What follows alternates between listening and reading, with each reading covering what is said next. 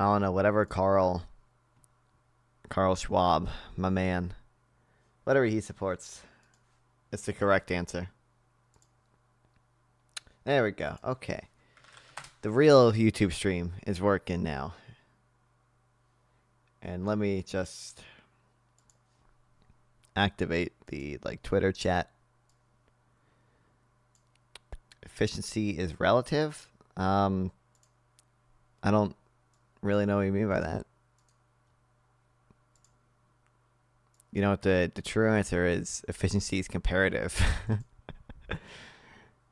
As in, you can be comparatively, you can have a comparative advantage in something. That's the real, why am I gone? There we go. I'm back. That's the real answer there. Qatar to Cambodia.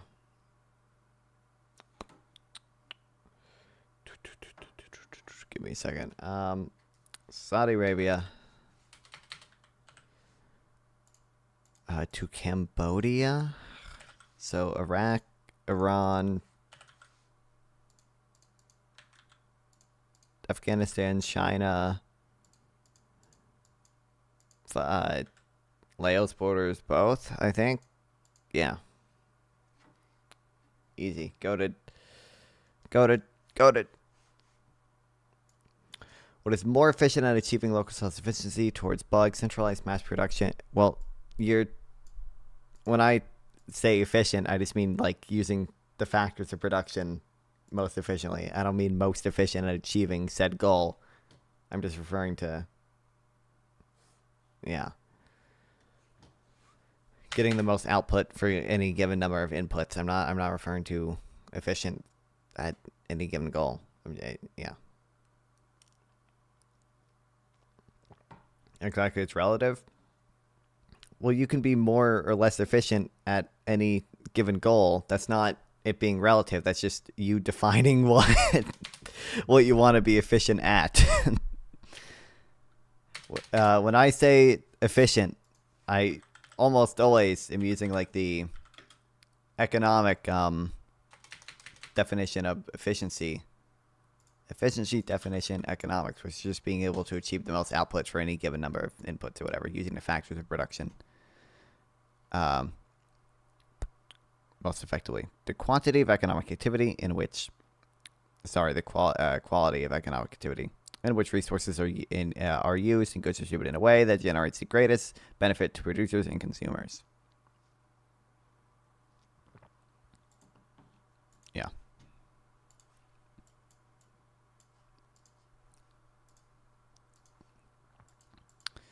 Cambodia to this fucking made up country place. China, Russia, Georgia, Turkey, Israel, Syria. Efficient at lowest cost. That's just what you're. I mean, I understand. I guess you could say the same thing with the economic definition of efficiency or whatever. But when I'm talking about economics, I'm obviously going to be talking about that definition of efficiency. You're just loading what you want into efficiency. Obviously, producing everything locally is not going to be efficient in terms of you're not maximizing consumer and producer surplus. Yeah. I don't know how to get. I'm assuming I need the DRC. Hey, Destiny's perfect fan. That's me. Tanzania, I think, borders both. Or is it Kenya? It's Tanzania. Okay, hell yeah.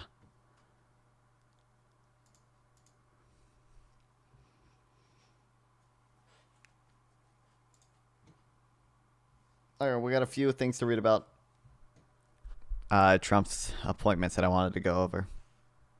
I wanted to learn more about. It'll be efficient at the intended goal, though. You can always have both centralized and distributed production. React to Trump stuff? What do you mean by that?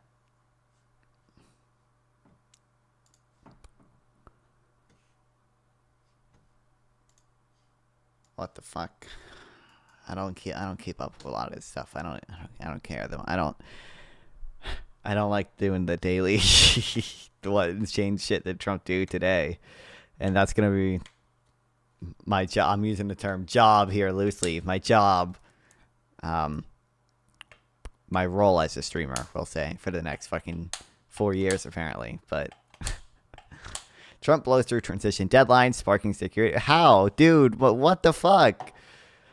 Bro.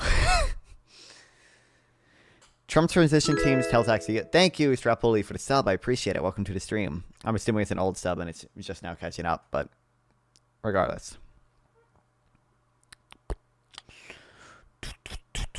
They're still discussing the agreements needed to kickstart the transition. For now, future Trump administration officials won't have access to agencies. They'll soon lead to secure communication systems or potentially bring... Thank you, Malibu. Got another burger right here. Got another chicken burger here. No, you cannot have a damn burger. Fuck, I'm a fan for my burger. For now, they won't have whatever. They have so far declined to sign agreements, which would force them to disclose donors and pledge to it. Oh my God, do they? We're how? You know, last time this made, well, it didn't make sense, but like it, Trump was still claiming he won the election. I mean, he still claims he won the 2020 election, and that's why he didn't like start the transition, right? Because he hadn't fucking conceded. But he's never conceded, but who's the hot guy in the chicken video? I have no clue who he is. It's just it's a video my friend sent me a while ago, and I was like, this is funny. I'm going to add it as a thing. I have no clue. No clue, unfortunately. I'm sure you could find it. Missed deadlines to 2 key agreements required by law. 1 memorandum of understanding with the General Service Administration and another with the White House. September 1st outlines the terms in which the transition team can take up office space. October 1st is more crucial as it grants the transition team with the conditions to access employees, facilities, and documents to federal agencies. Asks the friend for me. He's not gonna have the video still.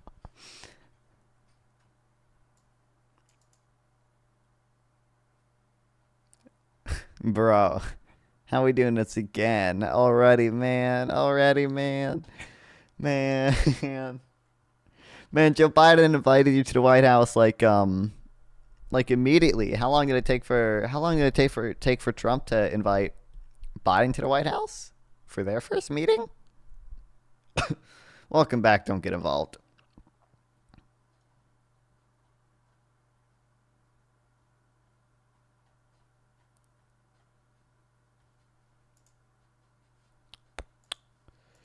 Man.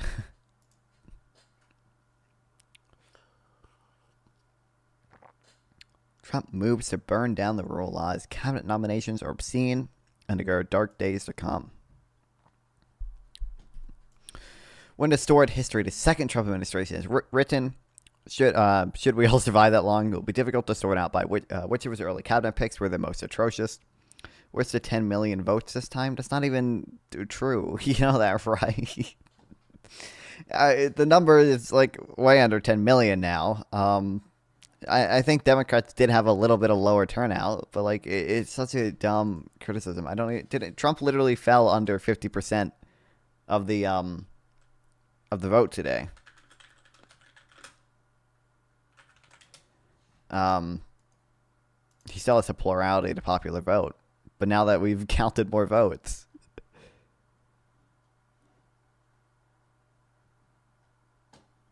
He's at 49.99%. I think it's a little bit lower now, but here, I think Wikipedia updates or AP. Popular vote. Will Matt Gaetz get nominated? I have no clue. I really do not know.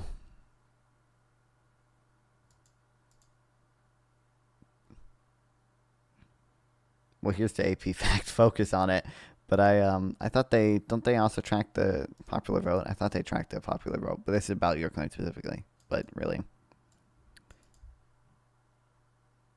Also, like, literally, what's up, Mike Lightyear? Welcome back. Literally every incumbent party lost vote shares when they had elections this year in every developed country.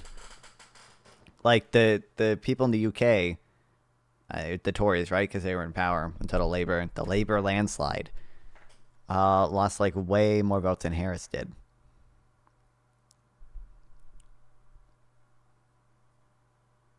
Trump so far lagging behind his total by approximately 2 million.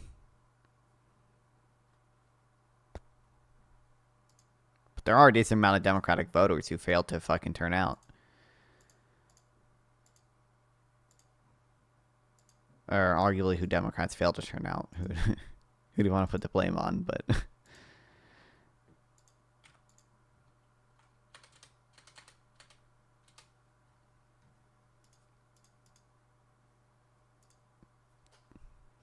and while handing over control to military to a weekend Fox News host, or putting anti-vaccine creep in charge of America's top public health agencies are really bad, it will be hard to sink lower than Matt Gaetz being nominated as the nation's top law enforcement official.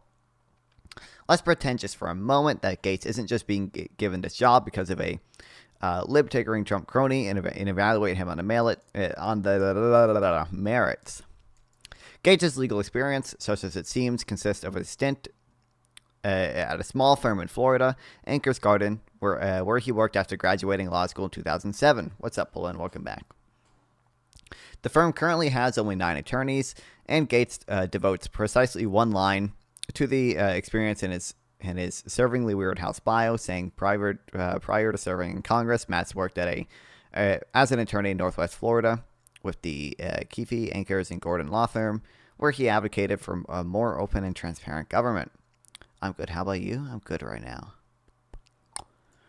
Advocating for more open and transparent government sounds pretty important, right? But the firm does. But while the firm does have a government affairs and public records practice, when Mother Jones did a deep dive into Gaetz' experience there, what they turned up instead was that he was working in things like debt collection and representing a homeowners association over a dispute about a beach ball volleyball net. Paste. What is this? This YouTube short. A potato flew around wow. my room before you groundbreaking. came, excuse. My guy pretty like a wow. Air fried chicken right here. Got a chicken burger right here. Got another chicken burger here. I'm finna eat my damn burger. No, you cannot have my damn burger. Fuck out my face asking for my burger. I'm finna eat my chicken burger. Goes hard. It isn't even entirely clear when Gaetz stopped working at the firm. His house bio skips ahead to his 2010 election to the Florida House, and its legal work is never mentioned again. This is not the biography of someone that you would hire as an assistant to be an assistant district attorney in a mid-sized American city, much less the head of the entire Department of Justice. The problem here isn't just ideology, although there's plenty of problems there as well. Compared to Gaetz and Jeff Sessions, Trump's attorney general picks during his previous term, or compare them to. Thank you, Gamer Boy. You need to check out the Bill Maher segment. Oh, he's gonna copy fucking strike me if I react to this, I bet. Someone must tell the usual suspect. Ooh, but I am curious. I watched Sam Harris's thing on it. Who people tend to hate for some of the same reasons as Bill Maher. I think Sam Harris was mostly correct. Bill Mayer, or is it Bill Mayer? I don't know if I remember how to pronounce it. I listened to, my fucking family, on like an 8-hour car trip, listened to his audiobook that he wrote. Well, he wrote a book and then narrated it into being an audiobook. Some of the stuff in there is good.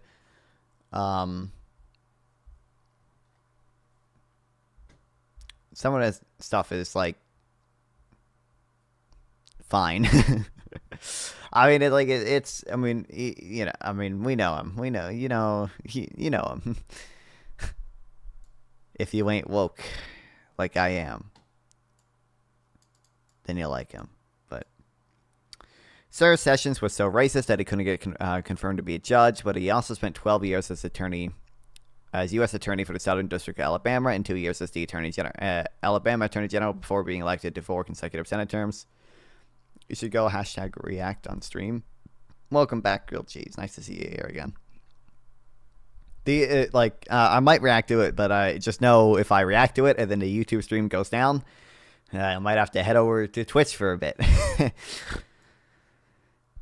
During his time in the Senate, he served on the Senate Judiciary Committee, becoming its ranking member in 2009. Sessions was a repulsive and retrograde choice for AG, but he wasn't a demonstrably unqualified one. There's also the haphazard nature with which the Gates appointment came about. Gates was not one of the names initially tossed up as a possible attorney general. Instead, we were all living in fear of, say, Judge Eileen Cannon being rewarded for her service to Trump and getting rid of that pesky classified documents case. But all it took, apparently, was a plane ride with Trump on Wednesday, and as Politico reported, Gates' willingness to go over there and start cutting fucking heads. And that's what Gates' offer really does. He'll be thrilled to destroy the DOJ from within, to wreck its ability to actually enforce laws, and instead turn it into a device for Trump to pursue his personal and political grievances. Trump and his fellow travelers have made it clear that they see the DOJ not as an agency that needs independence from the president to fully and fairly execute the laws, but instead as one that does Trump's bidding. As conservative lawyer Clarence Thomas and Jeannie Thomas superfan Mark Paleota explained it. Career DOJ lawyers must be fully committed to implementing Trump's policies, or they should leave or be fired.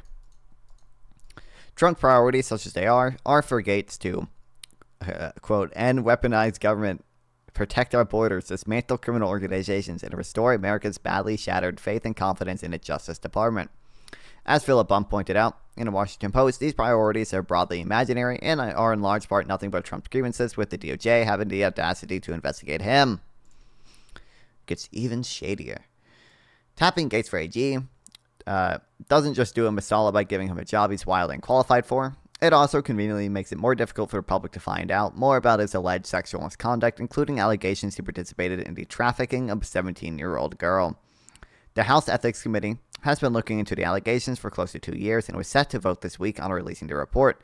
It couldn't have been released earlier because the committee didn't allow publication close to both primary and general elections, but if someone resigns from Congress, which is what Gates did immediately after getting the AG nod, the Ethics Committee no longer has jurisdiction over them, and therefore any investigation just stops. Gates wasn't obliged to resign his seat just because he got nominated. Indeed, the normal course of action would be to keep the seat until being confirmed. So the move has House Speaker Mike Johnson having to feebly lie about how Gates did so out of deference to us. Deference. Sorry. Despite Gates' resignation, details about the report are starting to leak. ABC reported yesterday that a woman testified to the Ethics Committee that Gates had sex with her when she was 17. You might recall that Gates was in the news in 2021 for making Venmo payments to a convicted sex trafficker, one of them using a nickname for a young woman in the memo.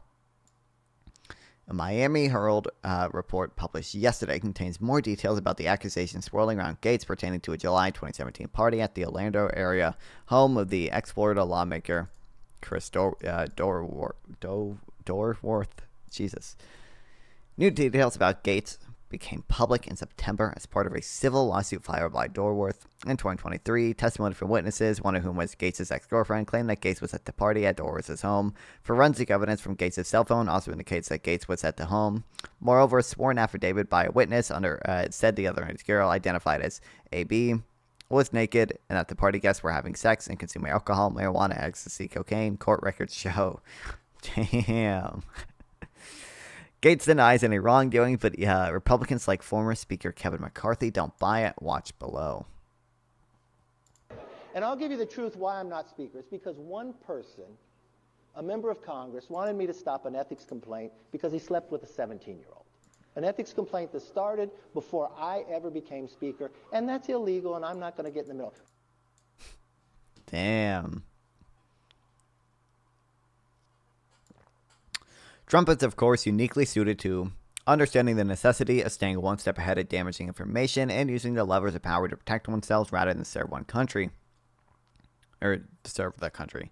Gates is basically Trump's small Rit Small, a pretty little tyrant who came to prominence thanks to daddy's money, a misogynist who sees women as objects for the taking, and an unqualified troll who has bullied his way to the top. Republicans prepare to knuckle under. Theoretically, Gates might have a rocky road to confirmation. Indeed, naming him was so out of left field that there has been speculation that Gates was a sacrificial lamb, a nominee who would get blown up so the actual attorney general pick can sail through in the wake of the wreckage. Some Republicans have pretended that they will have a spine about this. Susan Collins, Lisa Murkowski, that's how you pronounce it, right? Joni Ernst and Tom Tillis, that's my senator, all expressing concerns. Wow, thank you, Tom Tillis. Let's see if he let's see if he goes through with this. I think he didn't. I'm pretty sure he didn't vote to impeach Trump, but I don't actually know. Tom Tillis, vote to impeach Trump.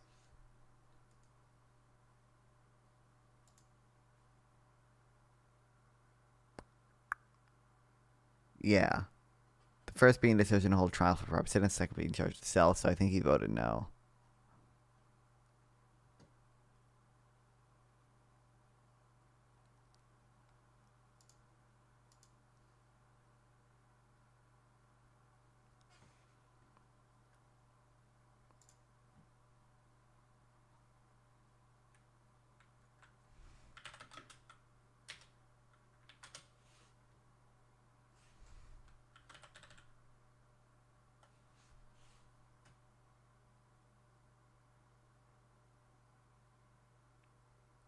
Jurisdiction, First Amendment. What is the First Amendment, really, dude?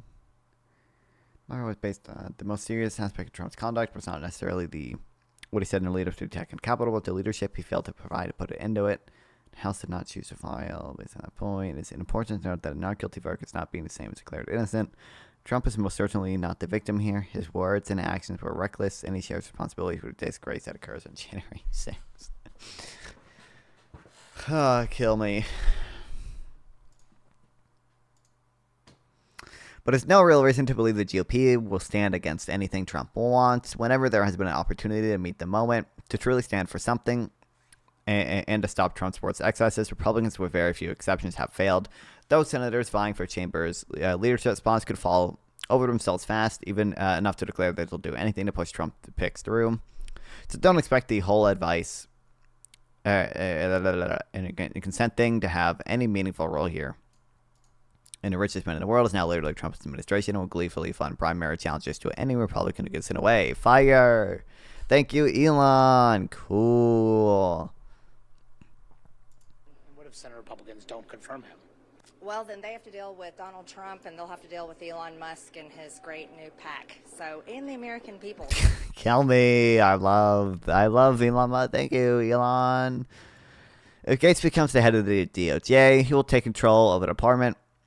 Up until last year, was investigating whether to bring criminal charges against him for sex trafficking offenses is distressingly similar to Trump being able to take charge of a government he sought to destroy.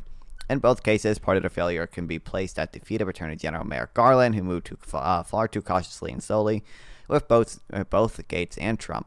But don't expect Gates to make the same mistake. He'll hit the ground running, ready to cut heads.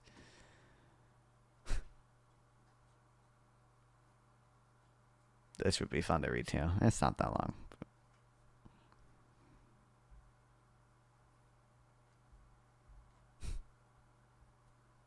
Biden moved quickly to prosecute people, including Trump, on January 6th. Garland's moves would take actions that actually favor Trump in the name of protecting the institution. The DOJ went to court to block the release of a Bill Barr memo that might have revealed how Barr worked to avoid charging Trump with obstruction of justice after the Mueller report.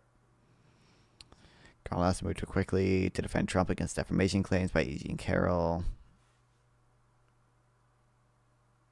Garland's desire to always appear even-handed is also what led ridiculously to pursuit of Hunter Biden, naming a special counsel and ultimately successfully obtaining the president's son for tax evasion.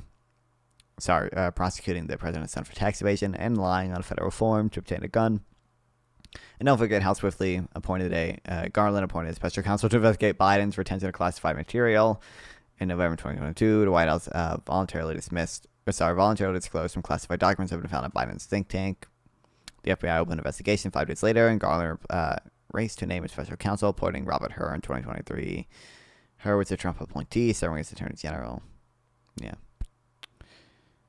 Demonstrated its hackness by releasing a report in February of this year that did grave political damage to Biden by gratuitously describing him as an elderly man with a poor memory. While Garland couldn't move fast enough to protect the DOJ and to aggressively pursue the Biden family to his even-handedness, he didn't get around to naming Jack Smith as special prosecutor until November 2022, nearly 2 years after the insurrection.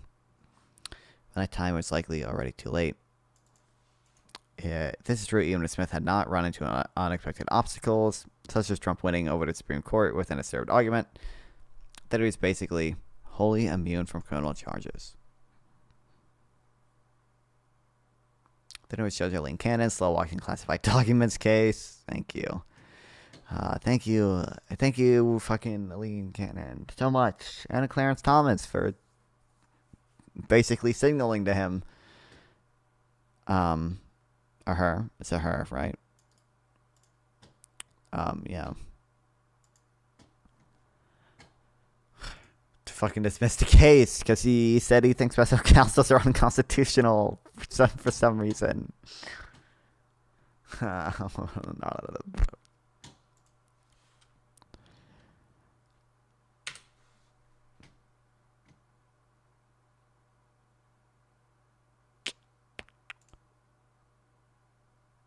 need a place to put this stuff fucking down.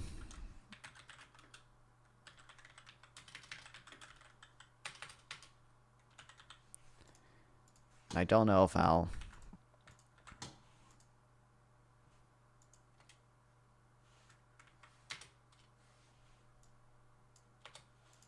take notes of these or anything ever, but this is fucking paid.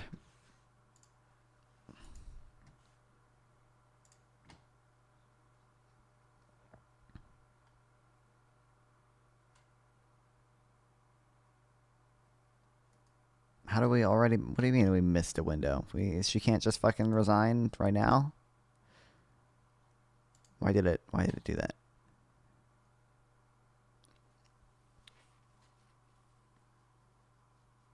Democrats are right to be concerned. It's likely blah, blah, blah, blah, blah. There's no appetite for change. First and most insurmountable obstacles that Justice Sotomayor does not seem inclined to retire because she's fucking stupid. The next issue is that Sotomayor will agree to retire his timing. On a paper, Democrats have 3 weeks more time to get it done than Trump did with Coney Barrett. However, the peculiarities of the Senate calendar over the holidays creates a problem, as Jay Wills explained over at Balls and Strikes.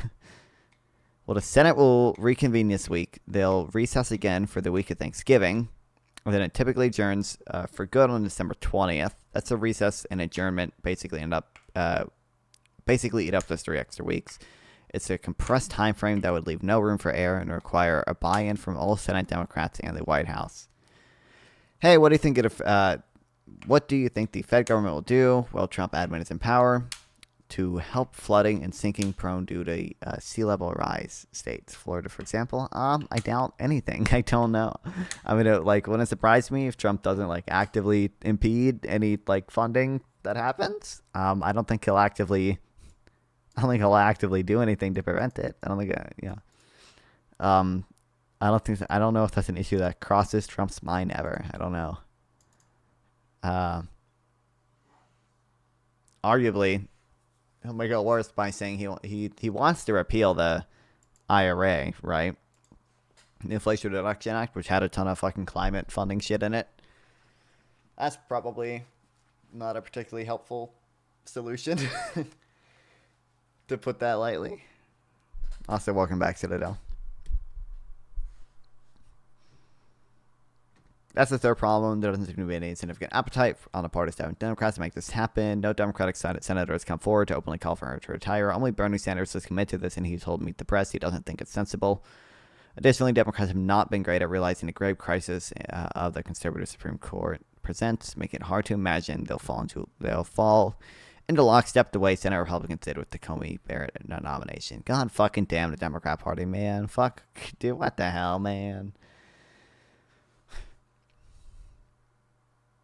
Who is the name to the more? Replacement is also a problem. Even if the other issues were resolved, well, Democrats have a deep bench of very qualified people who would step into their seat. What they don't have is an equivalent to the Republican list of Federalist Society hardliners that can be spun up at any time of a judicial vacancy is contemplated. Biden also can't really pull anyone from the current federal bench anywhere, as he's doing so would create another vacancy that would need to be filled as well.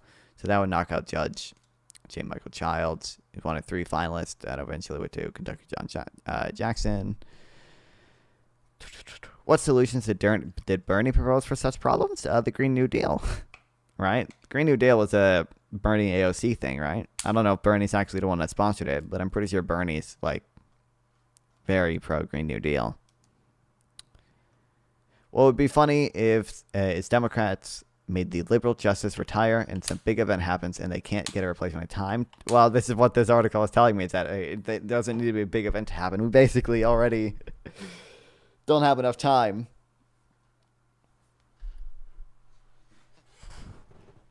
Just because of the way the Senate works with its recesses around Christmas and Thanksgiving, and the fact that Democrats are fucking weak, so we don't have unlike the Republican Party, we don't have a bunch of think tanks like they just mentioned. The Federalist Society like has their list of judges that they like. We don't have that because Democrats are stupid. Yeah.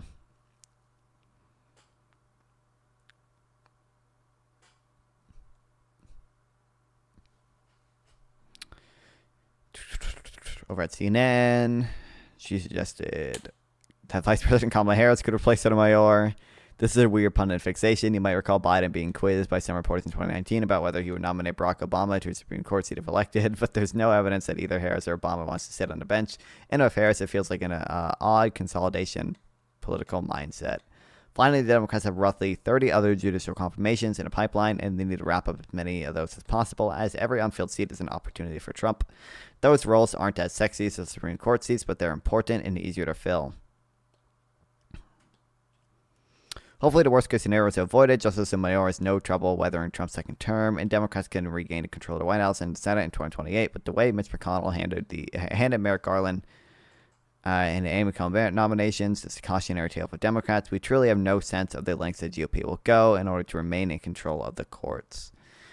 The right is treated the capture of the federal courts like a total war for the last several decades, with little regard for rules, but with great success. While Democrats may be knocked back on their heels right now, hope is not a plan. Republican scheming has already allowed them to lock down generational control of the courts, and it's not inconceivable Trump would end up nominating a supermajority all on its own. There's the Open Society Foundation. I haven't heard of that. I don't know.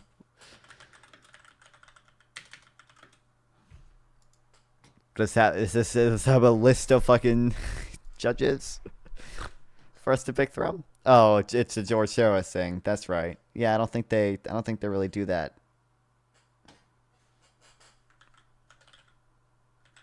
Yeah, doesn't seem like they really do that.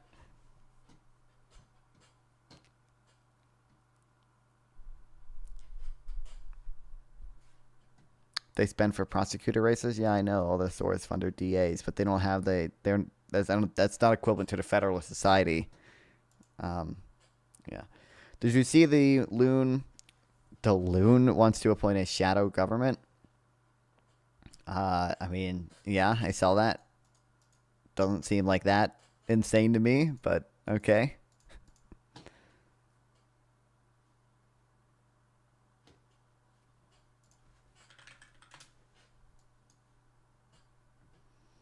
They train politicians and NGOs.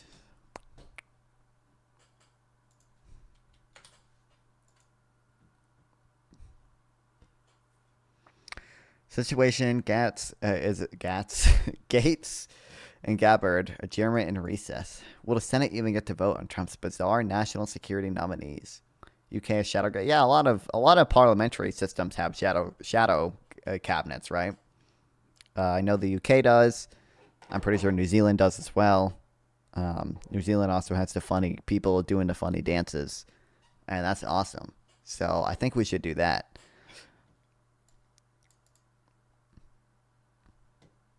It's not like the shadow government has any. The shadow government in the U.S. would not have like any power, right? I think the shadow governments usually don't really have power, but actually, I don't. Is the shadow government in the UK like a formal? It's a shadow cabinet. I mean, is that a formal thing, or is that just a? Because what this guy's proposing is not like a formal thing, right? They don't need to actually pass a law to do it. They're just making it, right?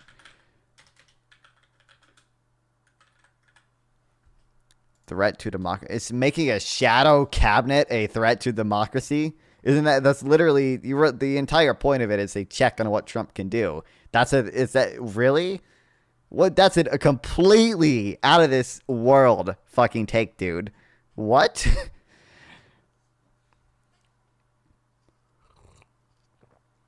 New Zealand indigenous group. Yeah, I know.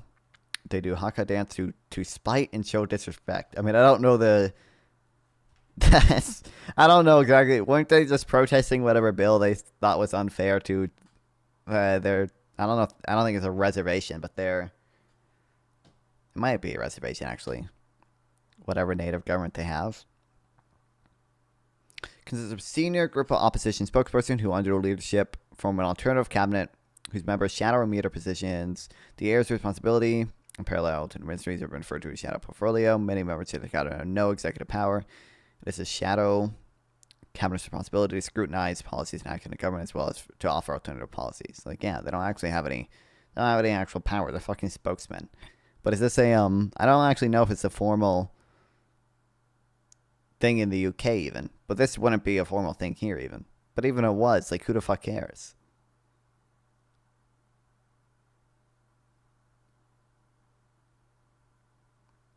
They're not in reservations. They are in Parliament. Yeah, but we have reservations here. You can still be a member of Congress as a member of a reservation. What?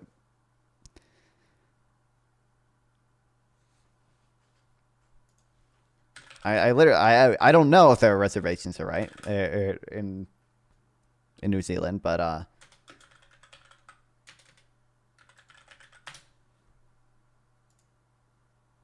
oh, it's gonna be like nature shit. Native.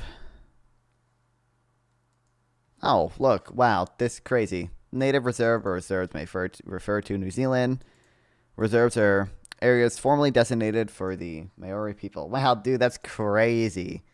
So they are in reservations.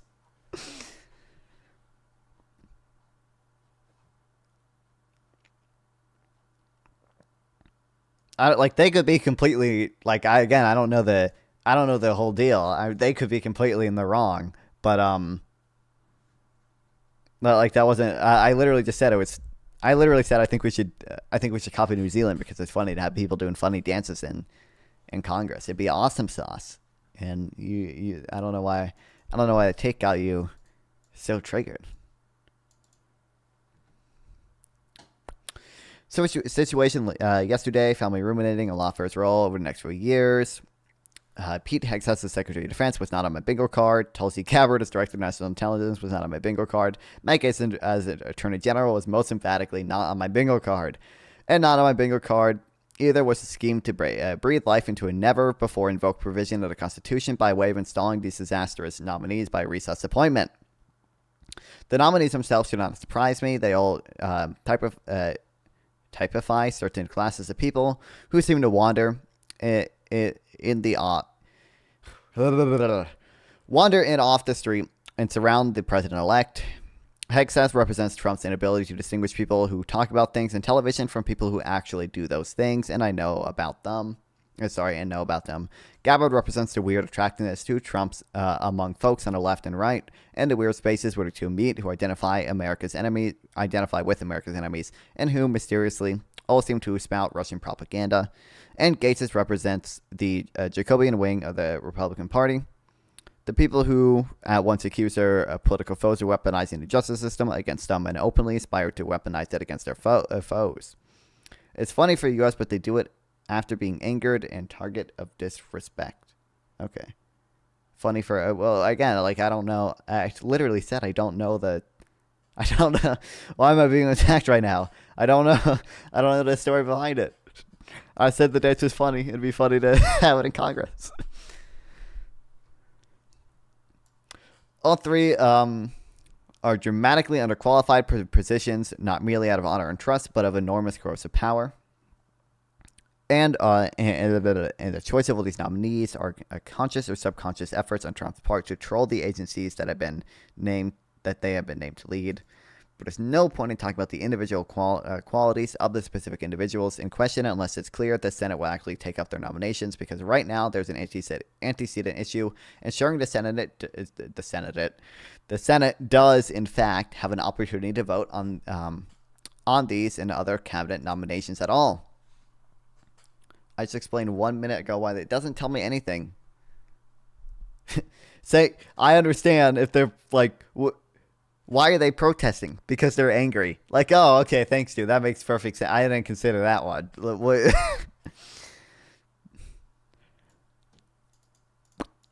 a run-up to these announcements, Trump demanded of the would-be Senate Majority Leaders that they would be willing to support his recess appointments to install nominees. The president has the power to install officials and judges without Senate confirmation when Congress is in recess, though the appointments only last through the end of the Congress. The prevailing Republican senator, John Thune, readily complied with Trump's demand, saying, "We must act quickly and decisively to get the president's nominees in place as soon as possible, and all options are on the table to make that happen, including recess appointments."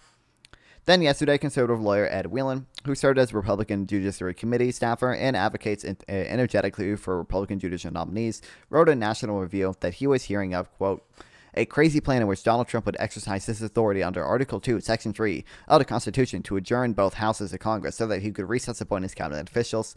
Trump's stunning announcement that he intends to select Florida Congressman Matt Gaetz as Attorney General leans credence to this rumor, as it is extremely unlikely the Senate will confirm Gaetz. The scheme, as Whelan reports it, would work like this. Quote, "The Constitution provides that neither House of Congress during the session of Congress shall, without the consent of the other, adjourn for more than 3 days. Article 1, Section 5, Clause 4. Article 2, Section 3 provides that in cases of disagreement between the houses with respect to the time of adjournment, the president may adjourn them to such time as he shall think proper." Search on what occasion does the... I don't care about that right now. Step 1. House adopts a concurrent resolution that provides House accepts a concurrent resolution that provides for the adjournment of both the House and Senate. The House rules expressly state that a concurrent resolution may provide for the adjournment of both houses. 2. The Senate either adopts the concurrent resolution, in which case it adjourns to step 4, or rejects the concurrent resolution, proceed to step 3. Trump adjourns both the House and Senate for at least 10 days, perhaps much longer. And then 4, Trump recess appoints his cabinet officials. Wait, why does I thought recess appointments weren't supposed to be...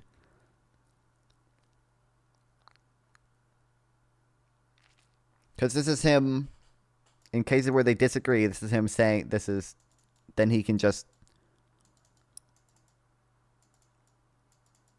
force them to go in recess. But this is them saying that if they agree, then he gets to do it? Don't they? Hold on.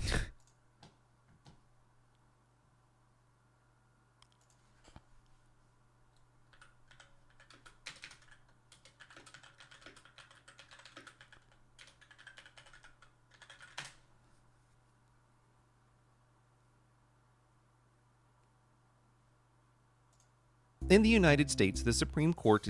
Okay, give me a second to read this. The presidential adjournment power has never been invoked, and invoking it in this fashion would be a dramatic seizure of power from the Senate. In an op-ed in the Washington Post, Whelan argued that Speaker of the House Mike Johnson should not be complicit in eviscerating the Senate's advice and consent role. He should promptly make clear that the House will abide by its usual schedule of recesses and will not attempt to engineer a recess of the Senate. First off, I want to offer a hat tip to Whelan for blowing the whistle on his scheme. He's currently taking lumps from MAGA World for doing so. Speaking out on this took courage, and it makes a huge difference that this possibility become public just 2 months before it would be implemented, rather than as a shock and awe moment in late January.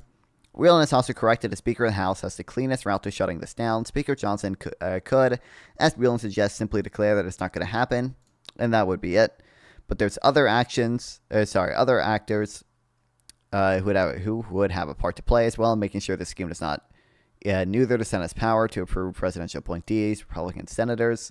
It's one thing to say as a senator that in principle you support the president's ability to recess appointment power as soon did. It's quite another thing to acquiesce to the engineering of a fake congressional recess in order to facilitate the president's use of recess appointment power by way of circumventing one's own body's constitutional authority. As Whelan describes the engineering in question, the Senate could not actually stop this from happening directly since it requires only Speaker Johnson's involvement. That means paradoxically that if Trump can do this, the scheme Whelan describes would enable any president to evade Senate confirmation for his cabinet for 2 years so long as his party controls the House of Representatives. That said, as a functional matter, Senate Republicans could stop it dead in its tracks by merely making clear that they are willing to defend their institutional prerogative so far as they are and are willing to use their oversight and appropriations and powers in efforts to do so. They could, for example, say that cabinet officials have not gone through enough Senate confirmations or been appointed during regular recess, should not expect legislative cooperation in key matters. A few phone calls to this effect from a few committee chairs would make the scheme untenable, at least for an administration that wants to do anything. Does Trump care about doing anything? I don't know. I have long since stopped expecting senators to put their country or branch of government over party, and I'm not going to make a plea for that here. My days of such naivety are over. I'm going to say that what goes around comes around, and Republican senators should be at least a little bit careful about creating an infrastructure for a liberal president to install and stop federal agencies, left-wing activists specifically chosen to antagonize conservatives, and to do so without Senate approval.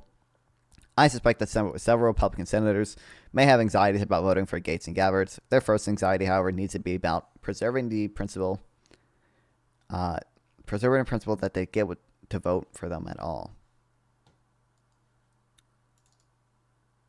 The situation continues tomorrow.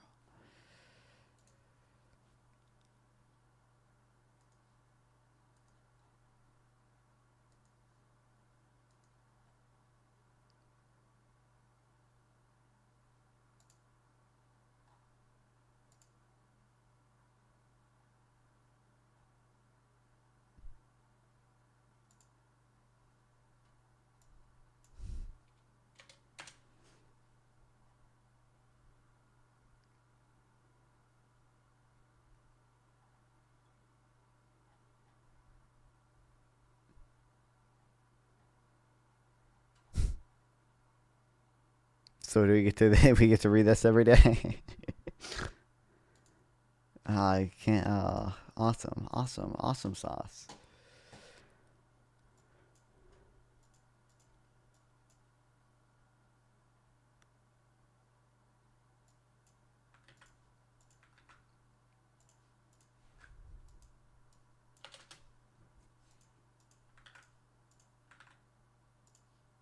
Actually, you know what? Might as well just fucking put this in React today so we can go see if we can read through it on days where I need a legal walkthrough for some things. What is Trump's trials pointless? What a good is a criminal justice system we can't do justice to protect democracy or persuade voters.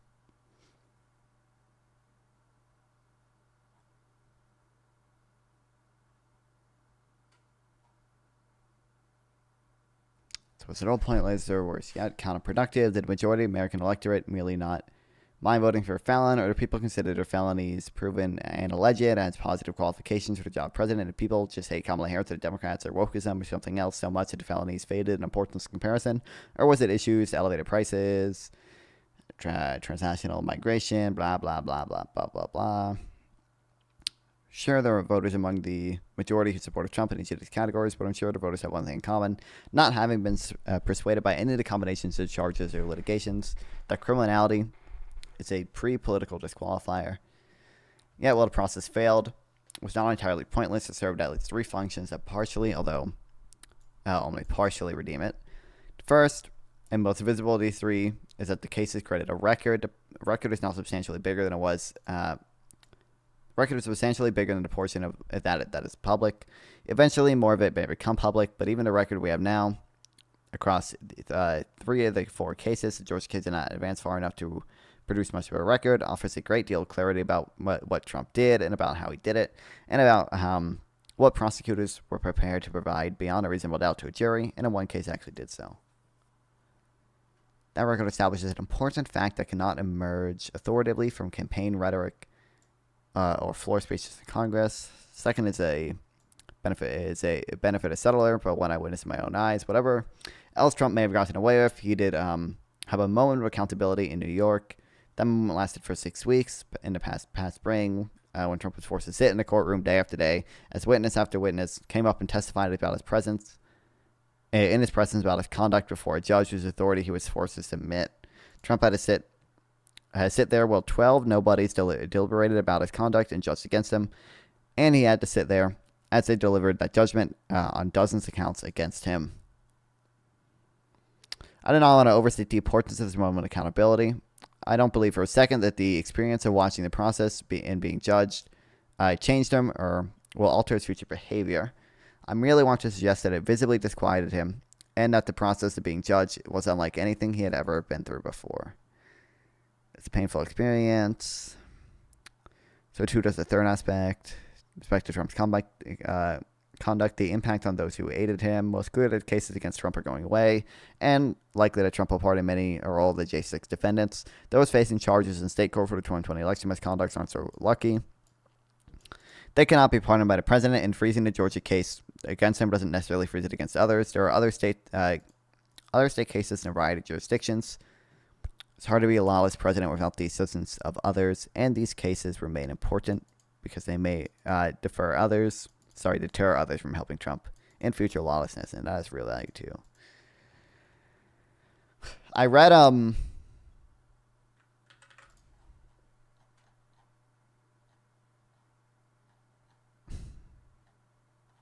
doesn't Wisconsin have one too? Didn't Wisconsin go after Chesebro?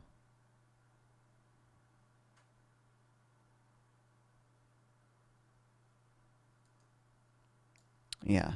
Kenneth Chesebro, Michael Oman, Wisconsin Attorney General, Operative James Troupis.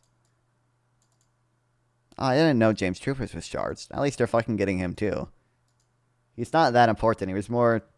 Everything I saw him when he was kind of... Everything I read from him is like he's kind of more... Just like Chesebro's like little tumor buddy. He wasn't actually like that.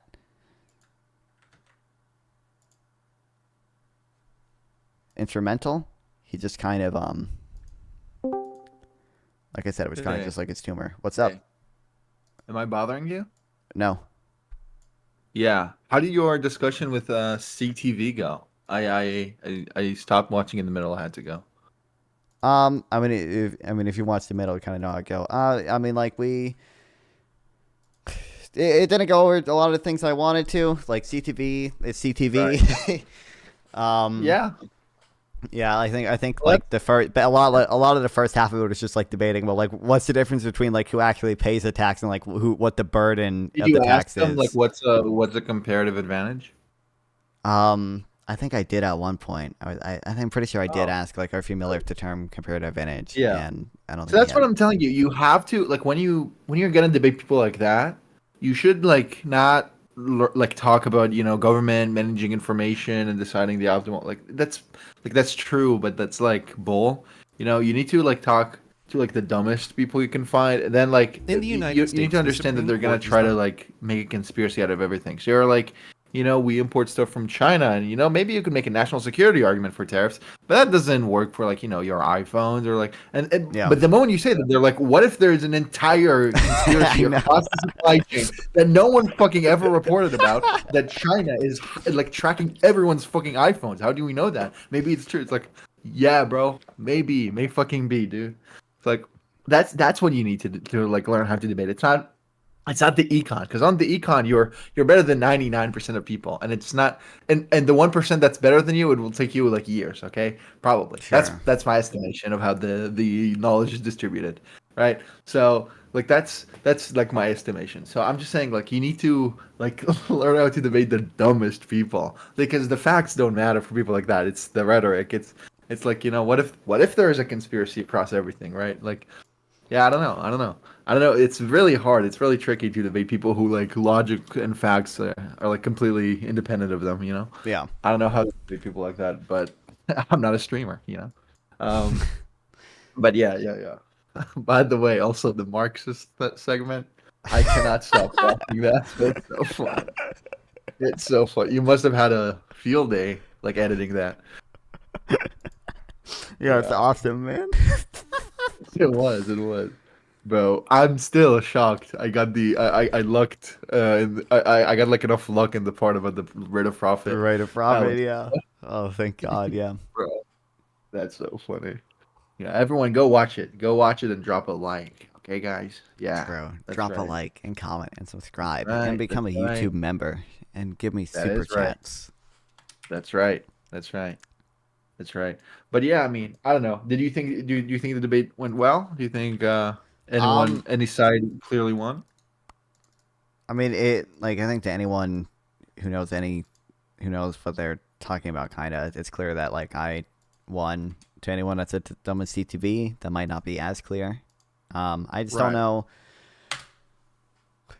Yeah, I don't know. Like, I don't know. Like, I think he at the beginning said like, I don't want this to be a debate. I want this to be a conversation or whatever. I can expect you to come 5 times more than you, right? I know, with a moderator, and it's like, do I want to like? Well, the moderator, I didn't do like I that want the to bully moderator gave him? arguments.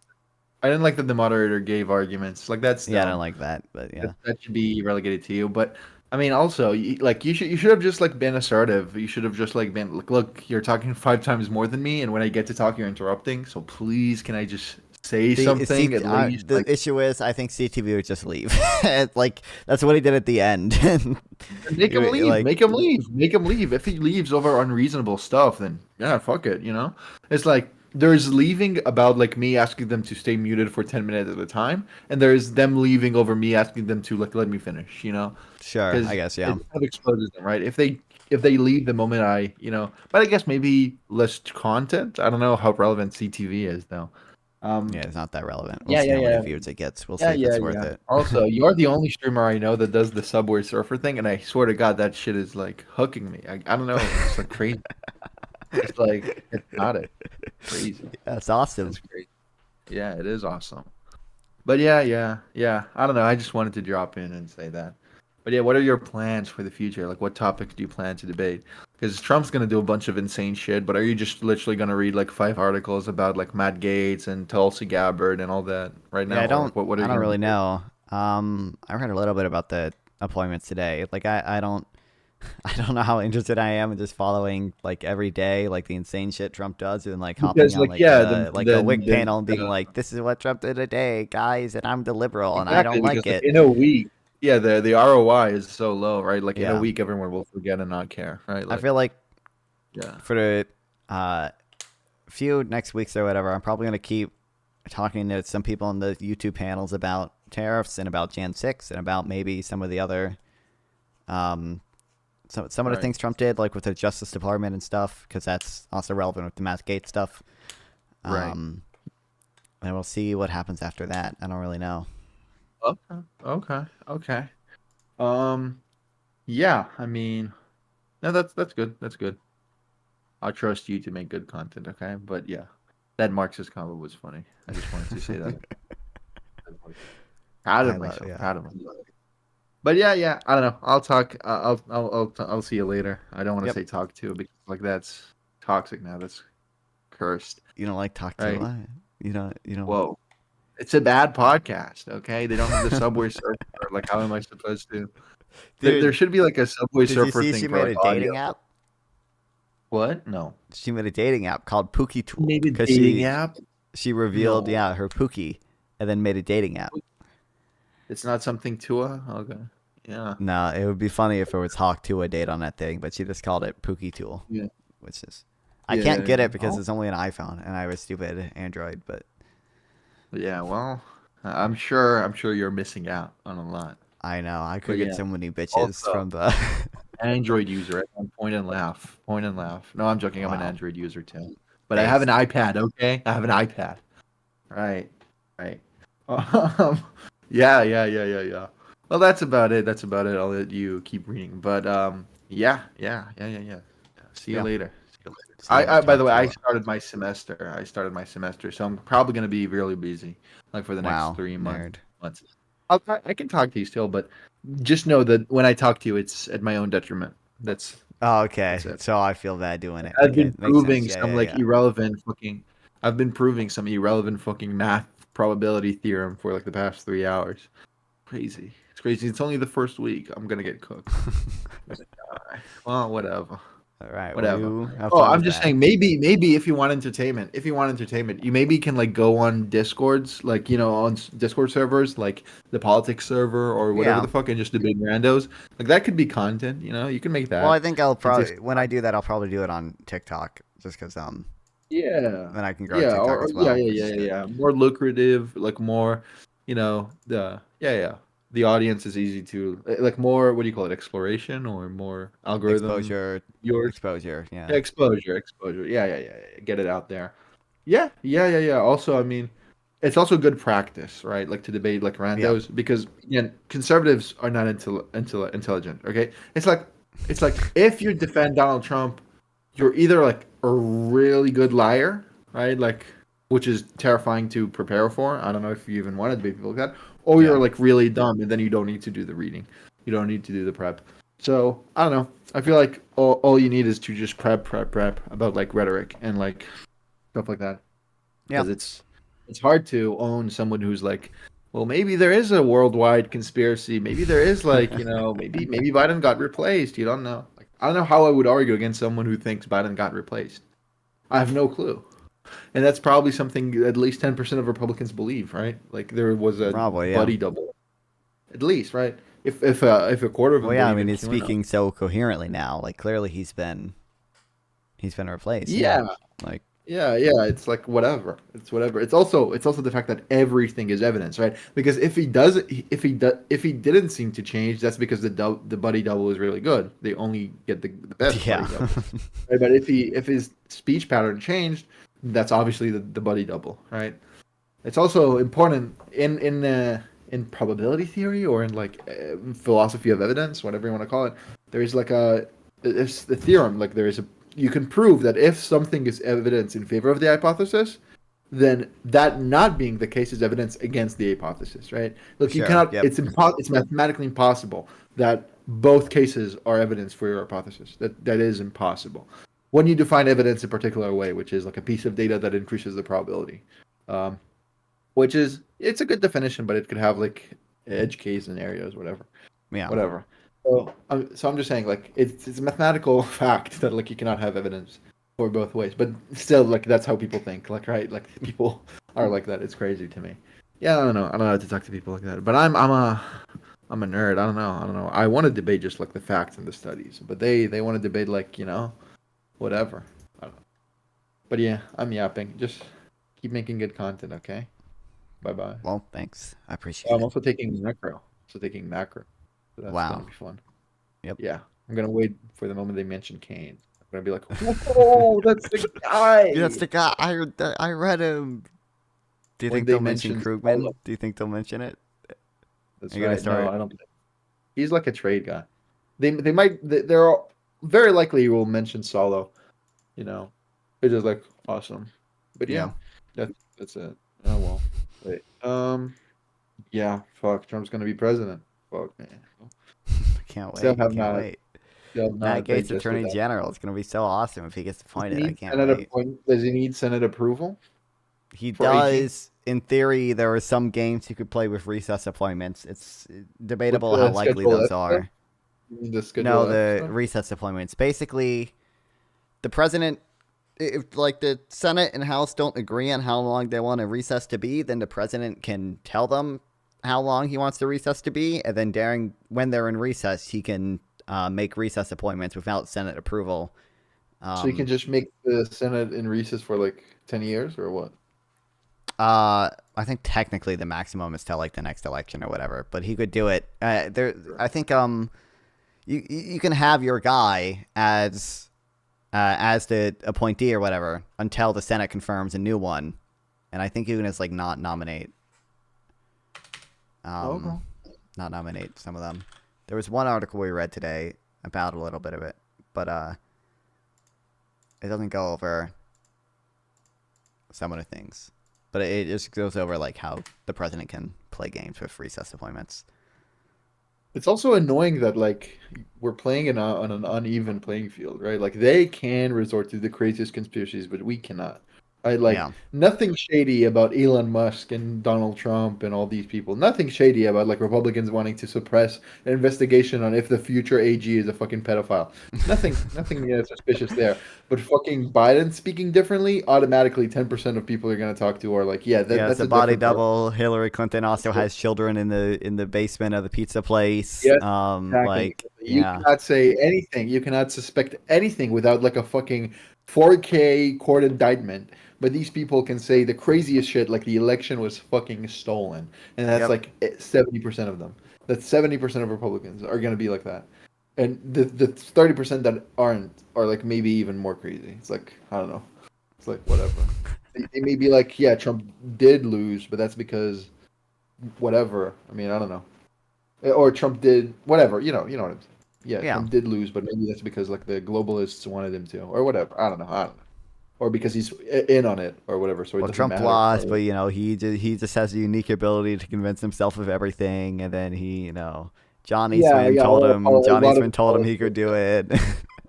Yeah, the apologia is also like annoying. Yeah, I would say 90% of Republicans are either election deniers or election denial apologists, right? Like less than 10% of them. Oh, here we go. It's completely normal that demented old man become the most popular president when they mail in ballots through the roof, and they needed like a month to count it all. Move on. Nothing to see here. Thank you, Jumbo Jack. Yeah, is that the chat? Because you're also describing Biden. I'm sorry. You're also describing Trump. Freudian slip. Okay. You're also describing Trump in this election, right? I don't think that was stolen. I don't think the other one was stolen either. And also think about what you're fucking saying. It doesn't matter the character of the person who won. The election system itself is almost impossible to rig. You're saying it was a distributed team effort across 7 different swing states with no people coming out and saying I was in on it or having regrets or anything. Not a shred of evidence when they try to investigate it. Lost. The only court cases he won were irrelevant stuff about delaying the whatever thing about for a week in Pennsylvania or some dumb shit. No major wins in the courts. No, nothing at all. When he went to the Supreme Court, even the Supreme Court just gave him immunity, didn't even weigh in on if something happened or not. No evidence whatsoever, but you could just claim it because it's a hunch and a funny graph that also happened to Republican. I know, yeah, you can literally see the 3 a.m. ballot dumpings that happened to Republicans too. You don't give a fuck. You don't give a fuck. Just stop pretending to make an argument. Just be like, yeah, I'm immune to evidence. Don't be like, I care about the evidence. Have you, anyone in chat here, everyone in chat here who wants to allege that there was a conspiracy to steal the election, have you read anything from the responses? Have you looked into any of it? Do you know what lost not stolen is? That's a 300 plus PDF of only conservatives, because you don't care what liberals have to say, right? If a liberal says anything, that's automatically, we don't care. But it's a 300 plus page document written by conservatives, lifelong conservatives, debunking every single allegation about voter fraud. You're not going to check that out because you don't care about facts. You don't care about if what the shit you're saying corresponds to reality. I don't know how to talk to people like that. I'm like that. Non-fun is like that. I don't know how to talk to people who are not who just can say stuff without caring if what they're saying matches reality. I don't know how to talk to people like that. That's whatever. I'm gonna go. I need to sleep. It's almost 3 a.m. Yeah. His only response, by the way, is that Biden was old, so it's weird that he became the most popular president of all time, which is just a way of saying he had the most votes. But to be clear, Trump right now is older than Biden was when he got elected, right? I'm not wrong about this, right? I think they're the same age, but yeah. I think Trump's slightly older. In terms of when not as of now. I'm talking as of 4 years ago, right? When Biden won, and do you think there was election fraud? I think Trump is older now than age what had Biden nothing was. to do with it. Then why did you bring up age? You said demented old man. Also, if you think, whatever. Don't respond to the age argument. I agree, age doesn't matter. Okay. I agree, age doesn't matter. The character of the person doesn't matter. It's the votes. You cannot rig the system that hard. It's just with no people coming out. Again, I'm going to repeat myself. Go see what I said earlier. But again, have you even peeped at Lost Not Stolen? It's so comprehensive. It's so fucking comprehensive. You have nothing, nada. But whatever. You're not gonna change your mind. That's fine. Because it's like you cannot reason someone out of a position they didn't reason themselves into. And that's clear, and that's disappointing. But whatever. I'm gonna go now. I'm gonna, I don't know, own some Marxists and Trumpists. I don't know what I'm gonna do. But yeah. Also, wait, did you see Elon Musk saying like, "Oh, import taxes are bad"? Yeah, the import. Yeah, good move. That's crazy. It's fucking crazy. Also, it's funny because like Milei, I think Milei did some of his own import taxes. I'm pretty sure, but maybe not. I could be wrong. But I think he did. To like limit the amount of dollars or something, or like to contain dollars in the economy or whatever. I'm not sure. I think he did do his own import taxes, but now he's cutting them. That's good. Whatever. Let's see how Milei does. Hopefully, it ends up okay. But yeah, whatever. Dumb people in chat, not fun. You have dumb people in the chat. Yep, it happens. Yeah. It happens. Yeah, that's right. Well, yeah. Talk to you later. Talk to her. Oh. Wait, okay. Bye. Wait, is that? No, never mind. Okay, bye. I thought I had his book downloaded, but I guess I don't. There's a book written by one of the people that Trump hired to try to find election fraud.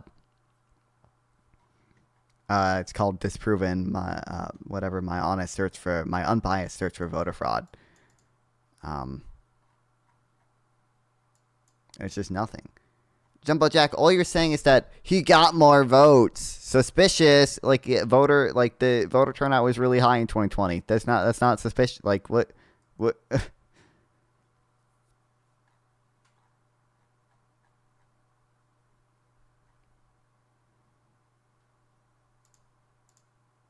I swear I had this book downloaded. Why not this time then? Literally, are you aware of the fact that literally every single incumbent party this year that held an election lost vote share? The Conservatives in the UK lost way more votes as a percentage, not just the absolute number because the UK is smaller, than Kamala Harris did. Are you aware of that?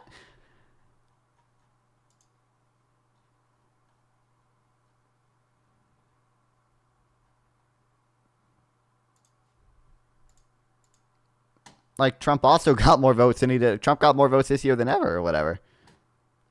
I voted Biden in 2020. I did not vote Biden in 2024. Nice to meet you. What did you just say? Something about the UK? Yeah, literally every single incumbent party this year lost vote share, right? In the UK, I'm pretty sure that the Tories or whatever lost as a percentage of the voters more than Kamala Harris did.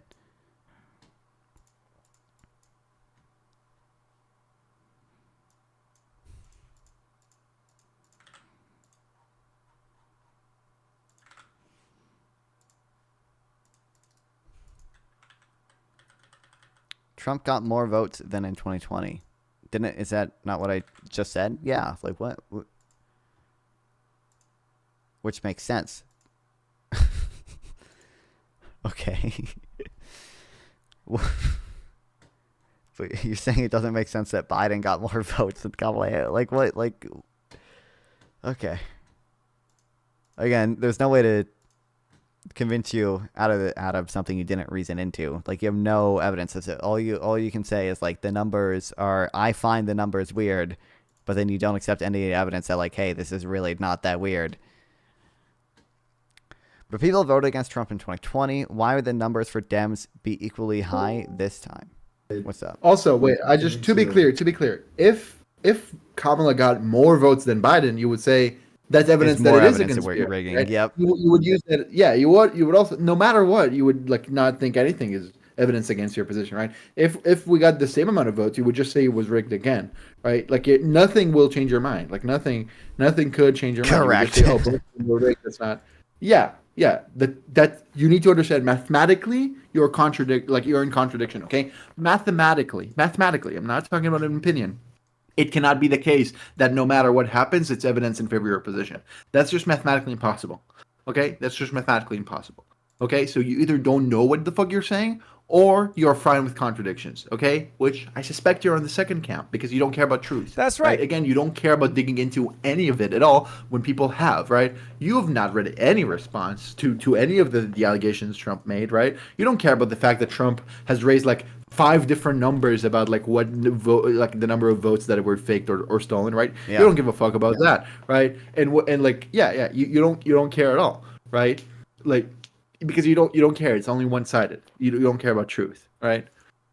Like I'm willing to put money right now. You've never read into. You have made the claim that like dead people voted, or you have made the claim that like also the fact that like Trump has said the amount of votes he thinks were faked, but now you're saying it's in the millions, right? When he alleged it, it was like in the thousands or hundreds of thousands in like key swing states, right? But you're saying it was millions, right? So like even there's like an orders of magnitude level contradiction between both of your positions, you and Trump, but you don't care because it's never been about anything concrete. It's always like this shape shifting. Oh my God, shape shifting.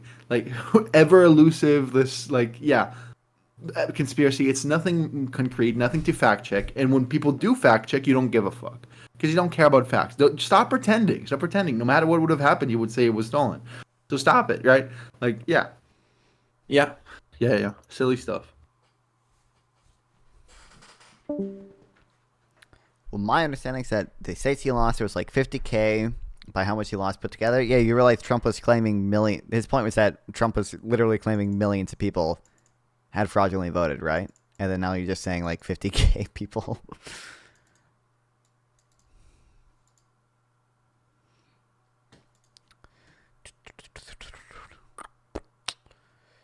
President-elect Donald Trump's pledge to levy hefty tariffs on imports is expected to result in retaliation that hits farmers hard. Even without retaliation, by the way, still hurts exports. Repeating events of his first term when Washington spent tens of billions of dollars to ease the pain of the agriculture sector. Trump has proposed a blanket tariff. There might be millions of cheats. Who knows? Okay, so you you are insane. Again, I guarantee you have not looked into any of the countervailing claims, and they wouldn't convince you, right? Like Trump has proposed a blanket 10 to 20% tariff on all goods imports. A 60% tariff or higher on goods from China and up to 100% on goods from Mexico.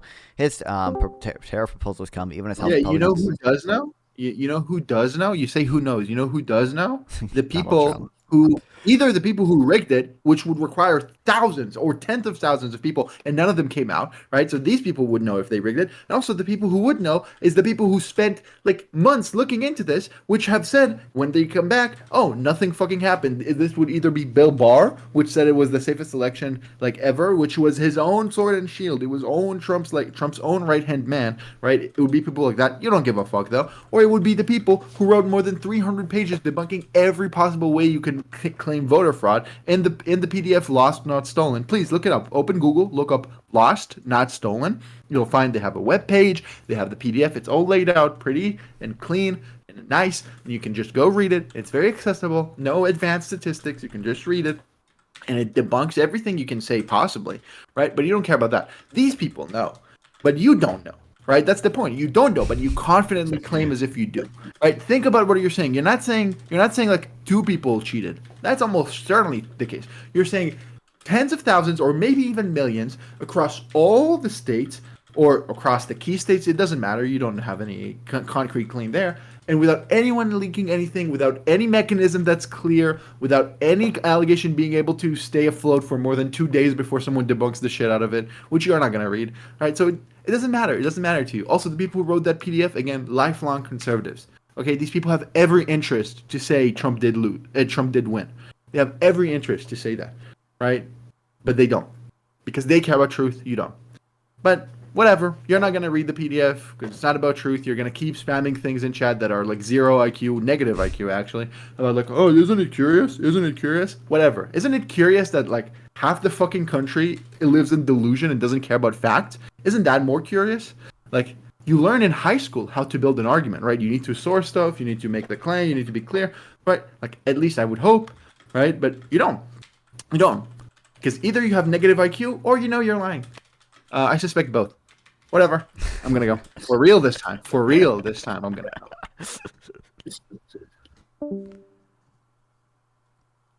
Here's like the 100,000 people conspiring. Well, I don't know how they did it, if at all. There might be a lot of unknowing participants in it. Okay, so if there was an investigation into it, you'd be for it. You realize there were investigations into it, right? And they found nothing because there's nothing.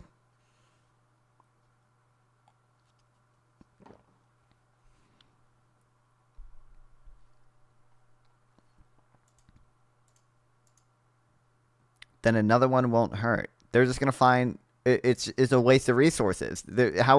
First of all, how would you even do another one at this point when everything has been so, like, literally every claim that you make has already been investigated to death because 70% of Republicans still fucking believe the election was stolen. So there's like a million different people who have looked into all these things and all concluded that they were fake. Like, there's probably literally nothing original that you could come up with at this point.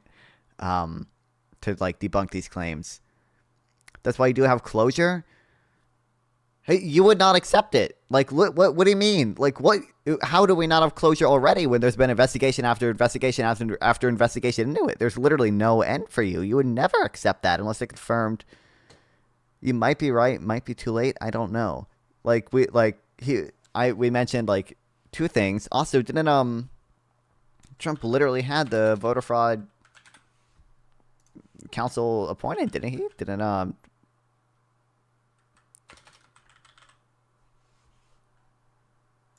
Hold on. I think this mentions it. The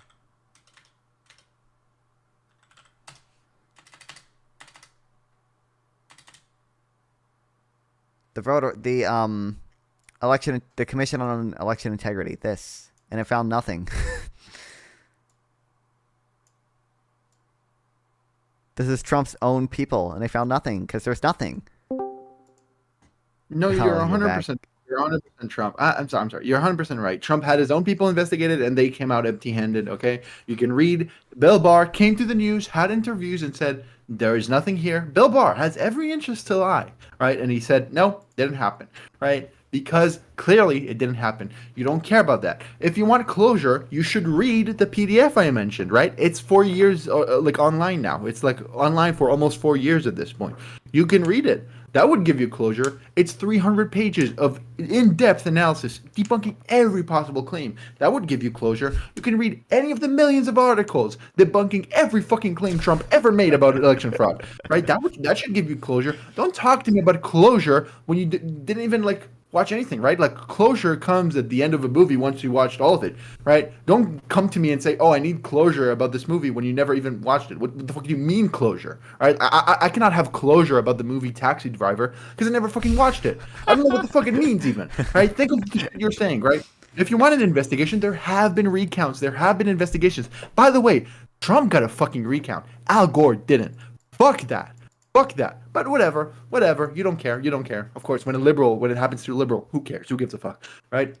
Trump got his own recounts. Trump got his own audits. Trump got a private fucking company to investigate it, and they came out and said nothing happened. Trump got Bill Barr to investigate it, and he said nothing happened, right? Trump got a bajillion people, even the guy who wrote the book, Non-Fun mentioned, right? He got him to investigate it, and nothing happened there, right? You don't talk to me about closure when it never has been about closure. It never has been about the truth. You're watching a different movie. You're watching the movie of like this top-down worldwide conspiracy, and it's hallucination.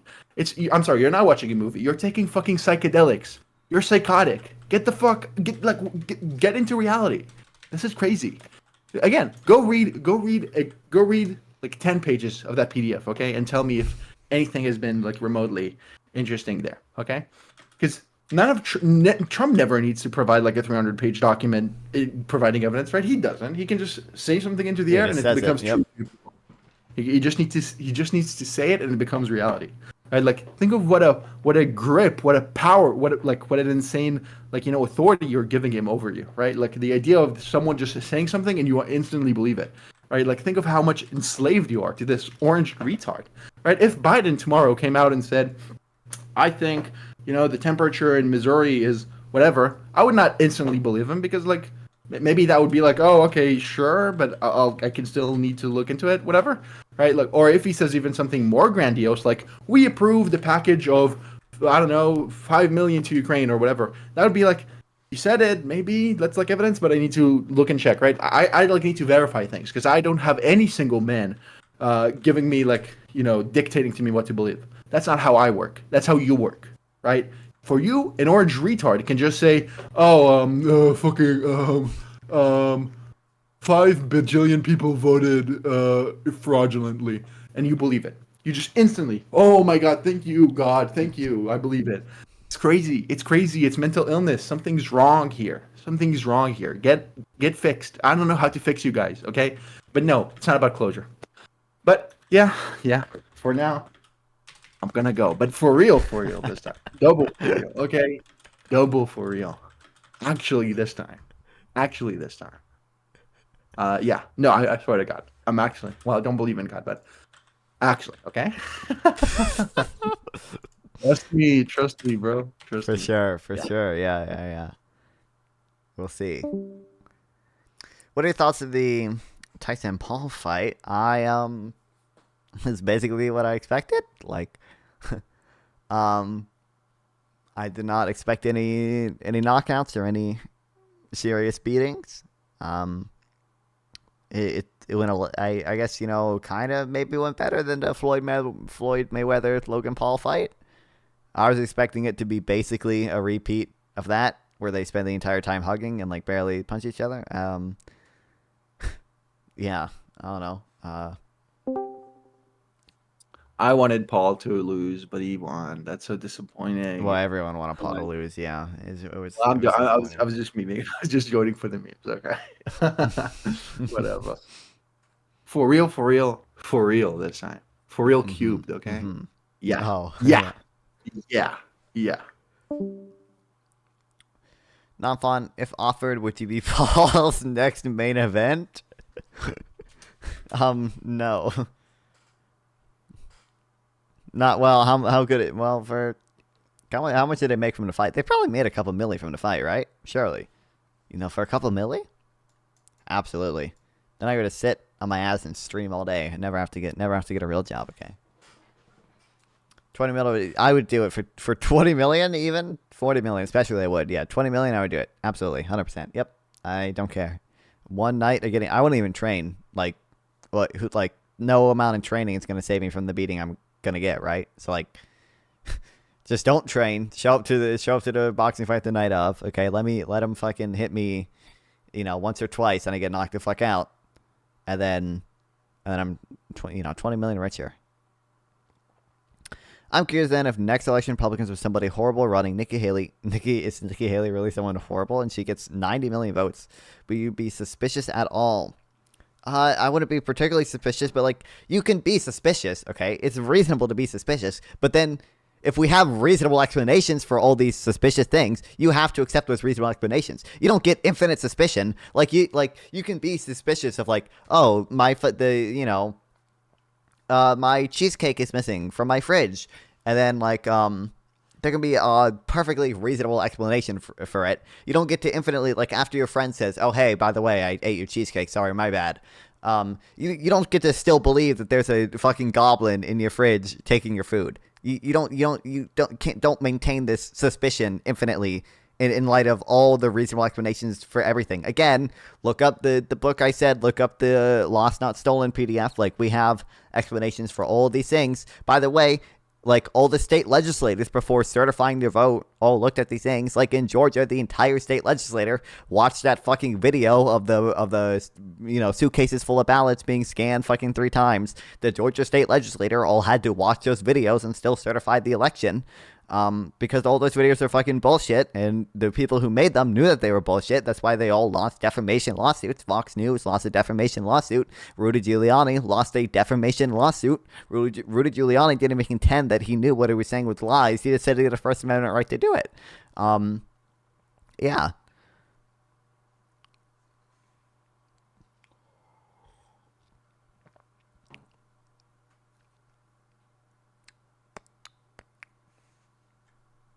Okay, Trump retaliated to Trump servers in the first term, but after signing a new trade pact, granted waivers to U.S. producers. Put away with them for U.S. producers after signing a new trade pact.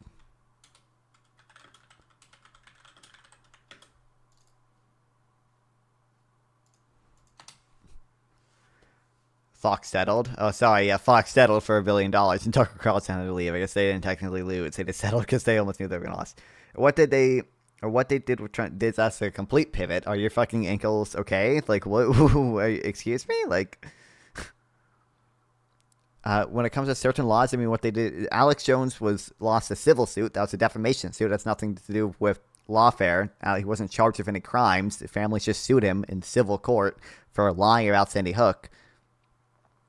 So I don't know how legit a court case anymore. Even if they don't trust any of the court cases, there were like 10 other things I just said. The book I just mentioned, the lost not found, or sorry, lost not found, lost not stolen.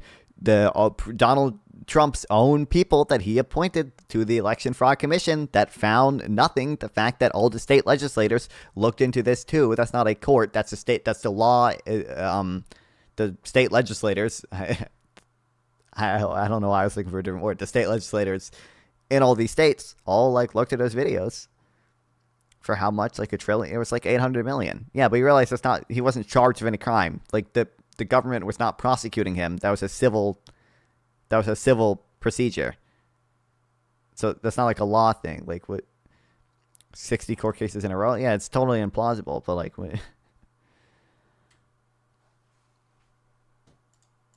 And like different states, like every state has rigged some of them were federal court, but some of them were also like state court things, right? Like every single court was the Supreme Court too, which rejected the whatever Texas v. Pennsylvania lawsuit, right? Where Texas was trying to sue Pennsylvania over how they did their election. The Supreme Court, which Trump had his own appointees on, is rigged against them too. What? No, it's possible they presented bad evidence. So every single fucking person who works with Trump is just so retarded that they all independently presented bad evidence, but somehow secretly somewhere there's really good evidence that just didn't get brought up in the court cases. That really good evidence was never found by any of the people who investigated it, whether it be private companies or whether it be the state legislators, whether it be the federal government when Trump's election fraud thing. None of this good evidence is where? Just like hidden? Are they hidden along with Trump's documents? Like in Mar-a-Lago? Like what? How much time do they have to make a case? I remember there was a time limit. I think like until December 14th or whatever. Or no, some of them were even after that, I'm pretty sure. It probably differs on the state. Usually they try to certify the votes by December 14th. But they didn't really do that. They fought it all the way to J6.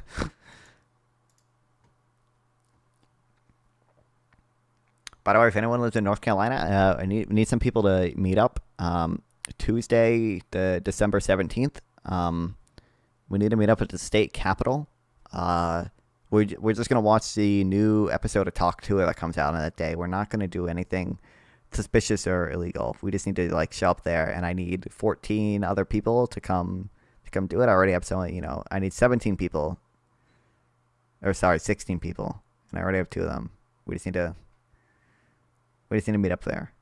For nothing. We're just gonna write some things down. We're just gonna write some things down.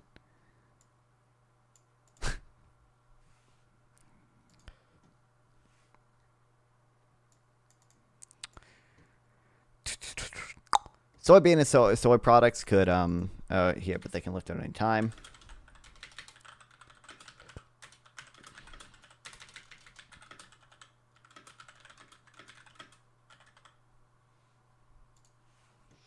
Soybeans and soy products could see tariffs of 30% to 35%, up from 3% to 9% now. Corn exports below a 7.2 million ton quota could see a 1% tariff rise to 26%.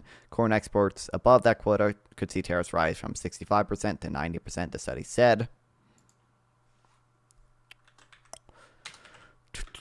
Soy products.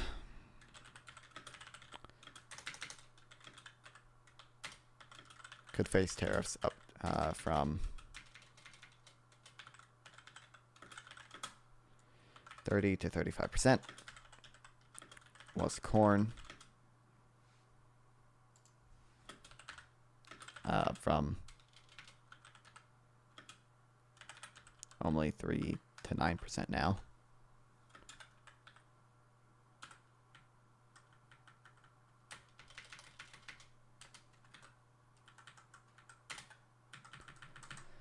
Corn could face corn exports below a 7.2 million ton quota could see a 1% tariff rise to 26%.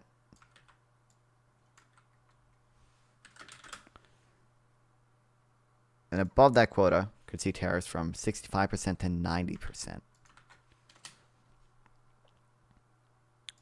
The two groups warned that a shift away from soybean and corn exports could have long-term consequences on a global supply structure and allow competing countries to step up.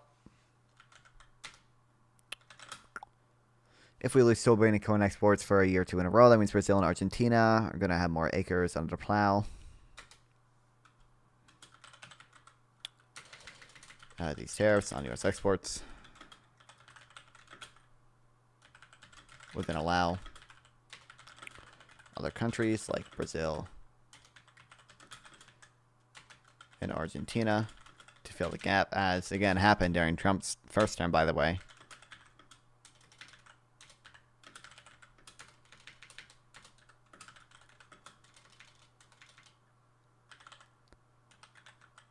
Permanently harming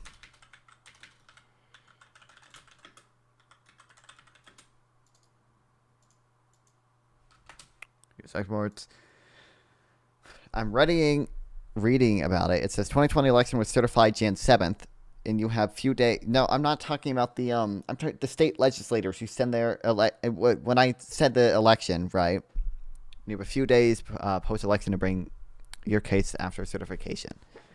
What I was saying, what I said was that all the state legislators, or I was going to say all of them, I don't know if all of them did. I know Georgia specifically. Like the video people always bring up in Georgia, the state legislators looked at that video before they certified the vote. Like most of these state legislators looked into all the false claims of election fraud before certifying their vote, right? The individual states certify their votes, and then all those states' votes were certified on Jan 6th. Now it was delayed in 2020 because of the fucking rioters entered the Capitol to delay it. But, yeah. By the way, these lawsuits weren't intended to work in the first place. They did not care if there was actually election fraud. All they cared about was having a case open on January 6th.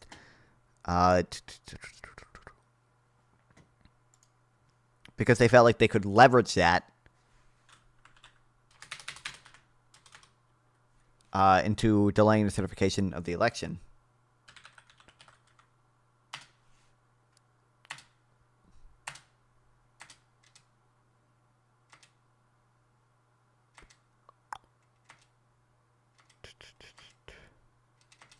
What was the... I think I have the quote here, actually. Yeah.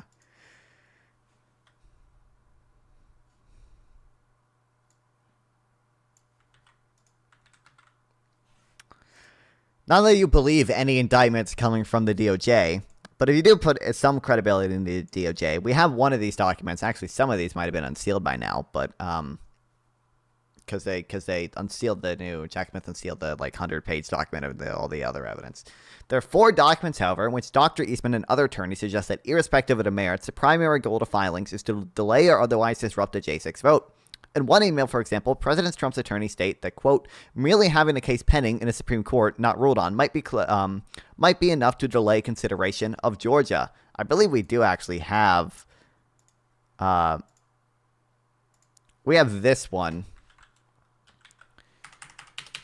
There's pending on January 6th in each of the states at least one, or not this one, sorry, but we have not the one it just quoted, but this is another one we have.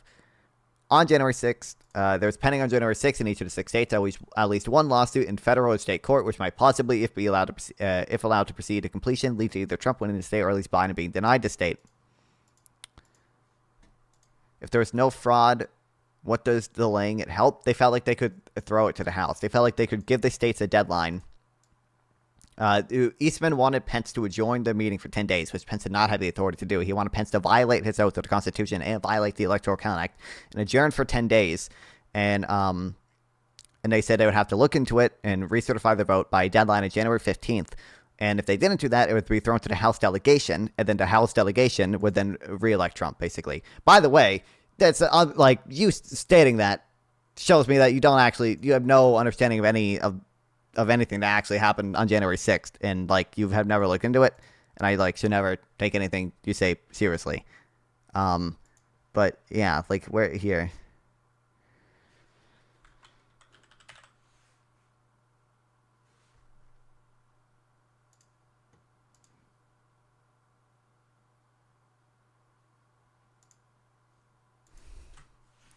Vice President should require a response from each legislator no later than 7 p.m. EST on January 15th, 2021. If any state legislator fails to provide a timely response, no electoral votes can be opened from that state. The Constitution provides that if no candidate for president receives a majority of electoral votes, the Congress shall vote by state delegation. That provide 2.5 days for Congress to meet and vote by delegation prior to the January 20th at noon for inauguration. The state delegation would have presumably elected Trump at the time because it was majority Republican.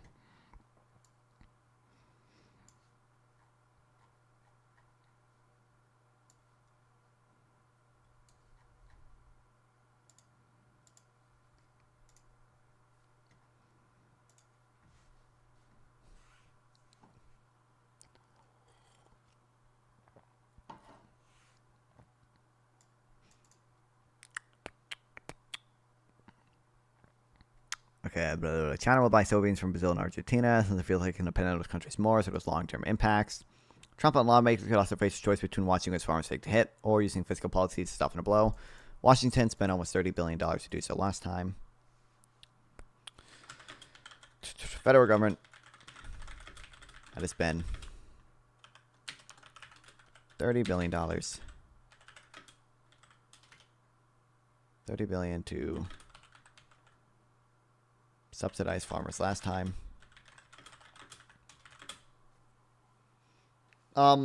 Wait a second. Do the I know we have studies on like the like how much it costs to protect each job for the washing machines and stuff. And it's like, oh, it costs like because they have the total added cost to the consumer. It's like, oh, $800. If it's like $815,000 per job for the washing machines. I wonder if you factored in the additional $30 billion that we have to fucking spend subsidizing farmers who are hurt by these tariffs. How much that would go up? I think it would. I think the like net cost to consumers was only like 1.5 billion, or something. Now this 30 billion is like distributed across everybody, not just like people who buy washing machines. But yeah, hold on, we can check in a second. But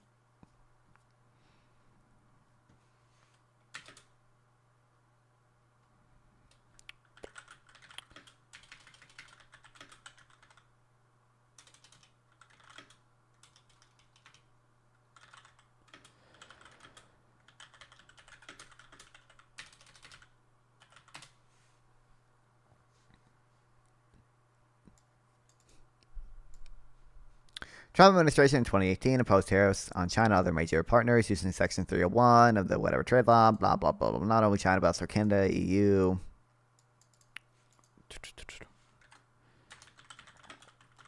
After Trump imposed tariffs his first term.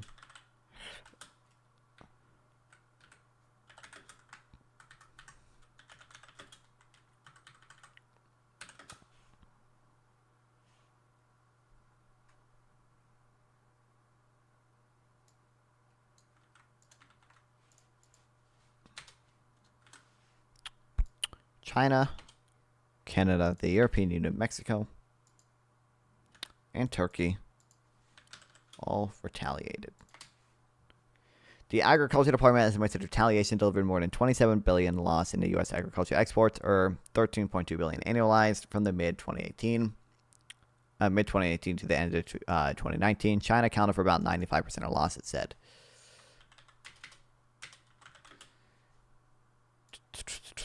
Estimated retaliation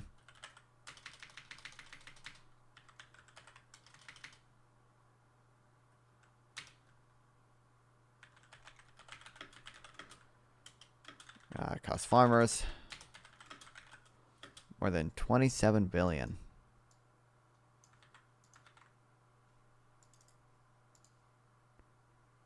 From mid-2018 to the end of 2019. $13.2 billion. Annualized, I'll say.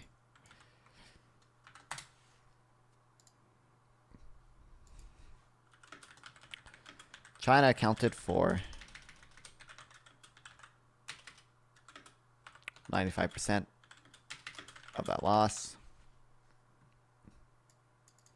The losses were felt primarily in Midwestern states like Iowa, Illinois, and Kansas. China had alternative sources in Brazil, said Jeffrey J. Shalat, a senior fellow at the Peterson Institute for International Economics. Like most countries, when you feel you have to retaliate, you look at what's going to impose the most pain to your trading partner and impose the least pain on your own economy. China wanted to target political constituents that support President Trump and might be able to tell him to ease off. Trump and Chinese Vice Premier Li Hu signed a so-called Phase 1 agreement in January 2020, in which China agreed to buy an average of 80 billion agricultural food goods in 2020 and 2021. In effect, China kept the tariffs in place, but used the waivers to lower them. But the USDA said the U.S. share of China's market remained below pre-retaliation levels for years after the deal. Even after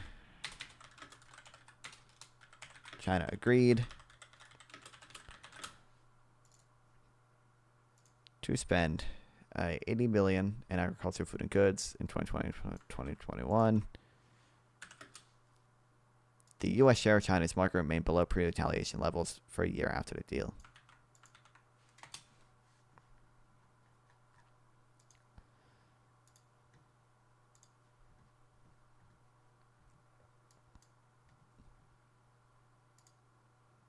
Oh, wait, didn't you tell me about this? Yeah. They were like bricks or whatever. And it'll just move to a different port.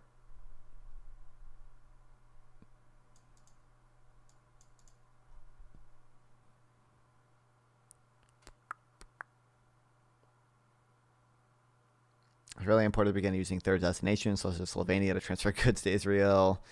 Now, the governments of the two countries are both exchanging blows. Importers and exporters from both sides are joining hands to find solutions.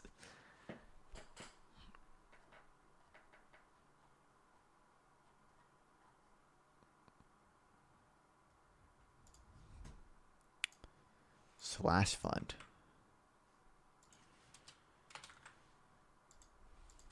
I don't care about the fucking quotes. Trump's first stab at tariffs had a fiscal cost of $12 billion in federal farm aid in 2018 and $16 billion in 2019, funded using Section 5 authority to Commodity Credit Corporation, also known as, according to the Congressional Research Office. Trump's first tariffs had a fiscal cost of $12 billion in federal farm aid in 2018 and $16 billion in 2019.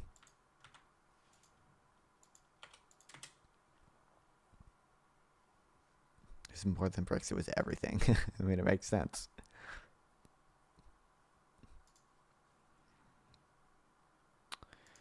In the past, we've never really had to use the CCC like this, said Stuart Anderson, the Executive Director of the National Foundation for American Policy. The CCC, overseen by the Secretary of Agriculture, is a tool to provide income and commodity support for natural resource conservation, export promotion, international food aid, disaster assistance, and agricultural research, bioenergy development, and other purposes. What I think is significant here is that there was something unique about the CCC that allowed it to operate essentially almost like a slush fund, which the executive branch was able to help alleviate to painted trade policies for farmers because of the way the CCC worked. House Republicans are potentially working to remove the use of CCC for the purpose by suspending Section 5 of the authority in their 5-year farm bill. House Agriculture Chairman G.T. Thompson said he wants to enact the bill in lame duck session, but isn't clear if he's going to be able to. Some House Republicans want to amend the law to prevent the president from using the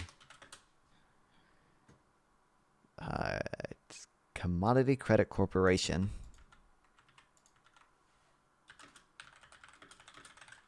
which is meant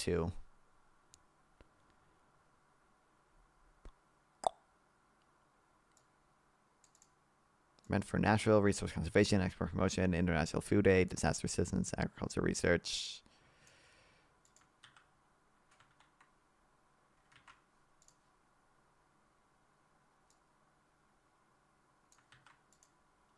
I'll include so many things. I mean, technically this is export promotion, but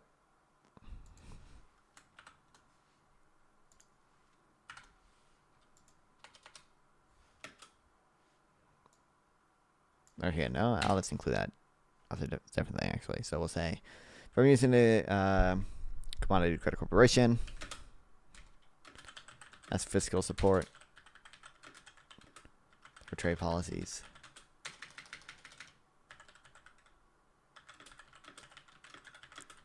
It's not clear if they'll be able to do it in their lame duck session.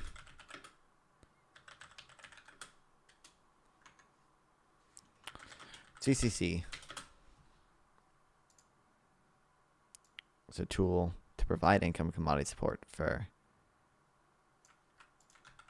these things. I'll say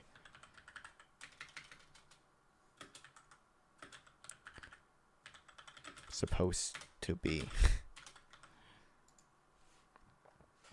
Well, I think it's significant here. Blah blah blah blah. Lame duck session. Current farm bill expired on September 30th, but the funding for most programs will be available until December 31st. The Committee A confirmed the provision will prohibit the incoming Trump administration from using the CCC to buffer farmers from retaliatory tariffs.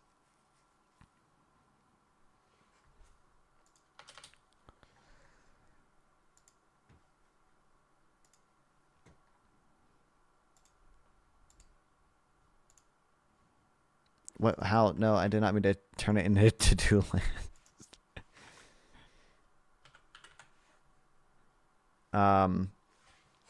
Imposed tariffs on washing machines increased by $86. Yeah, so the aggregate increase in consumer cost of the washing machine tariffs was $1.5 billion. Compared to we had to spend fucking $30 billion subsidizing the farmers. Now, obviously, again, it's stretched out more. YouTube censored. Ruined my GDP joke. Wow. Can't believe it. Welcome back, Joe Billy. Nice to see you here again. How you doing?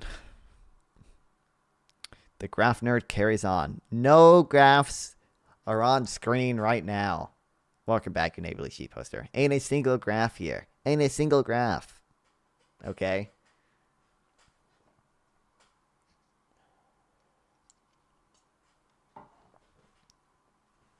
They're hiding, waiting.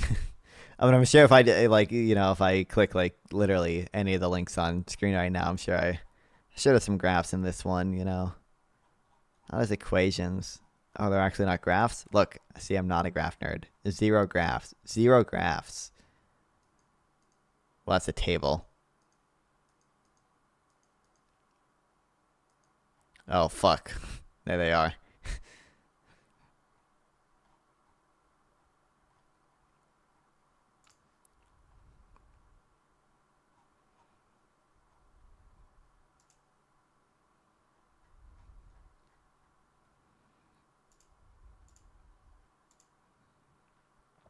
GDP equals gentrification due to proletarians. So true, Joe Billy.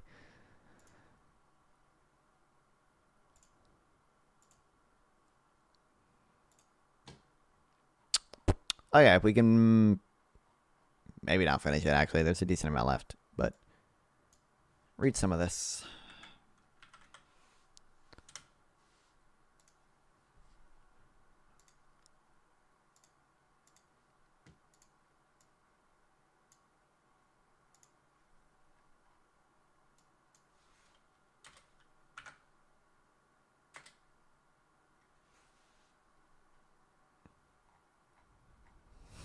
Your neighborly sheep poster. You're not gonna win against him. I explained to him What like the plan? What like the plan is just to like if they delay certification, like they can throw it to the House delegation essentially, and that would in theory elect Trump. But Trump just doesn't like democracy unless it goes his way. True.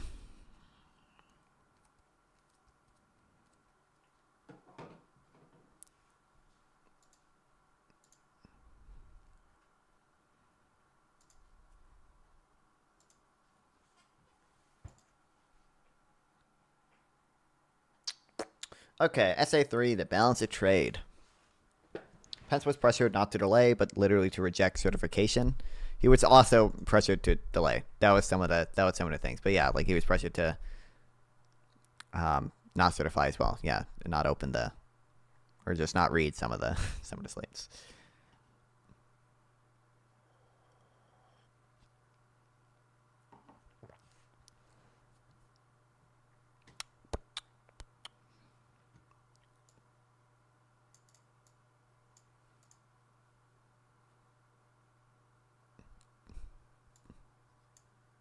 Trump wanted to have his own delegates. Well, yeah, right.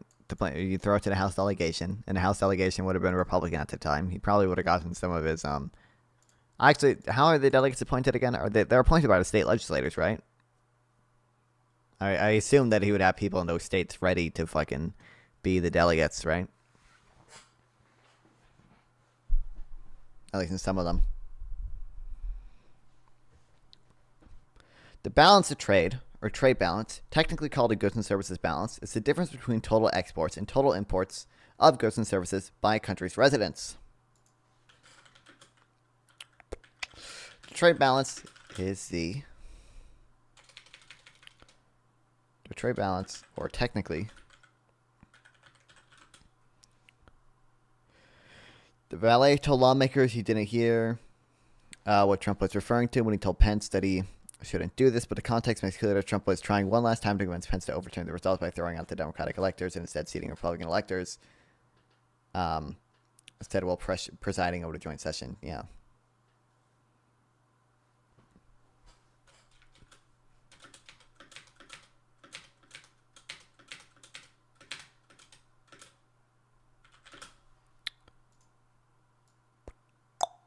Trump planned to replace his own electors with his own. Well, that's why. Well, they weren't certified on January 6th, so they couldn't technically be counted. Yeah, he made his fake electors, and he tried to get all the state legislators to certify them. And then once they didn't certify them, they were like, well, the fact that we have them is enough to create enough confusion in Congress that we can get it to the House delegation, either by Pence saying that he has two slates of electors and therefore can't certify, can't read any of the slates from those two. And then, no one has 270 and you throw it to the House delegation, or just delaying for 10 days. But yeah.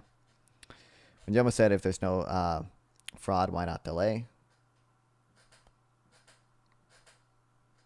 What? Main reason for not delaying before that call, Pence told his top advisors and repeatedly told Trump that there was no legal basis to, well wasn't he, maybe I misunderstood the quote, wasn't he asking,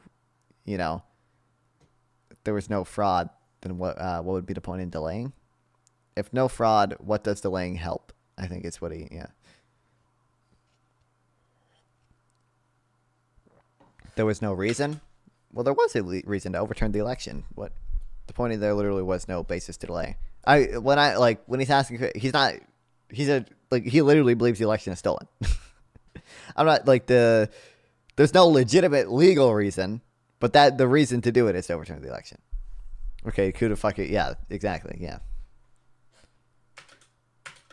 That was me explaining to him, because I think the way I understood his question is like, well, if you're saying there's no fraud, then delaying wouldn't have done anything. I'm like, well, no, delaying would have been a way to overturn the election. Because you could delay the certification and then say, give the states time to certify a collected state of facts or whatever. Isn't that what Trump literally said? Trump corrected, or was it slate of facts? Collected slate facts or whatever.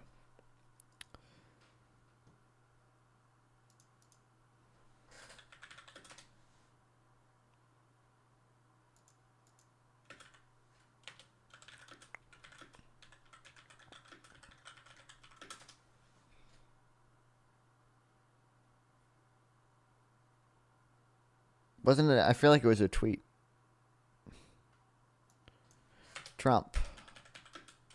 Mike Pence tweet.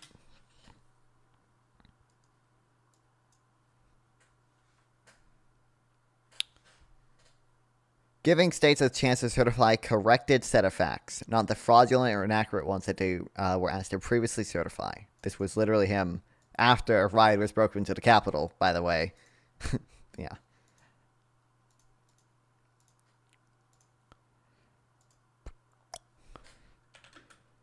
Is the difference between the total exports and total imports of goods and services by a country's residents.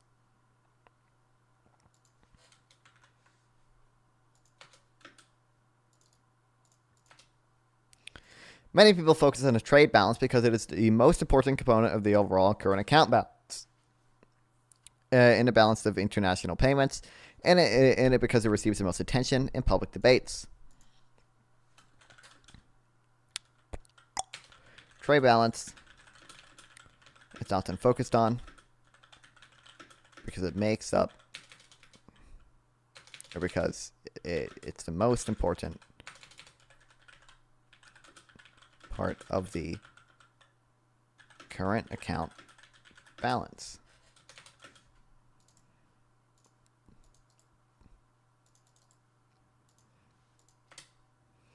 You know, the more I hang around politics and Twitch, the more I start to believe how Trump got elected. So many retards around here. Yeah, but it happened. Listen, at least it's not the YouTube viewers, okay? Or, sorry, the YouTube live viewers are fine. Shout out anyone watching on YouTube right now, okay? My YouTube live fans, I love you guys. The YouTube commenters who get recommended my videos sometimes are insane. Like on the Brett Cooper video. People are just like, this kid has no idea what he's talking about. Even though I don't know what I said in there that was really, none of them really specified. That was like remotely like objectionable. Like compared to what Brett Cooper said. Brett Cooper was literally saying like, what about Cooper? Brett Cooper made a video like, why I voted for Trump or whatever. Or like, it was like, I meant to, send it to your friends, or like calling you a racist because you voted for Trump. And she was like, most of it was like culture war shit. I didn't commentate too much on that. Some of it was really dumb because it was like, well, if you care about Trump having an affair with Stormy Daniels, then maybe you should care about Kamala having an affair with Willie Brown. It's like, one, there was not an affair with Willie Brown. He had already been separated. That's just a lie. And like, two, the bigger deal with Stormy Daniels was the like falsifying business records thing. And the way she framed that criminal case, she eventually got to Trump's criminal cases.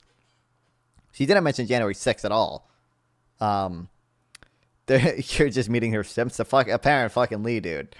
The way she framed the Stormy Daniels case was Donald Trump was charged for just how he paid people. Like, what? He was charged for falsifying business records in commission of another crime. Like, that's an absolutely insane way to frame it. Didn't even mention the January 6th case, like the 2020 election interference case. Apparently, that's completely irrelevant. Who gives a fuck about that one? Doesn't mention that at all. Does mention the documents case, and all she says is, it's not just Trump. Every administration has mishandled classified documents. Motherfucker, that's not the crime. You don't know the fucking well, she knows she's lying because she knows she's lying there. That's not the fucking crime. The crime is willful mishandling or willful retention of classified documents. We have a ton of evidence that Trump willfully did it. We don't have any good evidence that Hillary Clinton did it or any other president did it. You can make the strongest case for Biden, but first of all, clearly the DOJ isn't being fucking weaponized if Biden's own attorney general appointment appointed a special counsel to investigate Biden, and that report did a ton of damage to Biden politically. That report called Biden fucking old, an old man with a poor memory or whatever. And the Richard Hurd's like a Trump appointee, so like clearly that's evidence against the DOJ being weaponized. But she doesn't care about that at all. And even that report said they can't prove beyond a reasonable doubt that Biden willfully mishandled documents. You can probably make the best case for Biden compared to Hillary Clinton or any of the other administrations about willful mishandling. or compared to Mike Pence, by the way, who was also investigated for this, and they found they can't prove he willfully did it. But I guess Mike Pence is just a rhino who the deep state loves. It's insane. Yeah, and then on the other, Biden fully cooperated with the investigation. Not only did Trump not cooperate, Trump actively obstructed it. Trump instructed other people to lie on his behalf. Trump instructed the lawyers to shuffle the documents around. So that's a crime that even if you conceded that, which you obviously is not true, but even if you lied and conceded that Trump and Biden did the same thing, or that Trump did the same thing as all the other administrations, about willfully retaining documents or whatever, Trump would still be worse because Trump obstructed and none of the other people did that. Like, Biden voluntarily hand over the documents. It's like, Trump loves to speak, but never under oath for good reason. True. His own lawyer lied, forgot her name, Sidney Powell. I think he had multiple. Didn't Paul Manafort? Didn't he lie to Congress? Trump pardoned 5 people for obstructing justice for the Mueller report. Like, what the fuck? Like, what a little lawyer in a classified documents case. Yeah, I don't remember, but they are. Yeah, I mean, you're right. This is why he's charged with obstruction. And by the way, the 2 other lawyers are charged. I think there were 2 other people charged in the documents case, besides Trump, because they did lie. She said she had not seen any documents. They'd all been given back. Yeah, exactly. Yeah, he instructed his own lawyers to lie, who obstructed. So, like, even if Biden also willfully retained documents, which he probably didn't, Trump would still be worse because he actively obstructed, which is a separate crime. Like, it's insane. She's insane. And all the comments just say, you don't know what you're talking about. And like, well, I don't, like, if you mention something specific.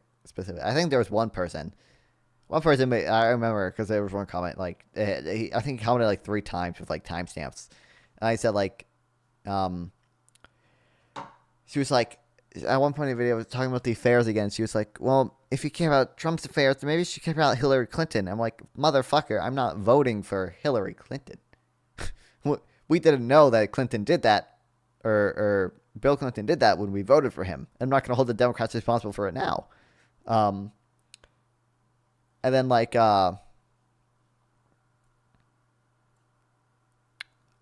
he commented, like, what about Douglas? Douglas, I forget his last name, Kamala Harris's husband, right? And it's like, motherfucker, I don't care if he has an affair. I'm not voting for him. I'm like, he's not on the ticket. I don't hold him to that high of standard.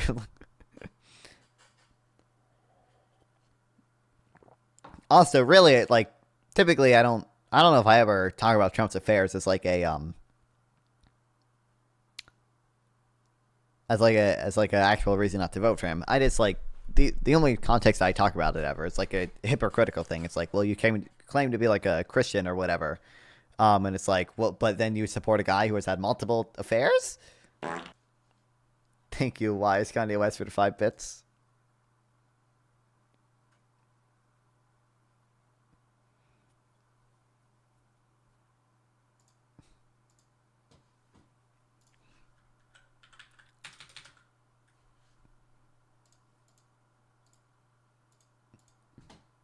Is that he used campaign finance to cover up sex scandals. That's the problem. I know there's that too. Like, yeah, obviously that's the real problem here.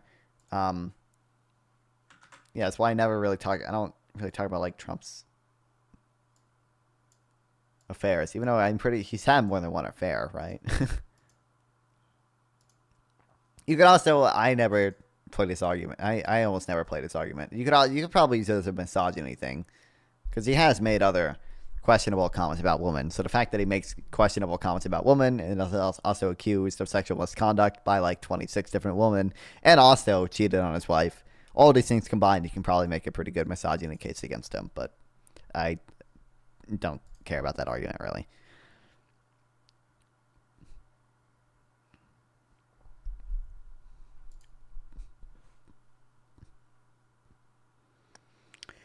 Trivia. Name one of non-fun 420 celebrity crushes.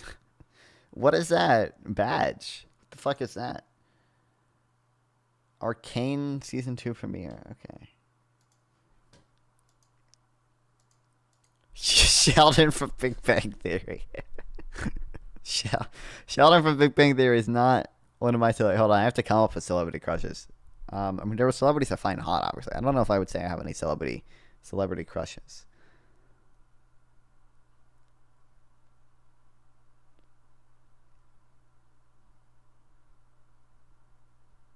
Yeah, I really don't know if I really, like, obviously most female celebrities, because I'm straight, are hot. But, like, I don't know if I would say I really have celebrity crushes. I'll let you know if I think of one.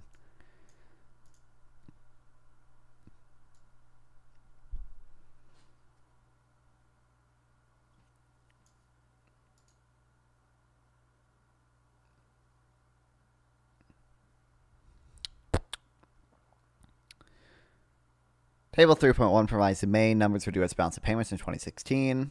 Bonus trivia: name one of Casey Lee IRL celebrity crushes. I'm trying to think of their names. Let's see. I know he's really into hot Asian woman with big boobs. So who are some celebrities like that? I don't know celebrities.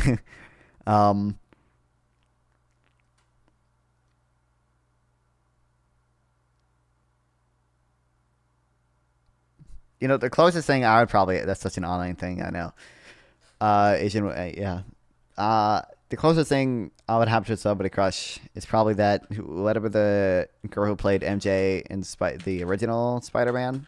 MJ Spider-Man. Toby, this girl.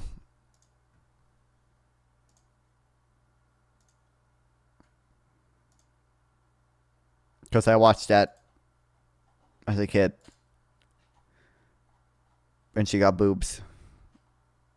For real? Yeah, what's wrong with it? Am I being hated on?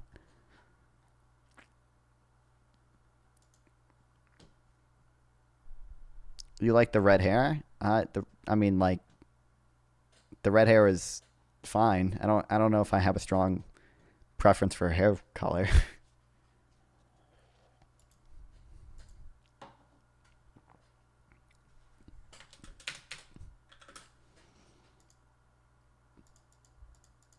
I'm just playing LOL. I'm being hated on for no reason right now.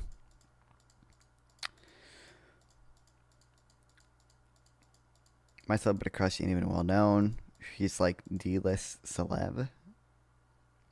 Who do you say? What's even the point of it being a celebrity crush then? My celebrity crush is hold on, no, I would do an answer, okay.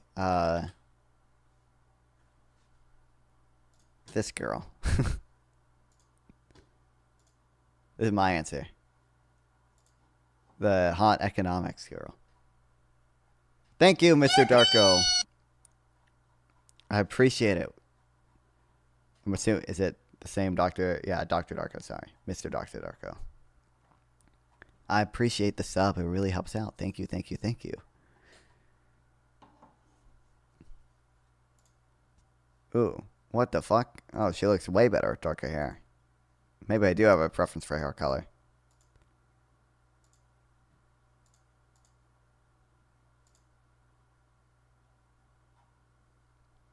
Yeah, this is my celebrity crush. She counts. 270k followers. She counts celebrity. Your hair is now how dare you? I guess. Okay, she counts.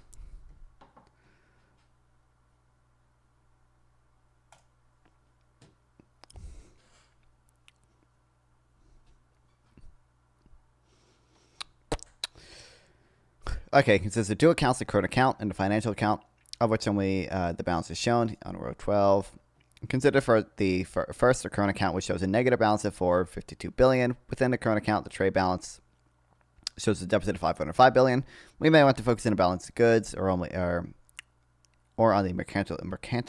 merchandise balance. Sorry, with a deficit of $753 billion. Merchandise means same as goods. The balance of service is positive, so the trade So it's a trade in goods that generates a negative balance. Another reason for sometimes focusing on the merchandise trade is that historical statistics before 1929 include only goods, not services. Second, consider the financial account, which shows the net inflows and outflows of foreign investment and lending to the United States, the balance of which must mirror the image of the current account balance, as shown by rows 11 and 12. The net financial inflow is a positive $452 billion. The simplest way to grasp the identity between the current and financial account is to reflect the number of U.S. dollars entering the country must be equal to the ones leaving. Otherwise, the exchange rate will move to equalize the two sides of the balance of payments. I think you could snag her. She's like fucking 10 years older than me. Or not 10 years. Maybe she is. I'm 19, so she'd have to be 29. I don't know if she's 20. She could be 20. She's 27. Okay. She definitely wants that young me. Dude, it wouldn't surprise me if she's fucking married or something. Yeah, listen, if we grow the channel big enough, then maybe.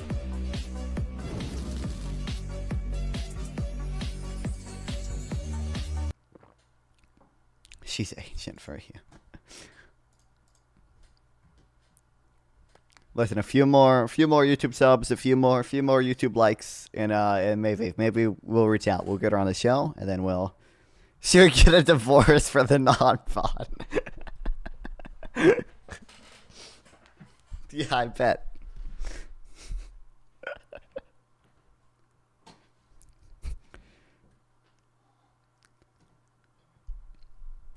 After the dunks on Destiny. Yeah, one day if we, yeah, that's what we need. We need me and Destiny on a panel. I need to somehow get a dunk on Destiny, even though, I would imagine any panel we get put on, we're gonna be pretty aligned because we're both like liberals, and we'd probably be facing up against either like hardcore leftists or conservatives. Yeah. So it's not fun grass to bring older ladies. They might bring her to the yard. I mean, she's a fucking economics degree person. I don't know if she's a doctorate or anything, but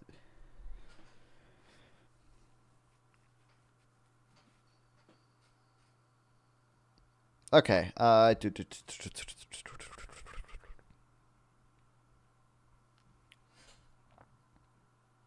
guess I'll just say first the current account deficit.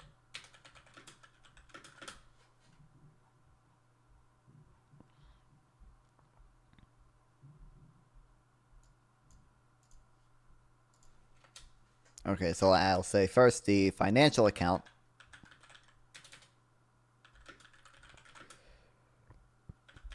shows the net inflows and outflows of foreign investment and lending into the U.S. The current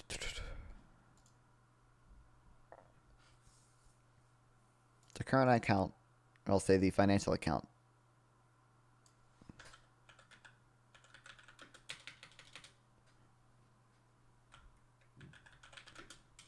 Financial account balance must be the mirror image of the current account balance.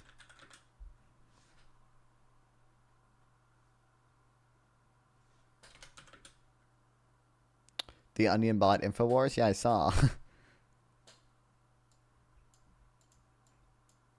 What, did it though? I saw that fucking video of Alex Jones holding the sink and saying that was fake. Did they just like...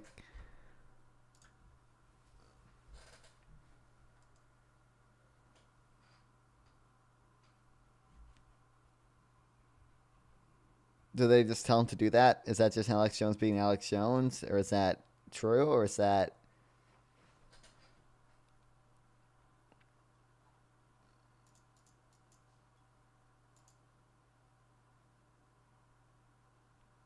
It's true.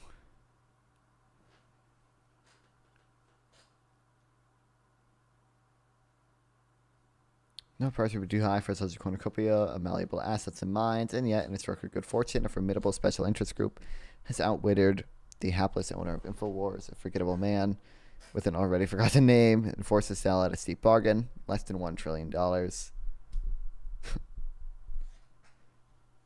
Make no mistake, this is a coup for a company and a well-deserved victory for multinational elites around the world.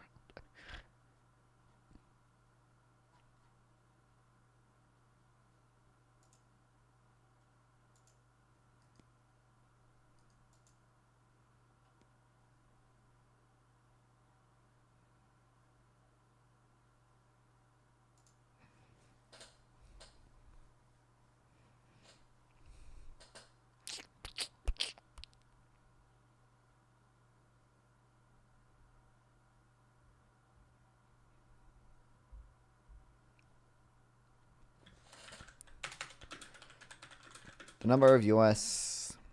dollars into the country must equal the number leaving. Otherwise, the exchange rate will move to equalize the two sides of the balance of payments.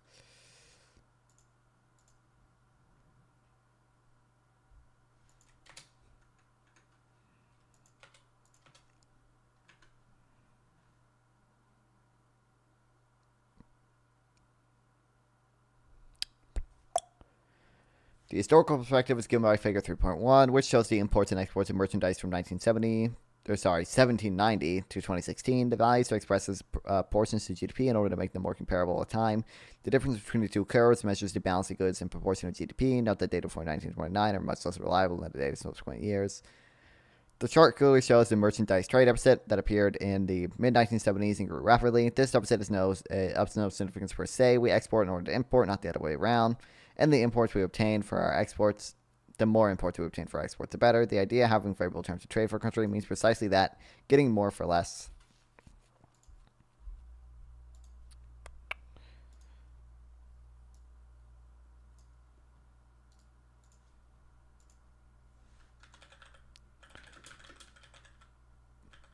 Viewing the history of the U.S. Trade balance as percentage of GDP.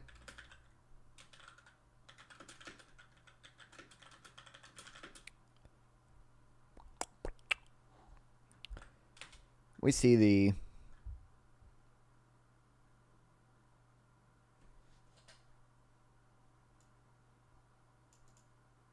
trade deficit appeared in the 1970s and grew rapidly.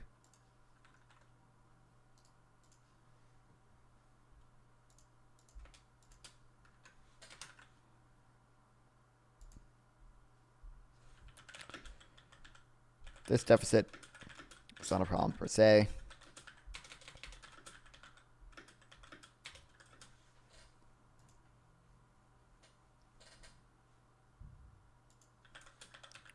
We export in order to import.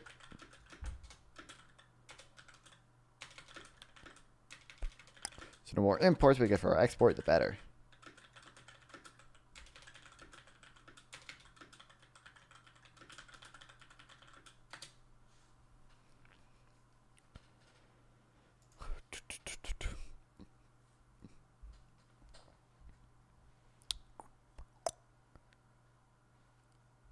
We're getting more on that last. However, the trade deficit becomes a problem to the extent that it's generated by the budget deficit of the federal government because domestic savings are too low for what private borrowers in the federal government want to borrow. Foreign savings are attracted, push the dollar up, and generate a trade deficit. Trade deficit can be an issue if it are to the extent it is generated by a budget deficit.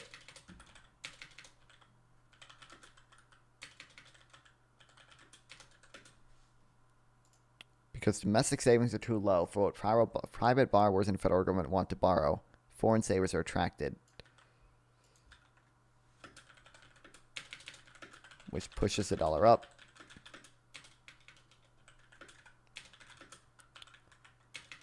And creates a trade deficit. Figure 3.1 suggests that the balance in merchandise trade was mostly negative between the time of the founding and last third of the 19th century. Economist Robert E. Lipsey writes that for most of the period from the inauguration of George Washington in the 19th century, the United States imported more merchandise than it exported, and the United States was a net borrower from countries throughout the 19th century. This is not surprising. As a developing country, America required a high level of foreign investment, which leads to a high deficit on the current account.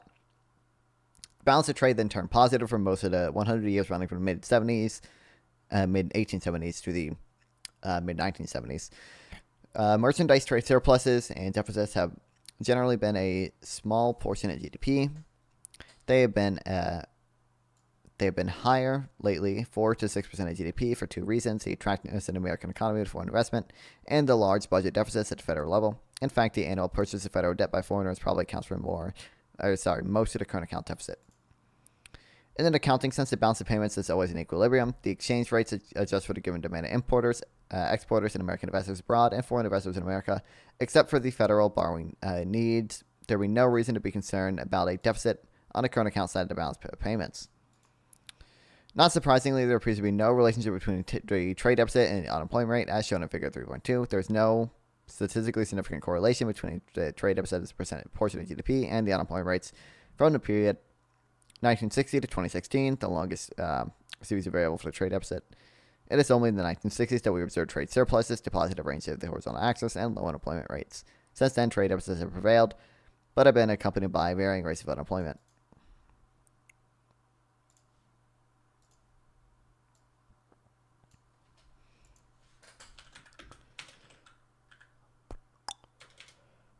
Unsurprisingly, there was no observable relationship between trade deficits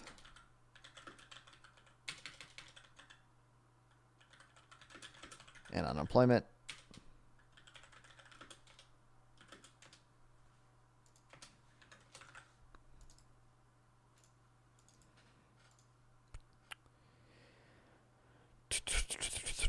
Over the period 1960 to 2016, I'll add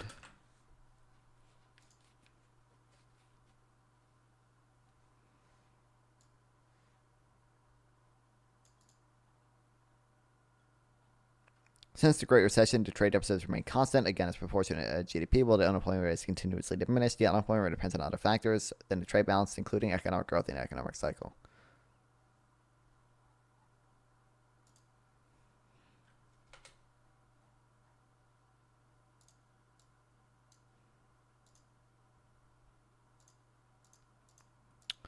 Objection. The United States is losing its factories. Okay, we read some of this, I guess. Manufacturing. Oh, we read this. I remember. Yep. So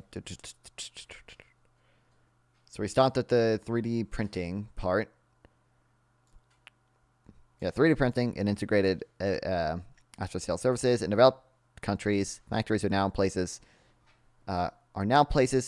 in which highly trained engineers, designers, and technicians work with a small number of production workers in a computerized, low-noise environment. Technology has been the main cause of the reduced number of jobs in manufacturing. Moreover, many jobs lost in factories have simply been relabeled as belonging to service industries because they have been outsourced to specialized firms, maintenance, cafeteria, logistics, and marketing jobs, for example. Another sort of false job loss may lie in the statistical reclassification of former manufacturing jobs as non-manufacturing jobs, or non-manufacturing firms, even though they maintain their conception, engineering, coordination, and distribution activities.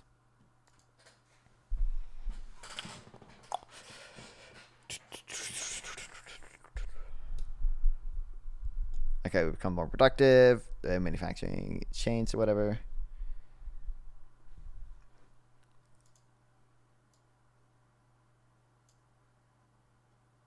What's the citation for that say?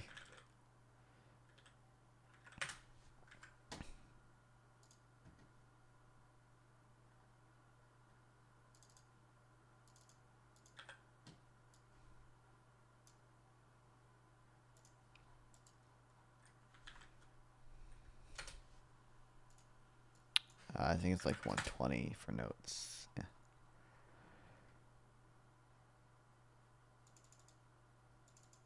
Krugman.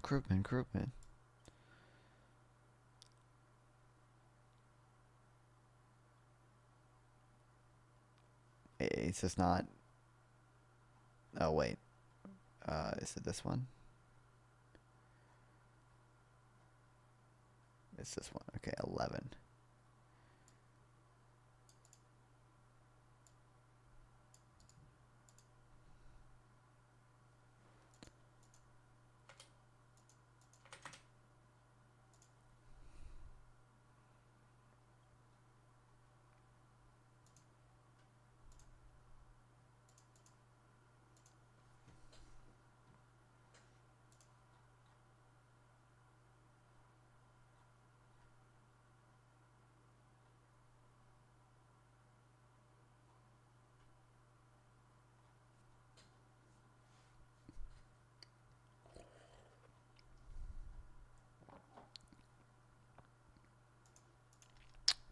Okay, we'll check that out later.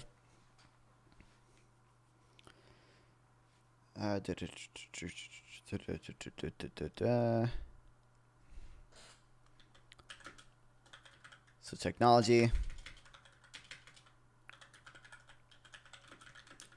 has been the major or main cause.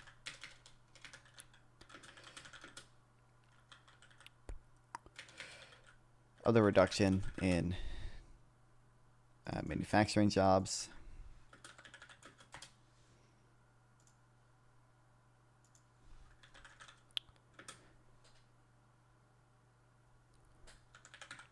Some jobs or some of the lost manufacturing jobs may also be due to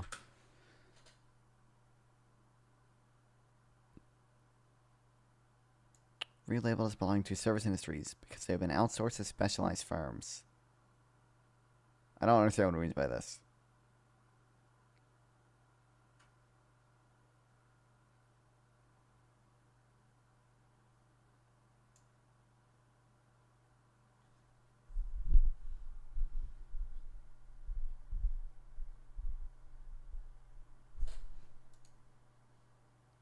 Okay, I don't really understand what it means. I'm not gonna shift that or write that down then. But comparative advantage has shifted. The cost of iPads and iPhones illustrate the changes that have occurred in manufacturing supply chains. Half a dozen years ago, manufacturing intensive assembly, already accounted for only 1 to 2% of the price of these devices. The rest of the costs were to conception, engineering, software, design, and marketing, which are mostly provided in the United States.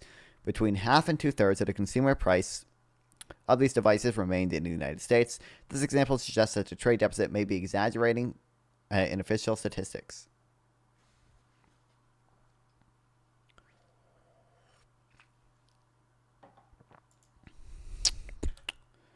Okay. The cost of advanced devices like iPhones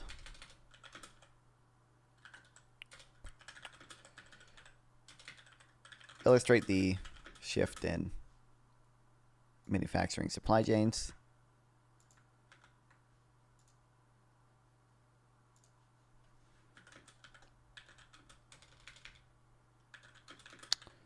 Half a dozen years ago, the final assembly, or let's say the assembly,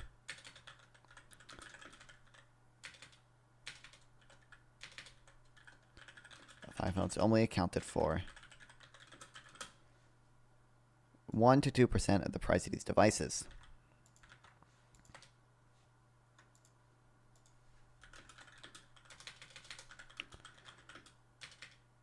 The rest of the cost were from conception, engineering, software design, and marketing, which were mostly provided in the United States. Between half and 2/3 of the consumer price. Read that. Okay.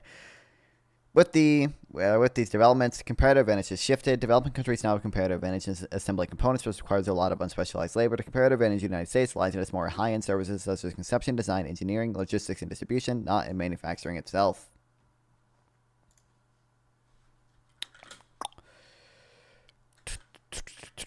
comparative advantage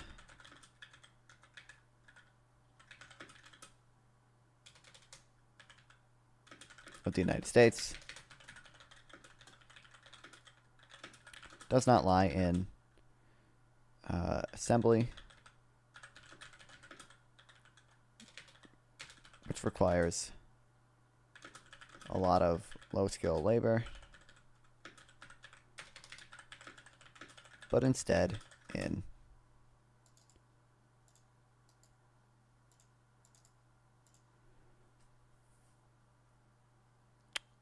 high-end services such as conception, design, engineering, logistics, distribution, not manufacturing itself. A misleading objection.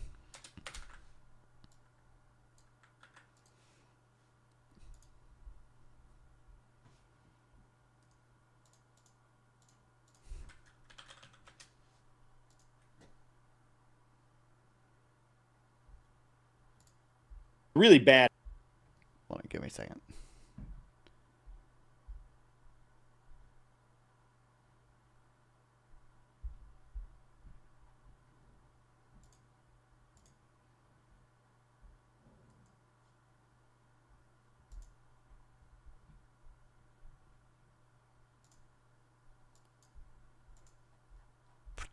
What the fuck?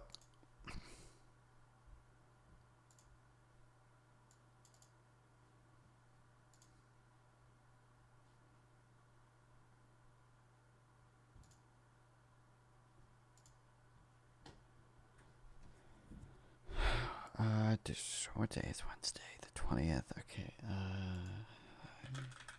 Can't do.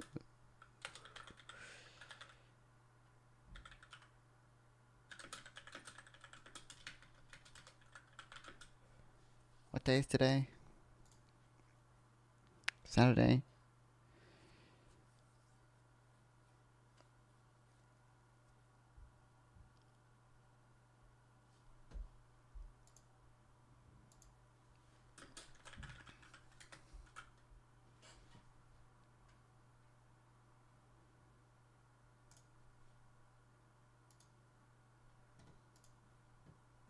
So I can do it Monday. Okay, sorry. Had to text my grandma. Shout out, grandma. Okay.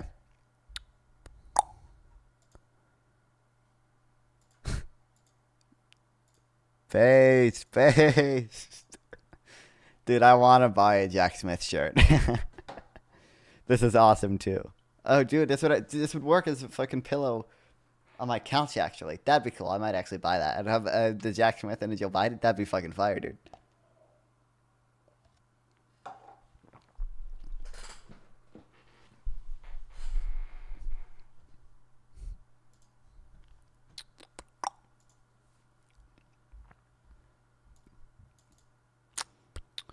Okay.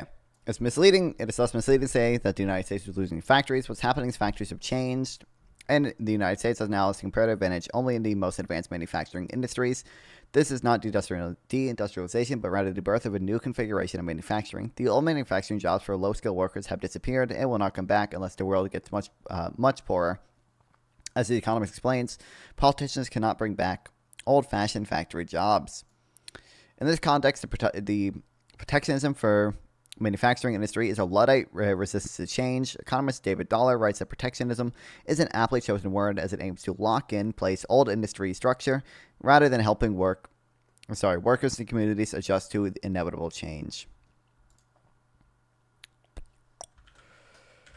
Okay, therefore, it's misleading to say the U.S. is losing its factories.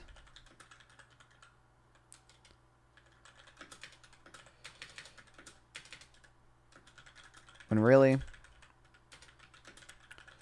what's happening is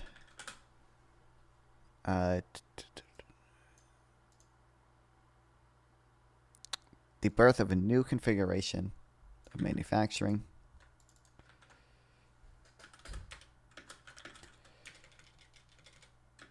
where the U.S. holds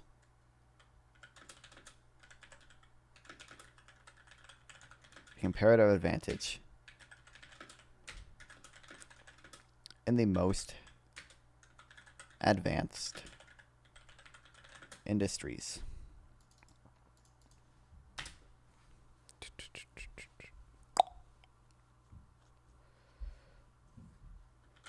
The old, low-skilled manufacturing jobs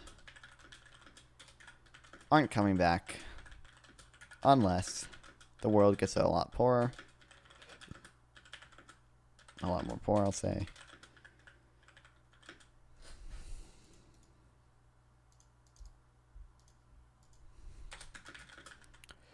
And protectionism. It's just a Luddite resistance to inevitable change.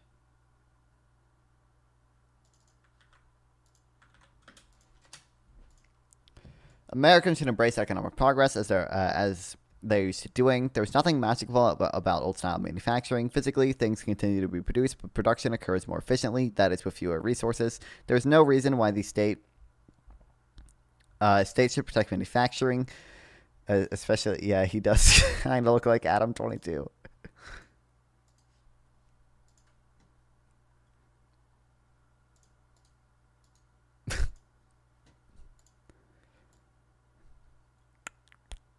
No reason why the state should protect manufacturing, especially obsolete manufacturing. Andrew B. Bernard, these people studying whatever note that protecting manufacturing has been a standard component of industrial policy.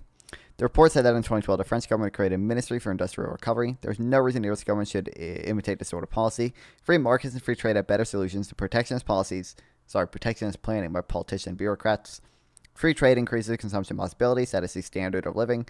In the next chapter, we'll see how free trade also boosts economic growth. That is the rate of increases in the standard of living over time.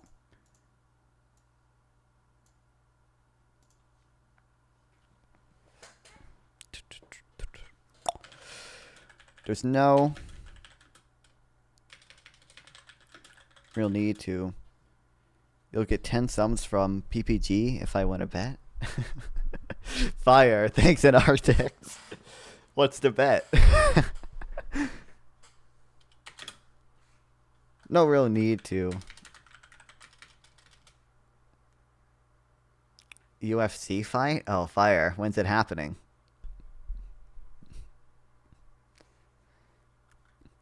No real need to protect old style manufacturing jobs.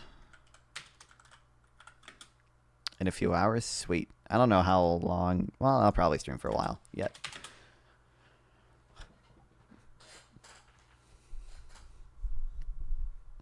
No, we need to protect old style manufacturing jobs over. Instead, the U.S. should embrace economic progress.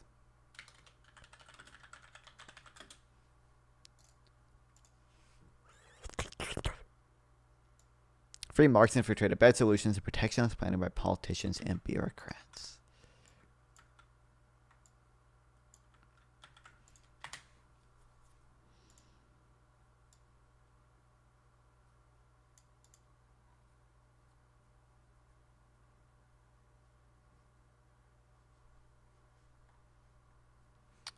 Essay 4, the new manufacturing in the American economy.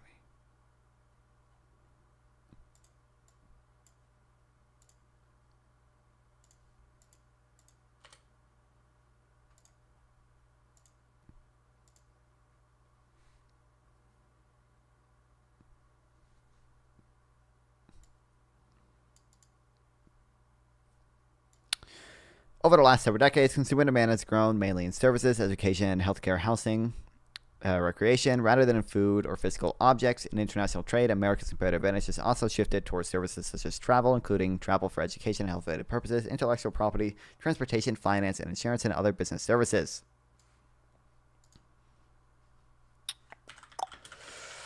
Over the past decades, fuck you, Notion. The past few decades, consumer demand has grown mainly in service industries and in international trade. The U.S.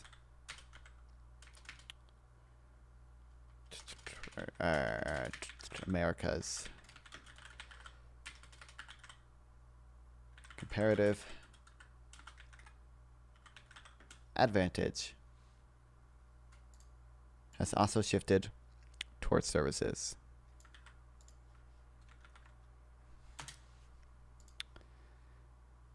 As a consequence, many manufacturing jobs have moved to services. Figure 4.1 shows how the number of manufacturing jobs in the United States has been declining from its peak of more than 19 million in 1979 to about 12 million in 2016. Although the scale of the graph makes it difficult to see clearly, over the same period, total employment, the number of total employed person in the civilian sector, has grown continuously from about 99 million to more than 151 million, a growth of 53% in less than half a century. In other words, much more jobs have been created in this whole economy than have disappeared in manufacturing. This has been a general trend in advanced countries.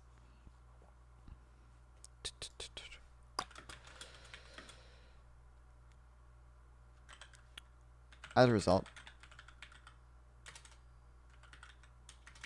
manufacturing jobs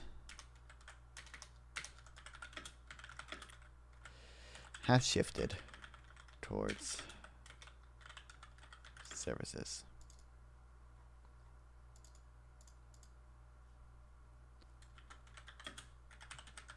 The number of manufacturing jobs in the United States was declining from its peak of more than 19 million in 1979 to about 12 million in 2016.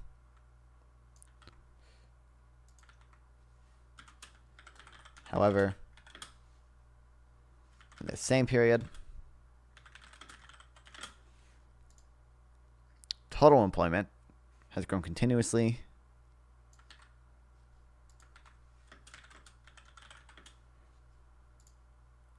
from about 99 million to more than 151 million, a growth of 53%.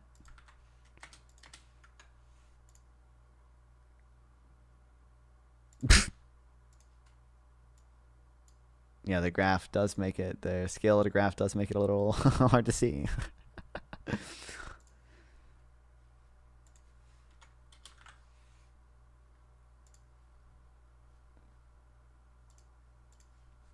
And Arctics, are you still here? What's the UFC fight, actually? I'm not going to watch it, but I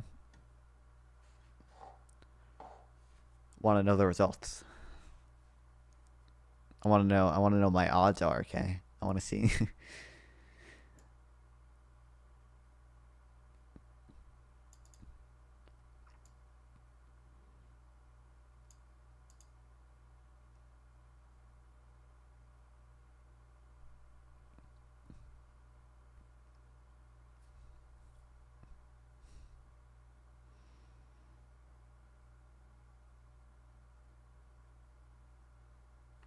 Okay, the number of jobs or employed people is a poor metric of welfare because it takes into account neither worker productivity nor the value of leisure to most individuals. The number of jobs is also a poor metric of welfare since it fails to account for workers' productivity nor the value of leisure to most individuals. I don't want nor, I just want or here.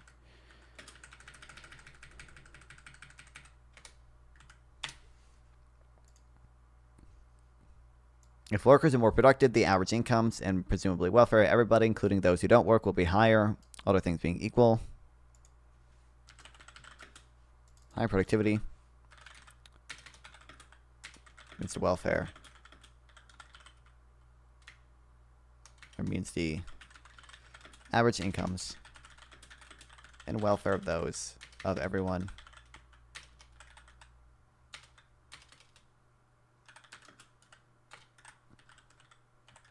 Including those who don't work.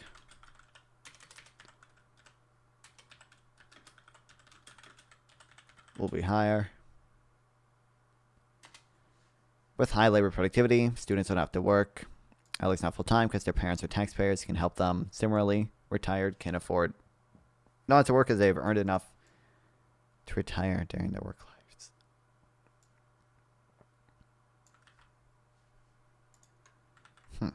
Doesn't actually. I bet there'd be some interesting ways to frame this in like debates and stuff. That's a good point. Like, because one of the stupid objections, I don't know if I've ever actually heard people bring this up. It's like, oh well, even if it benefits productivity or whatever, even if it has net jobs, then well, it doesn't matter because some people lose their jobs, and the benefit to consumers doesn't make up for the people who lost their jobs because now they can't afford anything. Well, it's like, well, with higher productivity, everyone, even including people who don't work, better off because like everything's now cheaper. Society can support them better if we're all more productive. Like, yeah, whether it be your parents or the taxpayer or whoever. And plus, your income it's worth more. It just goes further. Whatever income you have. Obviously, you don't work, you don't have income, but whatever savings you have, I should say. And individuals who perform a ledger instead of consumption are able to make a choice at a lower cost. A better metric of welfare is real GDP per capita, which indicates the volume of goods and services available to the average person in the economy.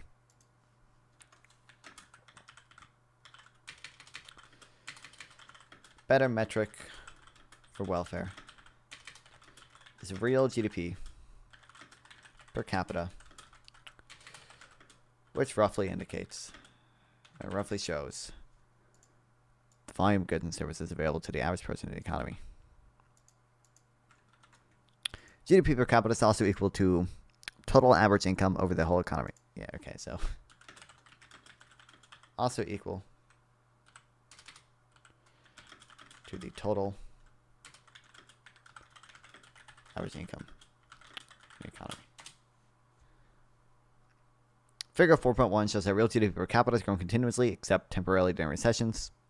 Since 1979, the peak of manufacturing employment, real GDP has increased from $28,000 per American to $51,000, a growth of 79%, more than employment, demonstrating the impact of productivity growth.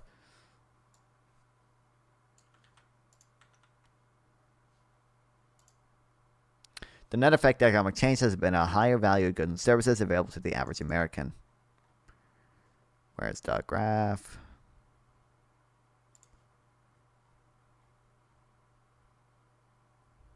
Oh, it's also 4.1. Oh, because it's split out. Okay, sure. Split out. Okay.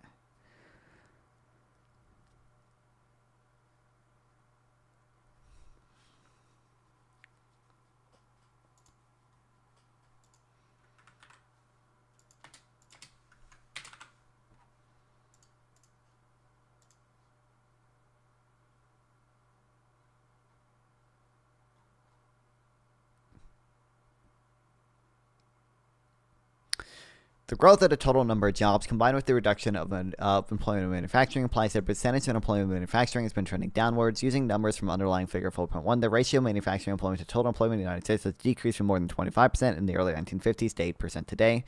The emblematic closing of the Youngstown Sheet and Tube Company in Youngstown, Ohio, on September 19th, 1977, for example, exemplified these trends. But the long erosion of total employment in manufacturing and relative employment in manufacturing does not mean that manufacturing output has declined in an absolute sense. Despite the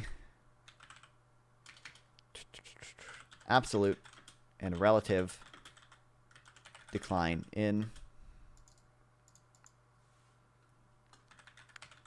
manufacturing employment, I'm assuming they're going to say it's increased. Output has increased.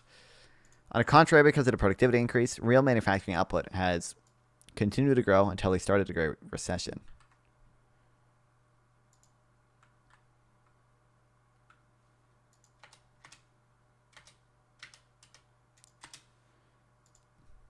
Figure 4.2 shows this in two ways. The solid line depicts an index of manufacturing production from 1972 to 2016 in constant dollars, meaning the impact of inflation has been subtracted, leaving only real production. Real manufacturing production increased by 180% and nearly tripled between 1972 and its peak in 2007, just before the Great Recession. From there, it dropped 18 percentage points in 2 years, but it's been recovering since then. In 2016, it was still 4% below its 2007 peak. Better measure of manufacturing output is real value added. Okay, so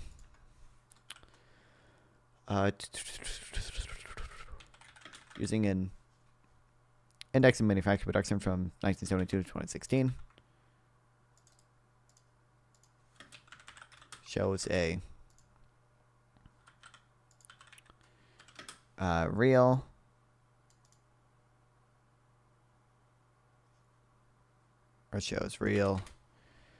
production increase by 180% between 1972 and peak in 2007.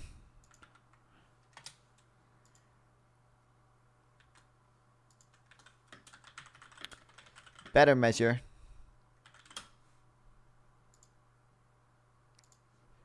of manufacturing output is real value added. That is total production minus intermediate inputs. Value added is the same contribution to GDP, which is the sum of value added.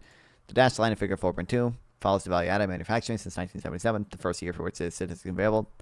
The line suggests the growth of manufacturing until 2007. It's just manufacturing is nearly completely recovered from the recession. It's only 1% lower than its 2007 peak. Value added manufacturing is up 40% since 1977.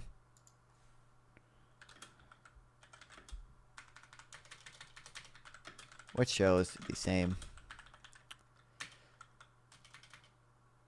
upward trend until 2007.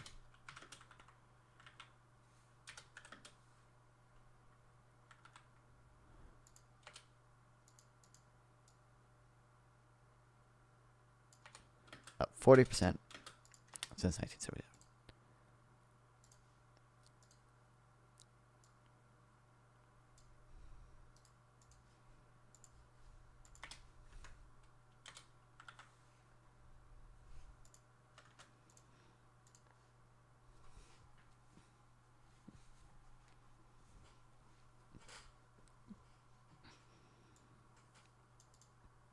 According to both measures of output production and value added, it appears manufacturing output is either plateaued or poised to continue its growth after a recession dip. Only the future will tell, but we know that technology has dramatically increased labor productivity and that allowed larger real manufacturing output of fewer workers. Many more have been created in other sectors that have disappeared in manufacturing, and the value added, or GDP, or total income in manufacturing has not decreased.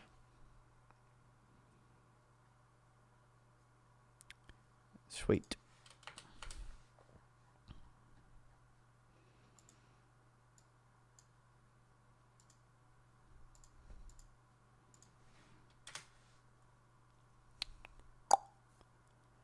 I don't know. Well,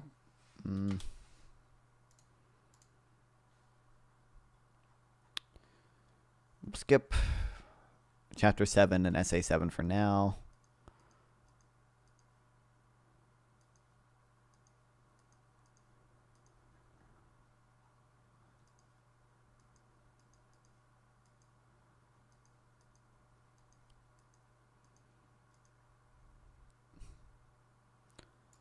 We'll go to this, and then I don't know if we'll finish it tonight or next stream, because I want to read some of the Cato Institute stuff as well, and I want to finish that new chapter of the J6 report. So we'll see. Free trade is not fair. It should be fairly obvious by now that the common objections to free trade are without economic foundations. They ultimately rest in nationalistic and interventionist ideology that is inconsistent not only with sound economics, but also, as we see now, with the very traditional and very American value of individual liberty. Another objection remains to be confronted. Free trade is not fair. Addressing briefly the notion of fairness will push us into the domain of normative values, what economists call value judgments. Economists or anybody for that nature cannot avoid judgments when they recommend or evaluate public policy, but these judgments must be explicitly recognized and submitted to analysis. Moral excuses.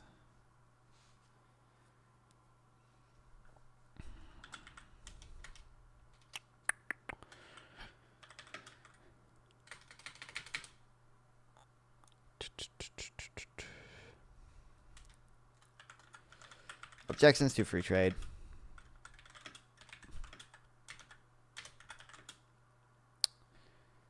Maybe.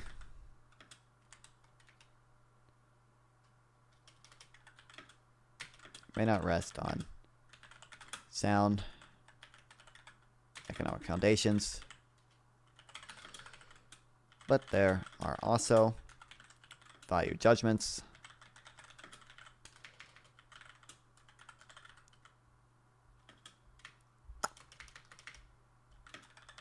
that need to be considered when recommending free trade.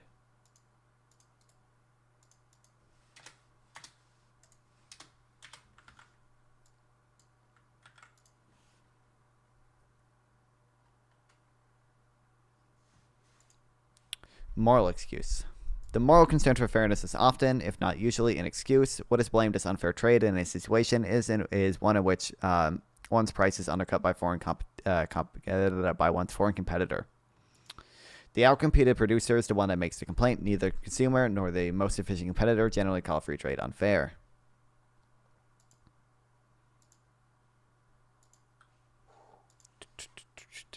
Okay, so the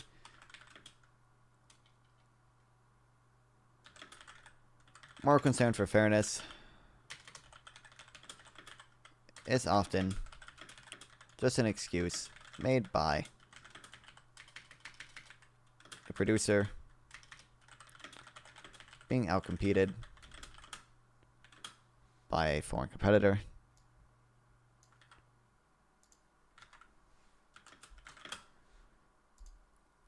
Neither consumer nor the efficient competitors generally call free trade unfair.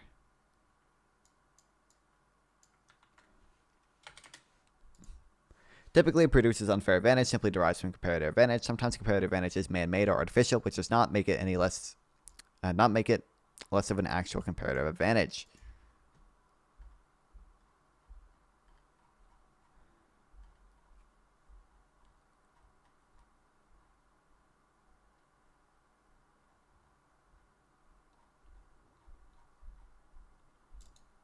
What are we? I thought we were on.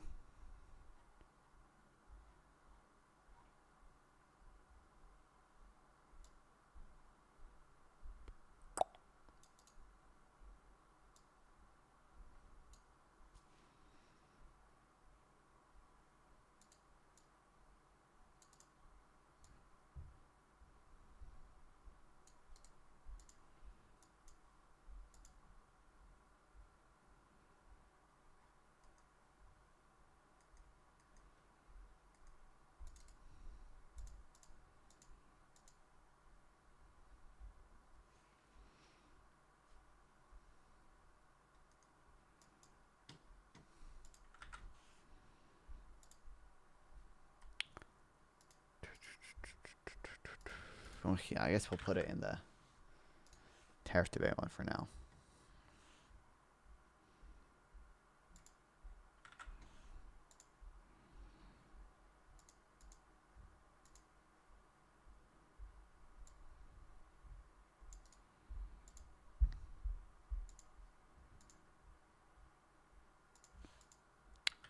Apparently, I've read this before, or clicked on it before at least.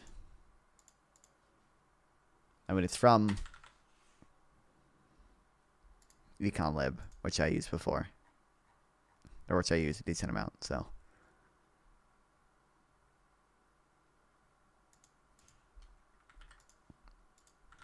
Okay, we'll read these. Fuck, and then I'm going to do that. We'll read these 3 as well.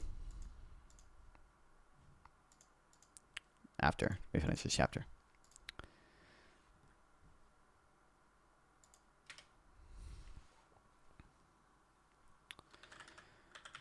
Sometimes comparative advantage is man-made or artificial,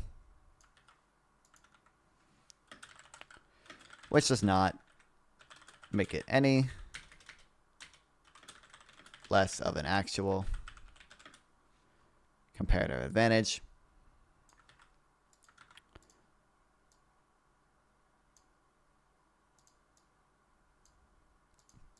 Government subsidies are a sort of artificial competitive advantage. There are good reasons to oppose subsidies, but they do not constitute an argument against free trade.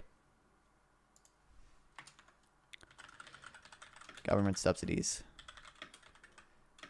make rate and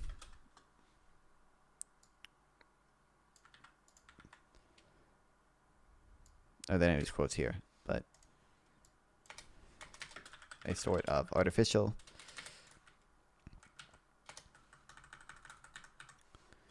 comparative advantage.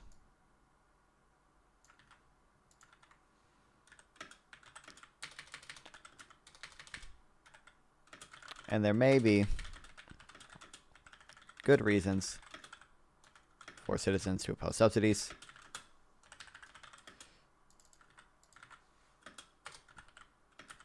But they do not constitute an argument against free trade. Foreign subsidies are not deemed unfair by consumers and businesses who benefit from lower prices. One wonders why people who appreciate subsidies from their own government would reject them when they come from foreign taxpayers. Why should American consumers who subsidize Chinese solar panels find those subsidies unfair? Domestic producers of solar panels, however, use fairness as an excuse for demanding tariffs. Clearly, in this case, fairness is an excuse to defend a material interests. The best solution to these distortions is created by government subsidies or other protectionist measures is to let free trade still let free trade be free.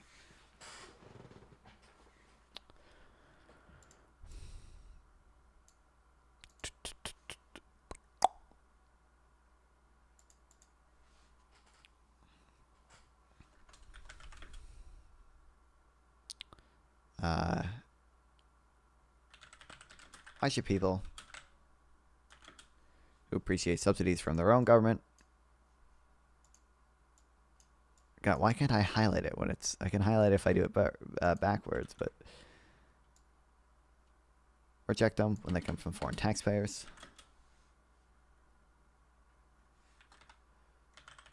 American consumers benefit from subsidized Chinese solar panels.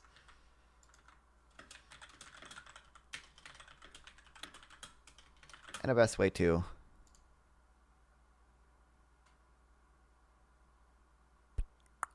the best solution to distortions created by government subsidies or other protection measures is to still let free trade be free.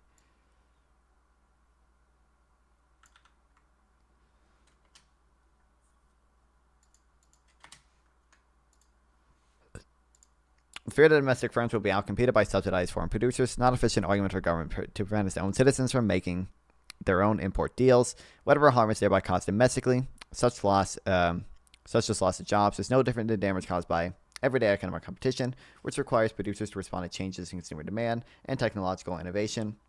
Moreover, the fear of out-competition is probably exaggerated. State-owned and heavily subsidized companies are typically inefficient, and their handicap rarely diminishes with time.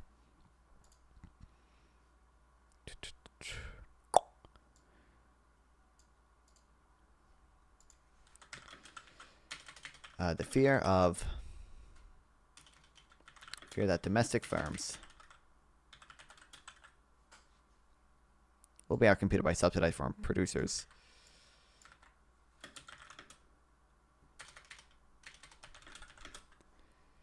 is not a sufficient argument for government to prevent its own citizens from making their own import deals. Whatever harm happens domestically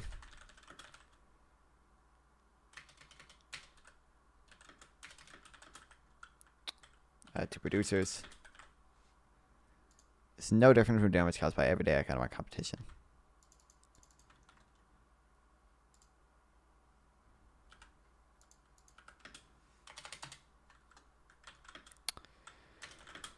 Fear of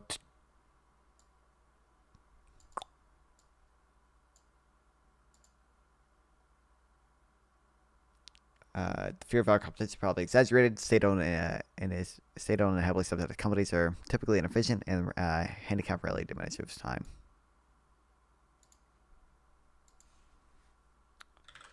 Domestic firms being outcompeted. It's likely overstated. As state-owned enterprises or heavily subsidized firms tend to be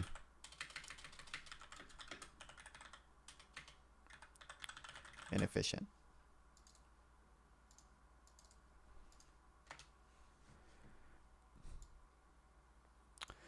Hello, Nafan. What doing today? Right now we're just reading shit. We might join panels later or something if I see some of the YouTube folks doing something fun. Uh-oh. All eyes have been on Jack Smith lately. We have an update as far as Jack Smith is concerned. What just happened? So, Brian, the reporting is that Jack Smith is It's because it's like I copied and pasted a bunch of information from the internet, so obviously it can't be wrong. Welcome back, Brass House. I am reading a book and taking notes. I'm not saying it can't possibly be wrong. This is like what would you prefer me do? This is how you research things and learn things. winding down. That's the quote we keep hearing. His criminal investigations and prosecutions of Donald Trump. Perhaps not surprising, because Donald Trump said the minute he gets sworn into office, he will fire Jack Smith in, quote, 2 seconds, close quote. So it only makes sense for Jack Smith to get ahead of his upcoming termination by Donald Trump. So what we also have heard rumblings of is that Jack Smith is working diligently on a special counsel report, right? Just as Bob Mueller issued the Trump-Russia report, which was deeply damaging of Donald Trump and others, particularly members of his campaign. Was it? Was it though? Nobody can, like, people literally think the entire thing was made up, okay? Everyone talks about Russiagate. No one talks about the Mueller report. They talk about Russiagate. Who were in constant communication. Listen, maybe I'm being doomer, but it's going to be the same fucking thing, okay? No one's going to care. We already have so much incriminating evidence for Donald Trump. We have had this evidence since 2021, since the January 6th Select Committee. And, like, more evidence has come out, but, like, the nobody cares. With Russia, and Russia was trying to help Donald Trump win the election previously. Jack Smith is in the process, we are told, of putting together a report about his entire investigation, not just what we have seen in the court filings. Because, Brian, the one thing I can promise our viewers is what we have seen in the public court filings is a very small fraction of the evidence that Jack Smith has regarding Donald Trump's crimes, both his crimes down in Florida, which, our viewers will recall, Donald Trump was indicted for unlawfully retaining classified documents and information, our national security secrets, obstructing justice by refusing to return them when the grand jury subpoenaed them, and a grand jury subpoena has the force of a court order directing those documents to be returned. Donald Trump criminally defied that subpoena, and of course violating our nation's espionage laws because of the sensitivity of this national defense information. Being prosecuted down there, that case is up on appeal right now, and of course he's being prosecuted for all crimes surrounding his efforts to steal the 2020 presidential election, which culminated in him launching an attack on the U.S. Capitol to try to stop the certification of Joe Biden's election win. We are going to see, I am quite confident, a several hundred page, could be 500, 700, Hell 900 yeah. pages. We'll see. 900. We're reading all 900, okay? No way it's going to be... maybe actually, because the Gen 6 Select Committee thing is like 800 pages, although like half of that is citations. So, who knows? Maybe we'll see it. From Special Counsel Jack Smith, documenting all of the evidence of crime by Donald. No, that's how those authors researching. You're assuming they are right with no measures to verify. You have no perspective on actual business. You have no concept of what value is. So true, buddy. I'm not an economist. I'm not the one. I don't do the primary.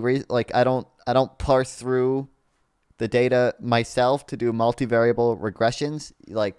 True, nobody does that. Experts do that, and then you read what the experts say. I would like to think I've made it clear. I've read a lot of things about this. Not all of them completely agree. Now, most of the experts are against tariffs, so most of the literature on tariffs is going to be anti-tariff because there just aren't many good reasons to be pro-tariff. but like I think I made it clear. Like I'm willing to talk to like I talked to you about this. I talked to CTV about this. I talked to everyone in the Hippy Dippy thing about this. I have more conversations set up to talk about this stuff. Like I'm not trying to run from it. When I got cited a pro-tariff study, or sorry, when I didn't get cited a pro-tariff study, there was like a Jubilee episode where somebody cited a study that was supposedly pro-tariff. I looked it up and I read parts of it. I think he's probably misciting it. Which, by the way, I got it DM'd. I got to get him on streaming again, because we had agreed to do it and then we never actually formally chose a time. So I need to do that actually. There's like a weird pro-Trump study that's a pro-tariff study that I've looked at. It's not very good. Talk about the Legetica James case. You want to talk about Donald Trump and his lawsuits? This is completely tangential for what I'm talking about, but I'm not familiar with what this is. This was just literally I clicked on YouTube to try to see what my buddies were doing, and this like breaking news update or whatever came up, and I want to see what's up. Attorney General of New York. What?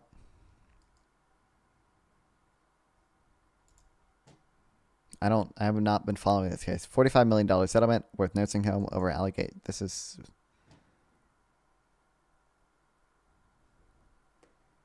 What, was she the one that prosecuted Trump for the crimes in New York? For the 34 felony convictions in New York or whatever?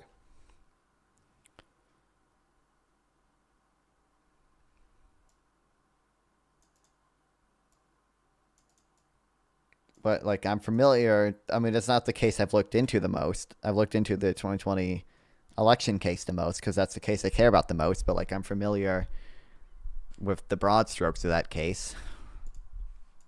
Trump and probably his many criminal associates, some who are still unindicted co-conspirators in Donald Trump's federal prosecution in Washington, D.C. That will be an eye-opening moment. It will probably be a jaw-dropping moment, and it will be a really disheartening moment. Why? Because it looks like those crimes might forever go unprosecuted. That is not a sure thing, but that's certainly where, unfortunately, the smart money is riding.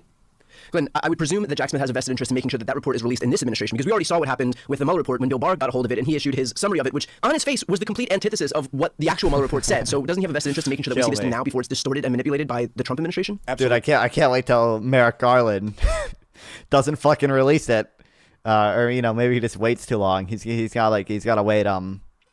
It takes him fucking 6 months to sign the document approving it to be released, and by then the Trump team is in office. If the report is not issued now, I have to believe the Trump administration will bury all of that evidence. Will probably... She's accusing him of fraud because that was a civil case, right? The fraud.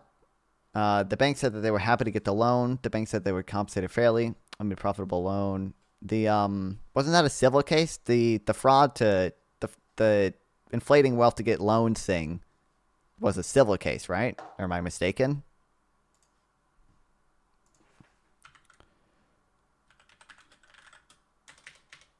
Trump loan case. I thought it was a civil case. Lawsuit between organizations. This is a civil lawsuit, right? Oh, New York v. Trump. It's a civil investigative lawsuit.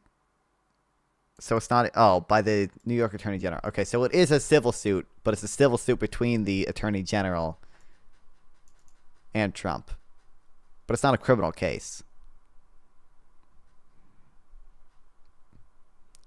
That lawfare against Trump has basically ruined any other case. Is this really lawfare against Trump? Just because it doesn't really matter if the bank was happy to get the loan or whatever. Now, this is, again, the New York cases are the ones I've looked the least into. But, like, I'm not convinced that this is lawfare against Trump.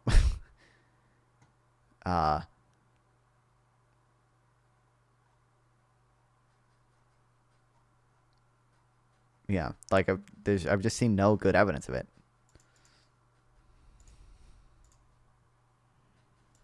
Try to destroy all of that evidence. And the good news is Attorney General Merrick Garland has gone on record a number of times as saying he would release any special counsel report that was issued. So, yeah, I think we're going to see it. And, I think it will be a melancholy moment because, it will bring into full focus all of the crimes that were committed against we the people in violation of... What's up? No. Don't you know? Don't you know that in New York, there is some case I don't like. That means Trump could not have possibly done what Jack Smith is going to report that he did. I know, Bro, yeah. don't you know? Don't you know? I mean, non-fun. Don't you know that Alex Jones got like sued or Oh, the something? lawfare too. Trump Yep. did nothing. I mean, non-fun. Why do you trust a jury if O.J. Simpson got like acquitted like 40 years ago? Non-fun. Don't you know? Don't you know this? But you bet, I believe everything about Hunter Biden. Yeah, even though they can't bring charges against him, and even the Republicans couldn't find anything that actually incriminated Joe Biden when they investigated our voting rights, and yet, I have little hope that, accountability will ever come, at least, in as much as there may never be a criminal trial, conviction, and sentence of Donald Trump for those crimes. What about for Jack Smith specifically here? Does he have any legal exposure in this subsequent It was a civil administration? case, but it ruined all credibility. Basically, every other charge against him. How does a civil case ruin the criminal? A state court, by the way, not the federal government, but the state court brought a civil case against him, and that somehow implicates first of all every other state charging him, because Georgia's charging him too, the federal government charging him, but these are all criminal charges, not civil charges. Bro, wait, non-fun. I have a genius idea. Okay, look. I did rape, kill, and do arson. Okay, but please, can you just like file a frivolous lawsuit against me so I can like get everything else dismissed? Please, non-fun. I'm begging you. I need this, bro. Like, yeah, bro. Please, Bro, please, best bro. legal loophole ever, man. Why don't more people do this? What the hell? Bro, how did lawyers miss this? It's right there in the Constitution. Bro, how did they miss this? This guy in chat, the genius, legal genius. Truly. It's like, bro, listen to yourself. Look, even if some cases you think are bad, they're completely independent from Trump on tape saying he has classified documents that he's showing people with no clearance. Yeah. Like, he's on fucking tape. We got your guy in 4K on national television saying everything. Like, you don't believe it because some fucking Banks said a loan was okay? Bro, listen to yourself. What the fuck? Bro, what is this? This is mental illness. Ah, man, I finally proved the mathematical lemma, though. Wow. Finally proved that theorem, okay? You want to see the proof? It's like 5 pages. But yeah. Yeah, sure. I'll check it out. I'll find the. I'm good. I mainly I'll- relied on some Asian guy on YouTube proving everything. But look. Whatever. I'm just saying, the guy in chat, listen to yourself. Even if you think that case, even if you can find the people filing the New York case saying on tape, I'm just doing this. I know it's all bullshit, but I'm just doing this because I want to fuck Trump over. Okay, like maybe even if you can have it on tape, it would not have an iota of relevance to the Jack Smith cases, to the Florida Mar-a-Lago cases, to the Georgia Rico case. It would have nothing, zero impact. But again, take your conclusion to the max. If one case which you call lawfare is bad, then therefore nothing else matters. Again, I murdered, raped, and did arson, and now one can just like file a dumb lawsuit against me about jaywalking or some shit. I don't know. Is it the civil thing? I think it's a criminal thing. Whatever. You can just file a thing about me about stealing from him. I prove I didn't do it. That was lawfare. Therefore, I didn't do anything else. Like, listen to yourself. This is not the look. But I know what's really happening. This is not a serious argument. You're just trying to like pivot and escape other things. I get it. I respect it. But be honest about it, okay? We both know what's going on. Okay, you don't care. You're not gonna get convinced. You can read the whole 180 pages. You can listen to Trump saying on fucking tape, "I cannot show you this, but here we go." I Okay, could have like we can classified it, listen but to I it. didn't. Yeah. Maybe it was fucking AI, bro. Maybe it was AI. Maybe it may fucking be, dude. Yeah, all power to you. Never mind. I respect that. You're based. Keep it going. That's pretty much promised retribution against his political enemies? No legitimate legal exposure. Okay, so I have to ask then, what about illegitimate legal exposure? Oh, all day long. Listen, any enemy of Donald Trump is probably somebody who needs to be concerned, needs to protect themselves, because Donald Trump has vowed that this is about vengeance. and revenge. I will How do your quick can Jack retribution. Smith That was one of move the to planks of the Donald Bahamas? Trump's, campaign. I will get revenge on my political enemies. And he promised to use the military, the U.S. military, feeling to go after the froggy, quote, enemy feeling from like within, talking which he shit, defined face. as his political opponents and enemies. Jack Smith has to be one of those marquee enemies, at least in Donald Trump's estimation. The good news is he was acting lawfully. He was lawfully appointed by Attorney General Merrick Garland to be special counsel and to conduct these investigations and prosecutions. And then, Brian, he was in court. He and his team were in court damn near every day, getting what? Judicial authorization to do everything he sought to do. If the rule of law is being applied as it is intended to be applied, Jack Smith is bulletproof. He will have no legal exposure. But if we think back to the original Trump show, his first administration, not to be confused with the upcoming sequel, what was one of the things Donald Trump did? Well, he had his corrupt Attorney General, Bill Barr, order that the people who investigated Donald Trump for suspected crimes be investigated themselves. And, he even tried to push some baseless prosecutions on guys like, former Deputy Director of the FBI, Andrew McCabe, which ultimately went nowhere because, people were still being loyal to the rule of law. So he was never indicted because there was no evidence that he actually committed crimes. So Jack Smith better get ready. Other marquee enemies in Donald Trump's mind better get ready because, Donald Trump will probably act not lawfully to go after them, but perhaps by abusing the powers of government. Well, then won't that really have the consequence of him expending all of his political capital and time and energy and resources on just pursuing kind of what may very well be a dead end at the end of the day? Yes, and it will weaken him, not strengthen him. Here's one thing I'll promise our viewers, Brian. The federal judiciary, particularly the federal trial court judges, will stand as a bulwark against anything Donald Trump tries to do that is unlawful, that is an abuse of power or an abuse of position. They are not going to let him get away with vindictive prosecutions. In fact, when I hear, these Trump loyalists stand up and say things like, and I'm not going to quote it verbatim because it's a little too obscene and demeaning, saying, we're going to put Tish James in jail. I can promise you that. These folks are their own worst enemies and they're nothing but miscalculation because just by saying that would actually give Tish James a robust vindictive prosecution defense if they tried to prosecute Tish James, and I actually don't think they will try. They'll probably try to lash out at and attack her in any other number of ways. But listen, even the federal judges who were appointed by Donald Trump, day in and day out, have been ruling in a way that I'm sure displeases Donald Trump, for example, in the January 6th insurrection prosecution. So I believe that the federal judiciary, I'm going to set aside the Supreme Court for the moment, the federal trial court judges, any Trump appointees are going to act as a bulwark against the Trump administration's illegal. I think Biden has like 13 more federal judges that he can appoint, and hopefully the Democrats can run through those. Abuse and hopefully uphold some semblance of any fucking rule of law this country has left. Overreach. Let's finish off with this. Glenn, Jack Smith came from The Hague. That's where he was investigating war crimes across the world. Is there any possibility that if the U.S. fails to properly prosecute Donald Trump here, which clearly that looks like is going to happen, that Jack Smith could continue his work under a different jurisdiction where he doesn't have to rely on Donald Trump's own DOJ blocking an investigation into him? Yeah, before I answer that directly, let's look at the sort of backdrop here of the International Criminal Court, The Hague, right? It's a body.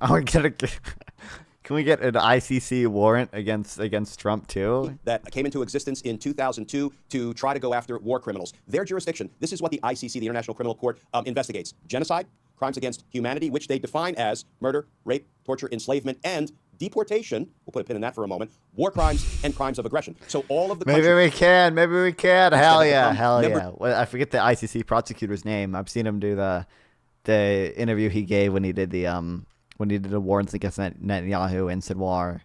Of what's called the Rome Statute. That's court of public opinion matters much more than you're making it out here. Why did Jack Smith table this case? Because of the optics of charging a president. He didn't know because you can't prosecute. It's not the optics, right? It's because you can't prosecute it's because the Justice Department has a policy of not prosecuting sitting presidents. So that's one. Two, it's because Trump has promised to fire him, and he knows that Trump will just fire him. It's not the optics. Jack Smith wouldn't have done it at all if it's the optics. Like, everyone who supports Trump literally just thinks it's lawfare already. That's why they're all campaigning to fucking arrest him. He clearly doesn't care about the optics. He cares about the standing DOJ policy and the fact that he's not going to be able to do anything if once Trump is actually in office. Treaty that created. Civil suit with Eugene Carroll, you mean? Where again the law was amended to go after him. It's a civil case, but yeah, there was the whatever New York Survivors Act. You've got no fucking smoking gun with any. It's not charged. He was not charged for the Eugene Carroll thing. You know that, right? There were no charges brought against him for Eugene Carroll. It's a civil suit. It's that they're not prosecuting him. Eugene Carroll was a plaintiff bringing a case against him, but those aren't charges. That's a civil defamation suit. Like it's a the ICC, and countries have to voluntarily join to become members and to have their countries subjected to the jurisdiction of the International Criminal Court.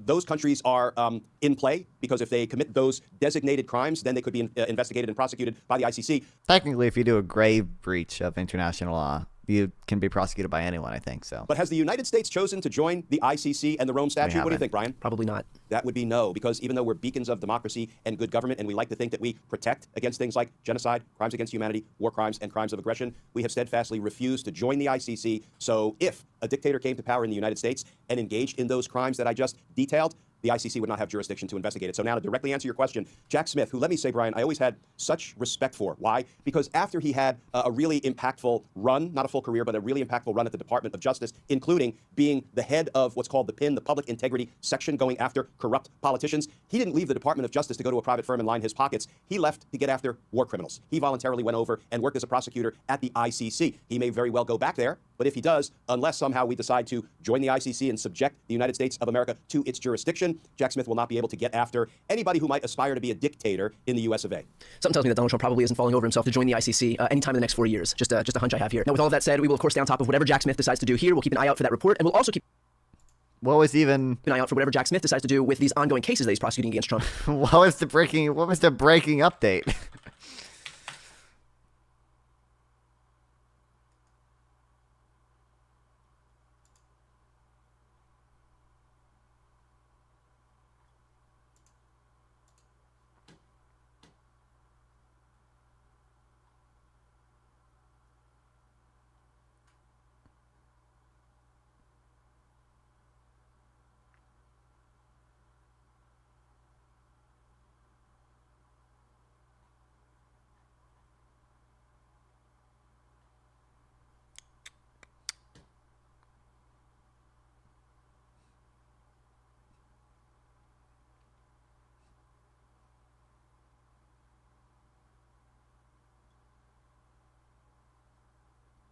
Anyway.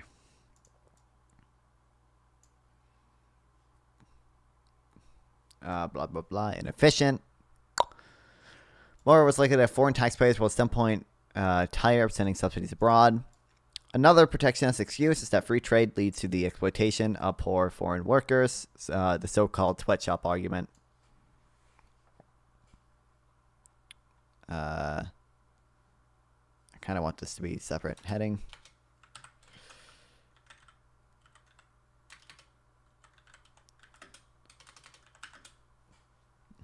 Yeah, that too. Yeah, it's because one, again, the DOJ has it's not technically the law, but they have like internal rules to not prosecute a sitting president. So Trump would be the sitting president and he can't prosecute him anymore.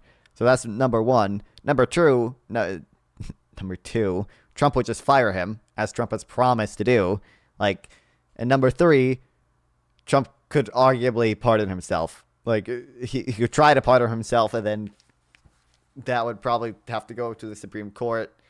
Now, I would kind of imagine the Supreme Court wouldn't uphold a self-pardon, but at this point, I don't know. I don't know for sure.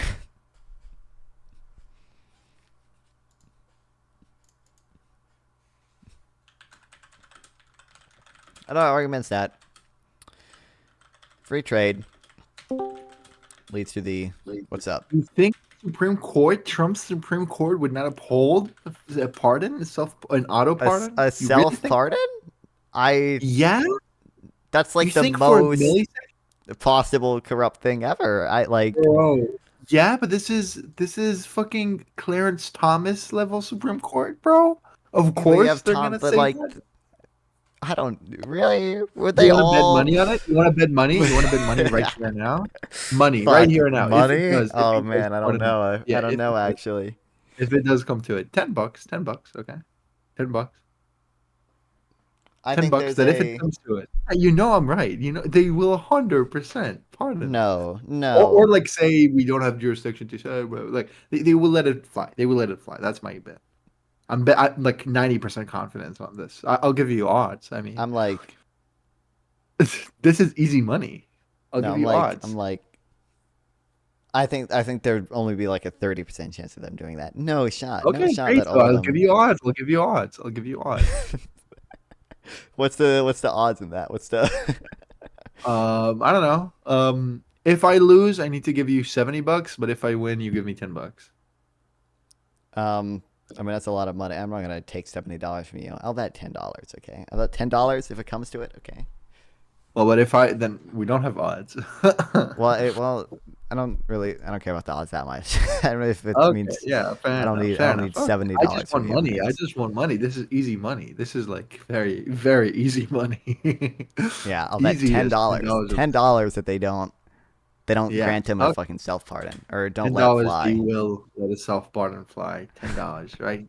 So just to make it clear, the bet only applies in case there is a self pardon and it goes to the Supreme Yeah. Court, right? And I'm not even gonna say I won if he like does a self pardon. The Supreme Court doesn't even accept the case. I'm just saying, right? There's a $10 bet that if it comes to a Supreme Court that accepts the case, they're gonna decide in favor of the pardon. That's my claim. You say if it does come to it, they're not gonna decide in favor of the pardon.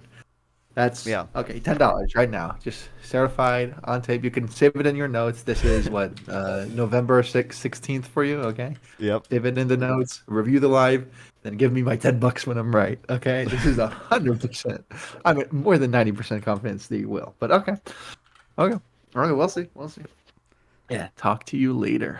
Yeah. With hopefully in the year I'll have $10. Okay. I don't know what case could he pardon himself for. Maybe we'll do it like proactively or preactively, whatever. Yeah, I don't know.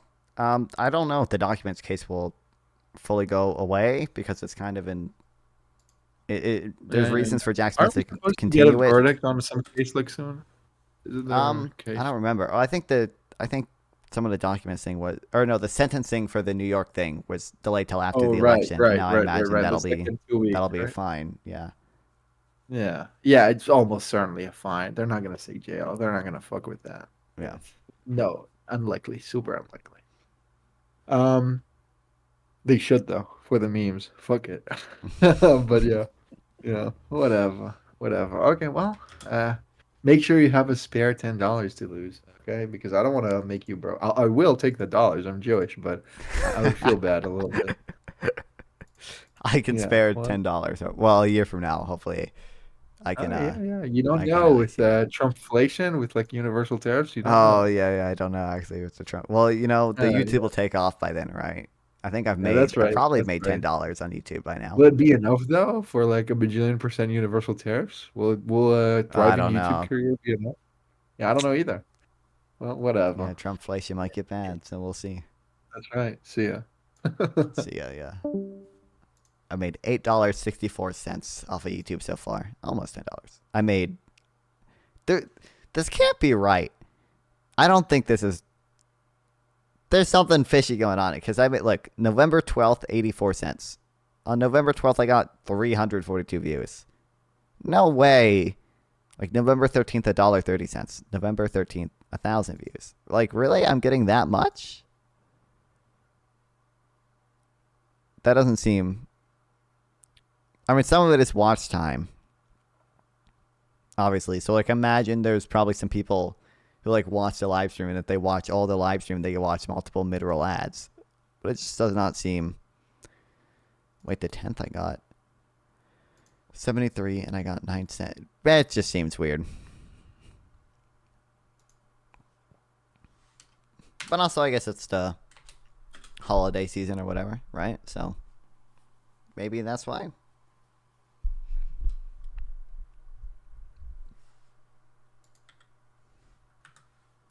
Leads to the exploitation of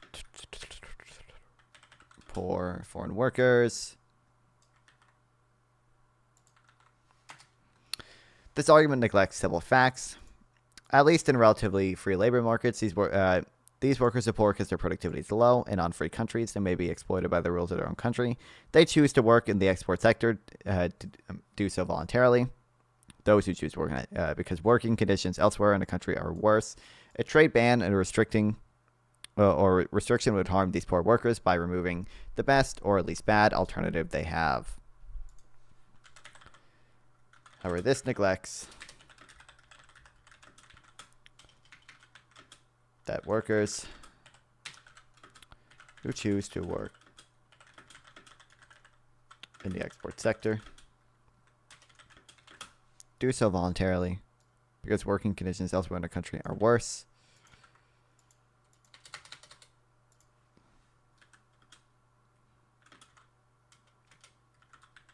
Trade ban would only hurt these workers.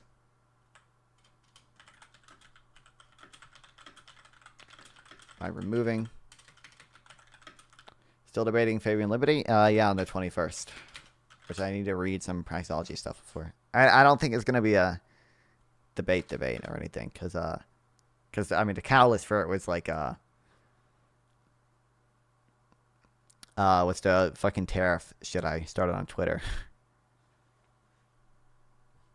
And it was like, well, I agree with you on tariffs, but your smug dismissal makes me want to debate.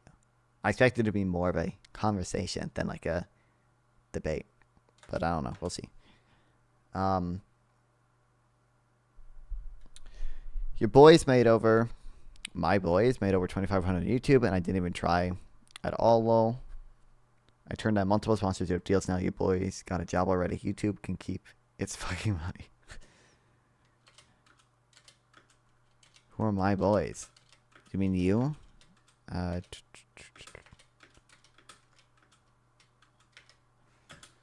Removing the least bad option.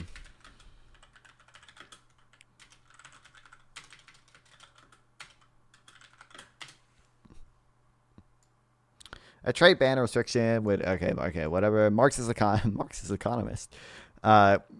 Joanne Robinson realized that, as we see nowadays in Southeast Asia or the Caribbean, the misery being exploited by capitalists is nothing compared to the misery of not being exploited at all. People who agitate for impeding trade with poor countries are typically special interest groups of rich capitalist workers threatened by foreign competition from poor workers in those countries. It's the video game on the side to keep attention, or meme does it actually make people watch more? I mean, it's kind of a meme, but I do think it makes people watch more. Robinson was not really a Marxist. Okay, this is their libertarianism showing. Joanne was not. Okay, she was a post-Keynesian. Okay, same thing. I don't know. Thing. Well, no, it totally isn't though. I mean, what Kaletsky? I guess he's like a very heterodox Marxist, and like fucking, it's just not. It's just not. Whatever. She's not a Marxist. All right, good to know. British economist. Wait, why have I looked at it before?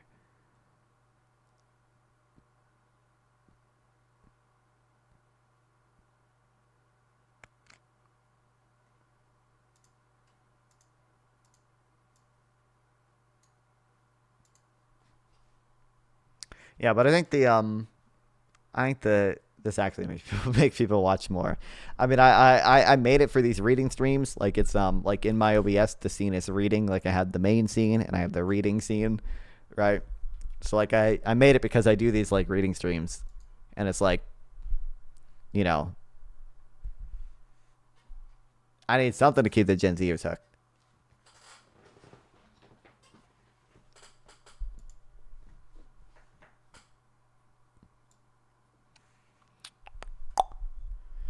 Fairness argument against free trade often amounts to arguing that, in fact, free competition is impossible against...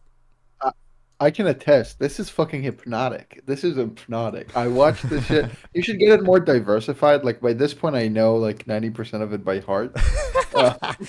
Yeah. A little Might bit. add some slime videos, some soap cutting. Yeah. No, slime would not do. Just add, like, more, I don't know, make it a loop between, like, 5 different Subway Surfer, like, clips or whatever. It will take you less than 20 minutes to, like, I don't know. There's probably like at least 5 videos of 10+ hours of footage of Subway Surfer. I mean, that's what I downloaded it to in make Minecraft this, Hardcore. So you can just like take 30 minutes, split them into 5-minute segments, and then mush them all together into one video, and then like have it like shuffle, or just one video that's like 1 hour long, repeat, and then I will never be able to tell. But yeah. No, this is hypnotic. My attention span is fucked. I wish there was a way I could read with this, like, you know, I mean, audiobooks, I guess, but you cannot Bro, highlight an audio. have you seen I forget what this program's called. I think it's called like PDF to Brain Rot. You can upload a Oh, I PDF. saw. It doesn't seem. It's like AI based, so it's probably gonna Yeah. have a lot of like hallucinations. And like it'll have like a Minecraft parkour in the background, and it'll read it to you. Booths visible only under Yeah, high-powered yeah. Although I microserves mean, are it's bustling kind with of like an activity. audiobook, right? Yeah, it's like an It's audio also it thing, also yeah. makes it like it Pretty also akin to reads a it dance. like retardedly, right? It says like, "Yo, the fucking mitochondria is so hype, bro," or some shit. It'll be cringy, you know. I Yeah. saw the video, yeah. But I mean, whatever, whatever. I mean, I don't know. I'm trying to think of something that could do that. Maybe I have enough footage of you reading stuff. Maybe I'll make an AI that like takes a PDF and like converts it into non-fun reading stuff. That'd be Yeah, you fun. could probably. I mean, I you mean, could I do have that. You could.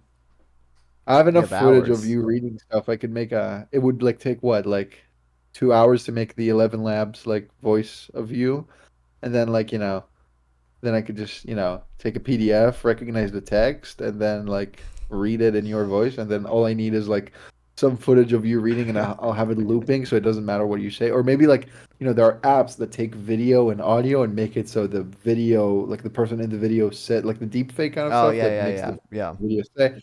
So I can do that, and then it will be you reading it, and then I will have your voice reading it, and then I'll have the Subway Surfers, and then I'll have the PDF scrolling accordingly, and that'd be awesome. That's like a project. I'm gonna make a project out of that. Okay? No, I'm not. I'm not. But that'd be funny. It would be That'd be funny. funny. Yeah. And then you could automate your stream, bro. That'd be awesome, I bro. could. Yeah, people they wouldn't even know. It's Yeah. free money. Let's go. Yeah, exactly. That's awesome. Well, yeah. By the way, I don't interrupt the stream too much, right? I hope. No. I mean, I would like kick you out if I thought you did. Yeah, I mean, that's I fair. have That's fair. disconnect perms, right? I can just disconnect you. I don't recall you ever doing that.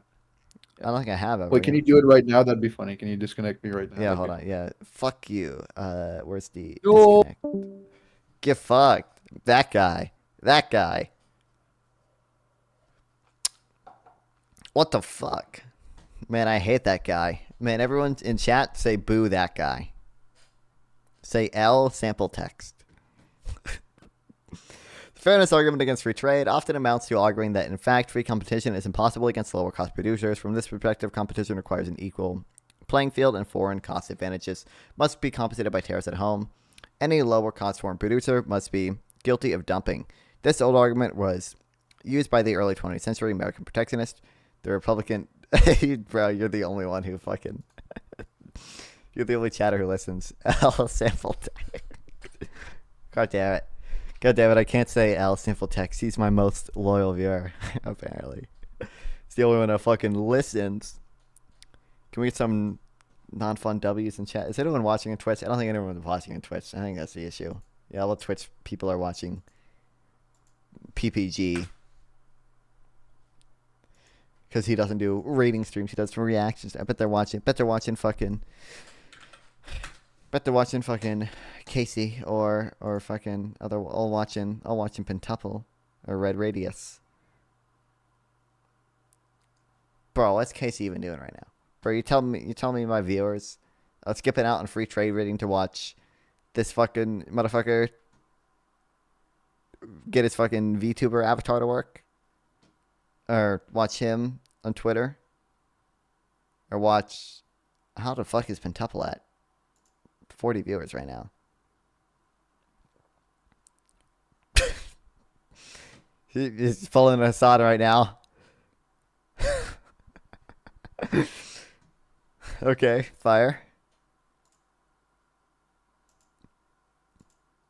Bro, I tried his... I saw him on Twitter. He had like a super fucking long thread. This thread is incredibly long. And it was like, what, with this guy. And eventually, I think he retweeted this, because that's what I saw. I saw the retweet of this, and he's like, check out this thread recap.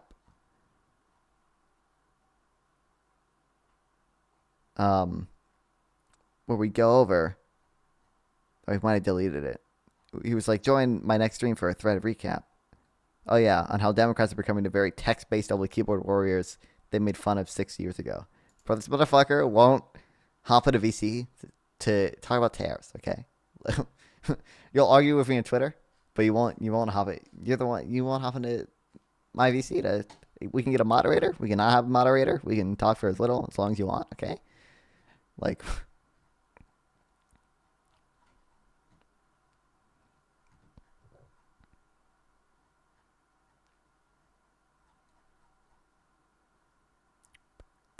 So all the award-winning economists are wrong and Trump is right. All 23 Nobel Prize-winning winners that endorse Harris's plan over Trump's. Yes. This guy can't describe to me what the balance of payments is. He's like, why? Like, why are you just missing like the economic consensus opinion and like you can't even describe to me like the basics that like the balance of payments works. I don't think he could describe to me what exchange rate appreciation is or how tariffs cause that or like any of these things. But we need some heated debate. Bro, well, CTV won't do it. He'd rather just have a conversation. Okay, what are the YouTube people, my YouTube people up to? What's YouTube Paul up to? Sorry, but it's also not just the ignorance of like, I don't know that you don't know the thing you're talking, the basics of the thing you're talking about. Yeah. Right? Like you don't know comparative advantages, you don't know what the balance of payments is, you don't know what a PPF is, you have no idea, right? And that's true. It's a good criticism. It's also the delusion or the arrogance to think that all these experts who got Nobel Prizes in that field never even fucking considered the possibility that the thing people do tariffs for might be what people do tariffs for. Like, maybe they I never considered that tariffs might affect jobs. Oh my god, I never fucking considered We've never done research at that. We've never Oh my god, we've never thought about that. We've never ever thought about that. No one ever considered this. But this orange guy, he got it, man. He got it. Like that's what it gets me, like this idea of like would experts be wrong? Yeah, but if you think they are, submit your criticisms to a journal or something. Do something academically. Yeah, exactly. Don't get a fucking retard into office. Like, what the fuck? What the fuck? These people are nothing to you?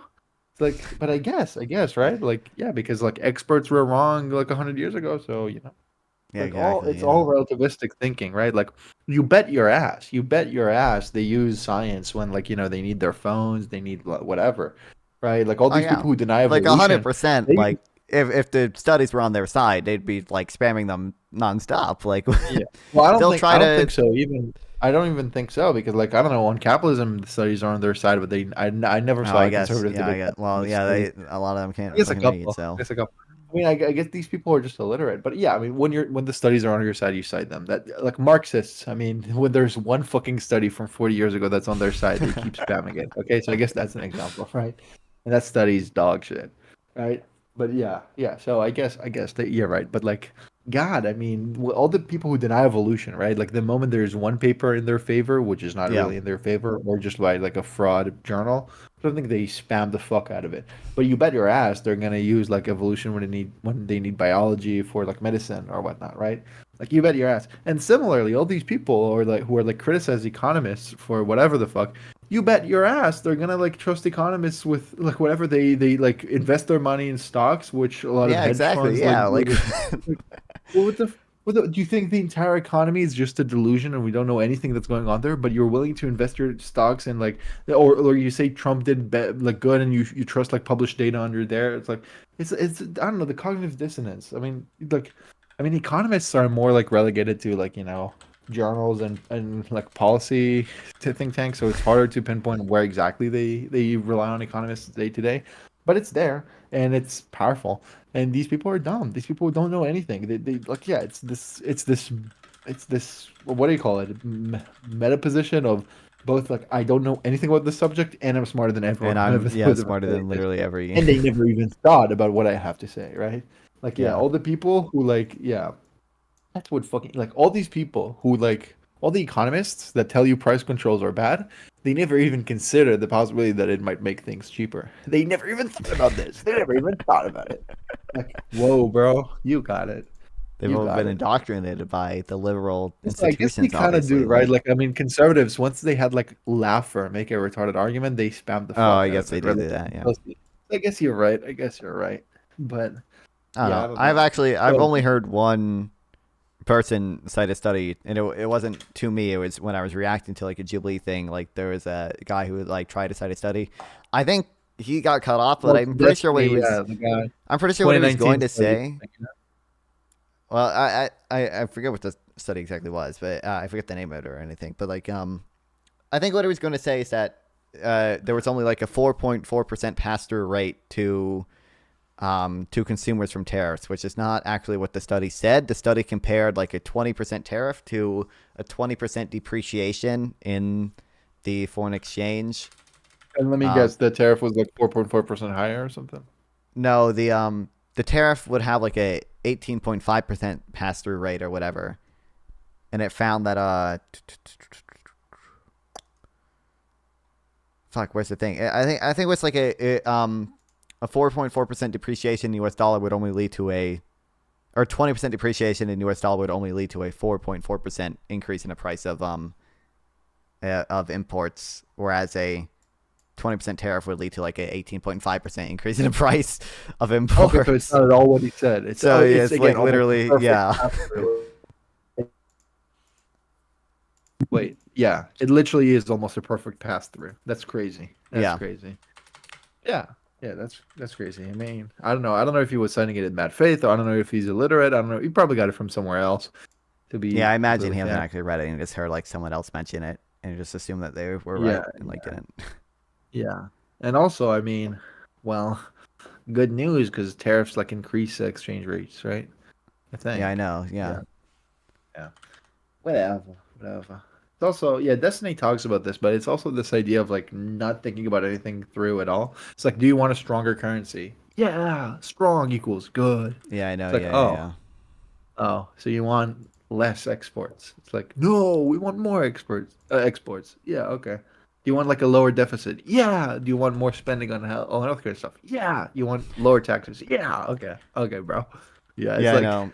Yeah, Trump's own like policy is like I think 0.5 is like make the U.S. the manufacturing hub of the world again, and then like 0.13 is like keep the U.S. as the world reserve currency and maintain a strong dollar or whatever. And it's like, okay, buddy, like these are clearly.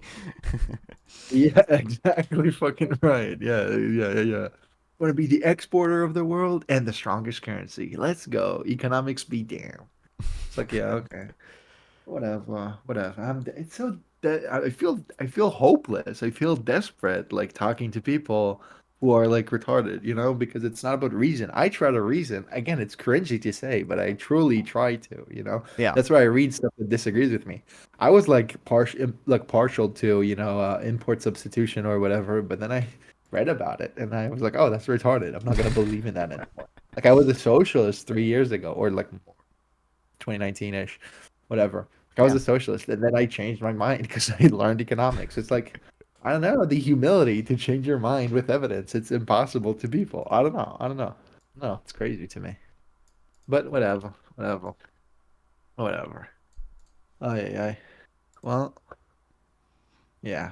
Wait, you sent me something? Let's see. Let's check it out. I just sent you the study and This like is what a 2019 study. I'm almost certain he said like a 2019 thing. You were talking about the guy who talked to Destiny, right? It was from a Destiny debate. It was one of the people in the Jubilee Destiny surrounded videos. Yeah, I don't think. 2019. Yeah. Here we go. And it's just this Cavallo and Gopinath, whatever. Yeah, Alberto Cavallo and whatever. Tariff pass through at the border and at the store. Evidence from trade policy. So you said 18 something. Control find 18. Yeah, 18. Well. Yeah, yeah, here. This estimate means that a 20% tariff, for example, would be associated with a 1.5% decline in the ex-tariff price. What is that? Ex-tariff price? The price before the tariff. Basically, that China would reduce. I think they're measuring it for China. China would reduce the pre-tariff price by 1.5%. I see. So China would be like, oh, it's tariff, so we're going to lower our prices because demand is falling or something? But the next 18.5 thing is the relevant one. I sent you the like. Yeah, right and after an it, 18.5 increase in the total price paid by the U.S. importer. Oh, so wait, this is not the pass through. This is the cost of the importer. Well, yeah. When you say pass through, you mean to the consumer, not to the importer. Well, they mentioned a pass through. If you go down to the next 18.5, they mentioned a pass through. I think it's pass through from the to the importer. I don't think it's the consumer. It's we have just studies, I think, about the increase to the consumer. Well, yeah, we have they a also lot of say studies about that. They also say at the store, so I'm pretty sure they're going to talk about that too. But yeah, I don't know. Definitely not what he said it was. There's a 4.4 here somewhere. Let me look it up. 4.4. Here we go. We estimate that the exchange rate pass through is 22% in the first 12 months that tariff is in effect. That is, a 20% dollar depreciation would only raise the dollar price of imports by 4.4%, far less than the 18.5% discussed above for the one-size tariff. Our estimated asymmetry is the pass-through rates of exchange rates and tariffs consistent with the results of Fitzgerald and Haller. That might be an interesting one to look at because they say it's consistent with that, so that's reinforcing evidence, Yeah. And it may reflect the role of imported intermediate inputs in production and the perceived difference in the persistence of tariffs versus exchange rate changes. This difference in pass-through rates carries important implications for the consequences. Okay, interesting. So the guy completely miscited something, and it only supports Destiny's point. Yeah, that's funny. Also, even if they had a study, like we have 20 for everyone they have. It's like, I know exactly. You're ignoring all of them. They don't matter to you, right? Like, yeah. Like, I mean, you can draw the supply-demand graphs, and they underestimate the impacts of tariffs, right? Like, you can just draw them. Yeah, whatever. So silly stuff. Very silly people. But yeah, I don't know. What stuff are you working on? You reading the book still, or what? Yeah, we're probably gonna finish the book today, and then I'm probably gonna maybe finish the chapter 5 of the J6 report today. I've only read chapter 5, not like I've read up to chapter 5, but just the one chapter. Yeah. You sent me your notes on tariffs, right? But is the book there? Is the book inside the book isn't there. Can you send me your book notes as well when you're done? Yeah. Yeah, thank you. Because I have like a bunch of highlights on Zotero, but it's annoying because I capped out my storage on Zotero. Okay, I only have like 300 megabytes and I capped it. So now I need to upload it locally to both my laptop and my computer, and then I need to synchronize. It's a whole mess. So if I could just have your notes, that'd be fun. Yeah. But yeah. I mean, they're like my own words and summarized, so it might be a little harder to find some things, but Yeah. Well, then what do you think about doing next? About what? Going over the Cato stuff? Oh yeah.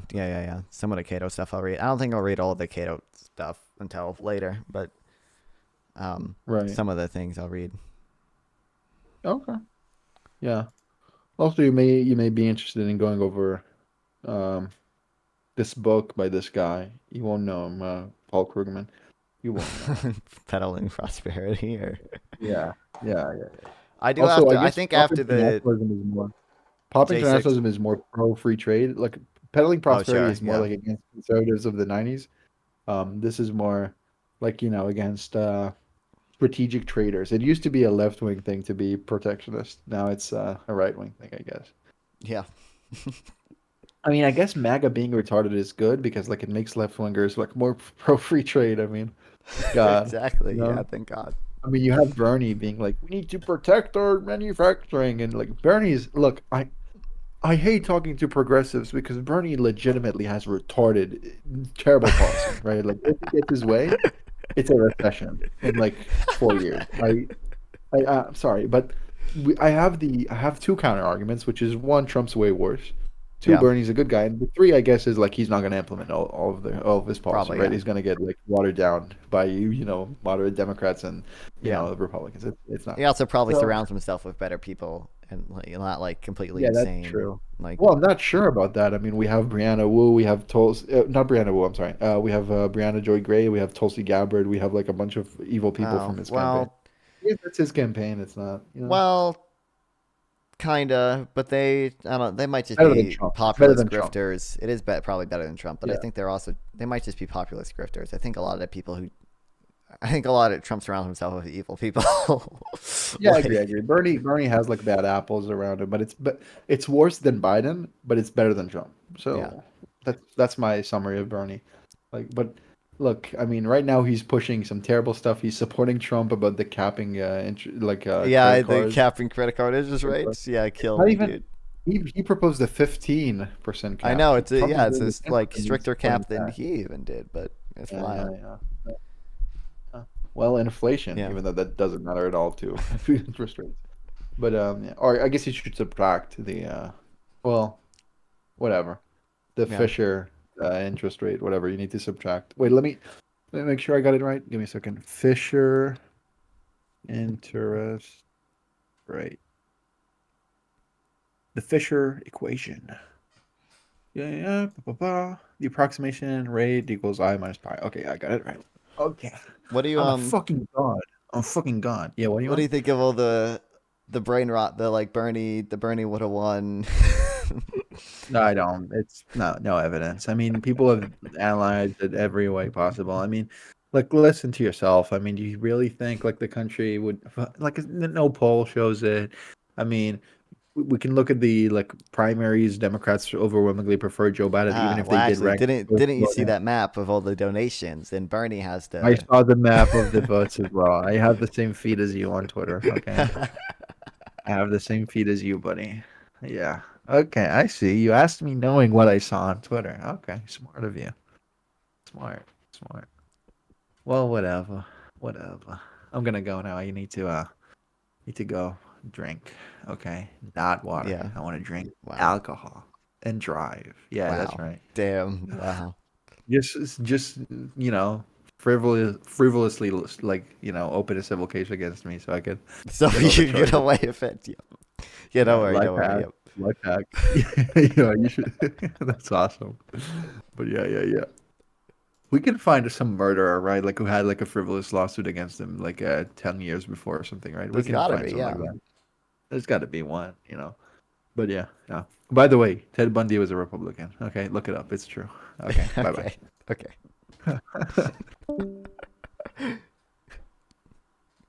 Okay, people argue we need tariffs to level the playing field. The economist Frank Tassoon provided a definitive counter-argument. Anything in the world can be made within a country if the producer is assured the cost of production together with reasonable profits. Very good pineapples can be grown and made, if only a duty be imposed sufficient to equalize the cost of production between the growers. Equalize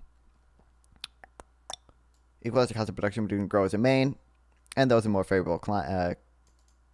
I was going to change it to climates. It's my notes. Who cares? Well, no, actually, I'll keep it like that, I guess. Climes. Consistently thoroughly applied to true principle means that any duty should be high enough to cause anything and everything to be made in the country and international trade to cease. And I'll just provide my own summary. Practically, anything can be made in a country if a high enough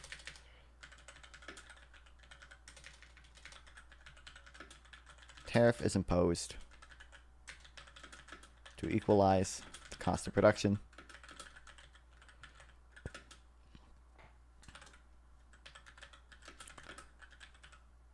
level the playing field.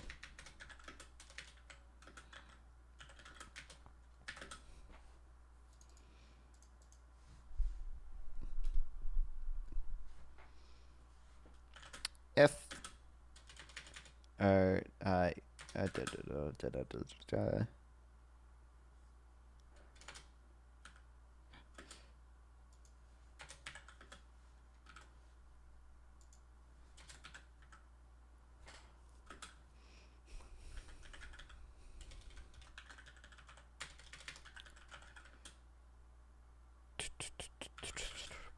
applying this.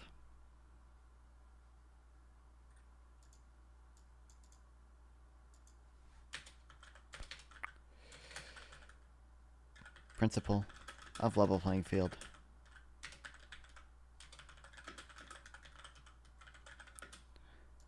Principle of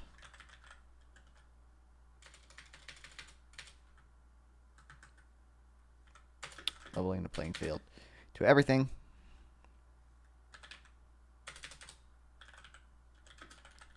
Would imply that everything be made within a country and for trade to cease.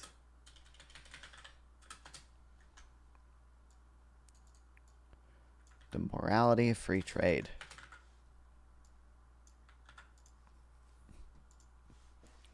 Aside from material interest and masquerading as ethics, is there a moral case for fairness in trade?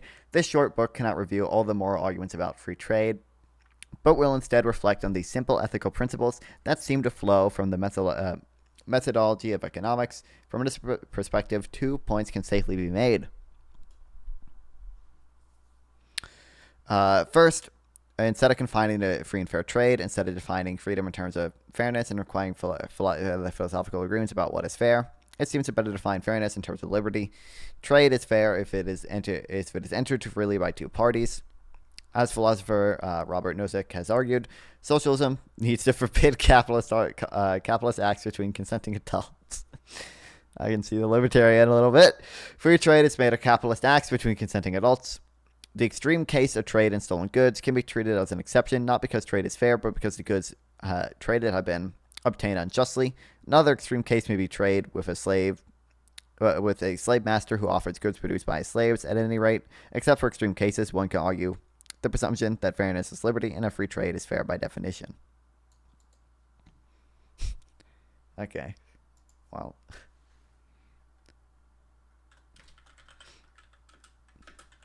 So further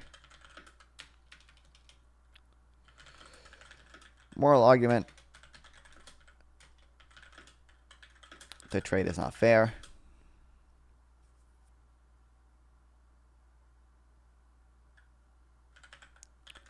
However, from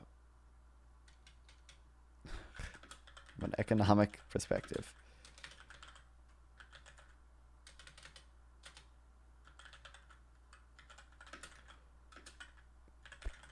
two points can be made to establish the fairness of trade.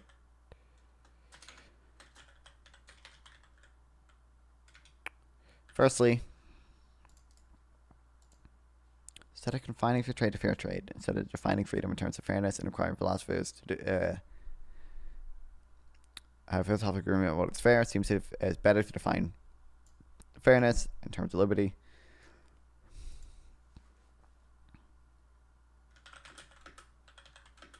Here it seems fair to define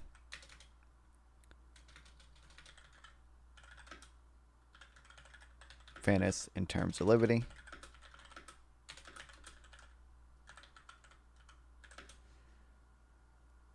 Trade is fair if entered too freely by two parties.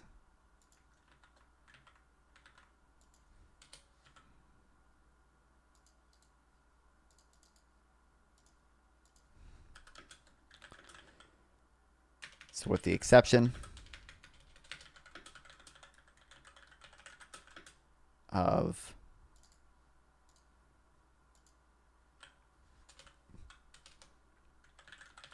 slavery and theft, trade is fair. Second,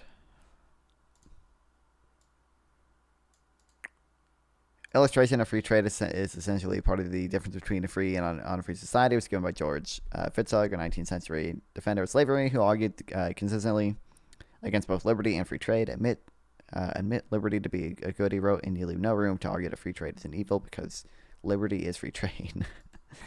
Second, if there's a fairness argument to be made in matters of trade, It is that every human being should be treated equally in a formal sense. Protectionism it can be in the interest of most people in a large country if and only if their government is able to change the terms of trade as in their favor. As mentioned previously, this is the only serious argument against free trade, that a large country can manipulate the terms of trade in favor of optimal tariffs. Even in that case, protectionism remains morally unacceptable in the light of the usual methodology of economics as the foundations of a free society. It should be taken for granted, as proposed by the individualist methodology of economics, that all human beings have the same moral weight, whether they be nationalists or foreigners, whether they have wherever they have been born. The Manchester classical liberals of the 19th century, who promoted free trade and the abolition of corn laws, understood that well. John Hicks, winner of the 1972 Nobel Prize in Economics, wrote. Okay, so we'll say second.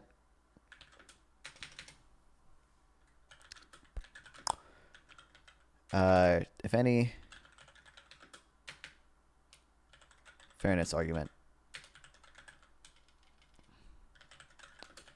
is to be made, it should be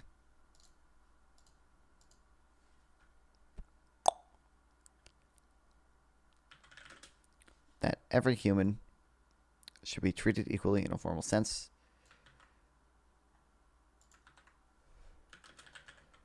Protectionism fails to do that.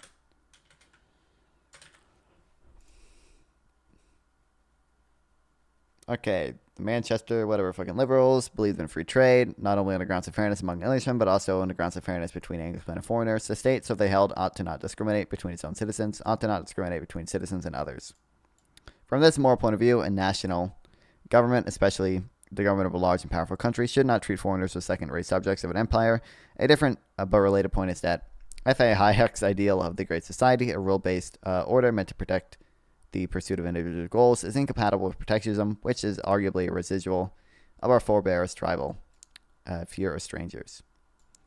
Another claim against free trade is that it entails the loss of national sovereignty. To the extent that the argument means the power of a national state over its own citizens is diminished, it is an argument in favor of free trade, not against it. Free trade moves the sovereignty from the national level to the individual level. If national sovereignty means instead the capacity of the U.S. government to protect individual liberty, then it cannot be invoked against citizens who want to import goods and services from beyond the national borders.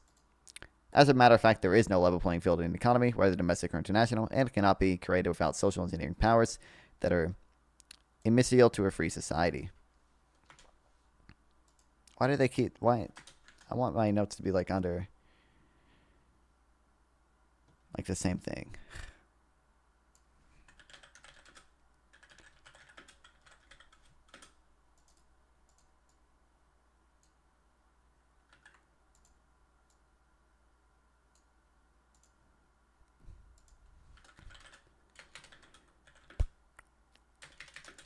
There is no level playing field in an economy. Whether domestic, be it domestic or international,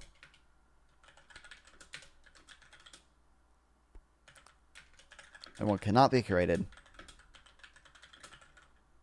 without social engineering. I'll just say without intervention. Social engineering starts. Intervention that is not compatible with a free society.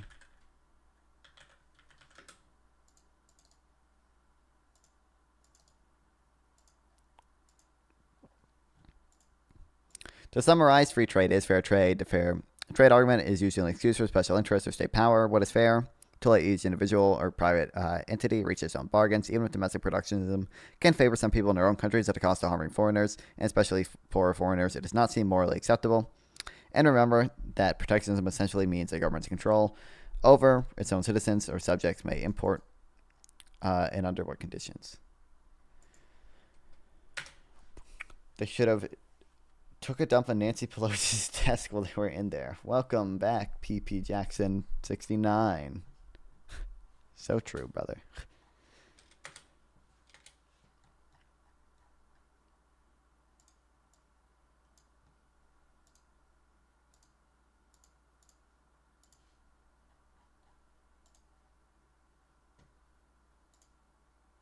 Oh, Henry George. Protectionism teaches us to do to ourselves in time of peace what enemies seek to do us in time of war. True.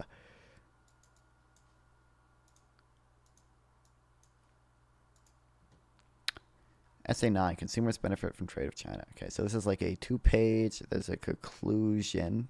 I don't know if I care about reading. Well, maybe I'll read it, but I don't know if I'll take notes in it. I bet there's some good quotes out of it, though. Okay, Essay 8. American consumers benefit. Oh, and then we have to read these two. But these are probably short, and I just didn't care to read them initially. Okay. True, dude. I love the someone to vote liberal, keep free trade posters. That I think the liberal project has like remastered some of these.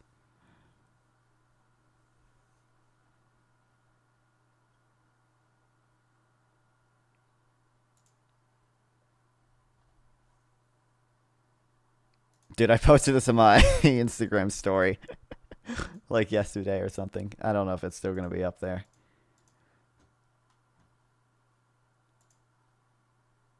Yeah, it's gone by now. Damn.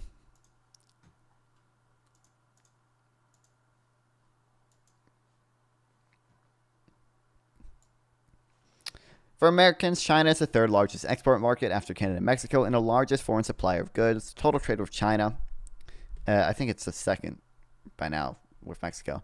Total trade with China, exports of goods and services plus imports of goods and services, is lower than with NAFTA. Canada, Mexico and Canada conjoined, mainly because more than twice the value of American export goes to NAFTA than to China.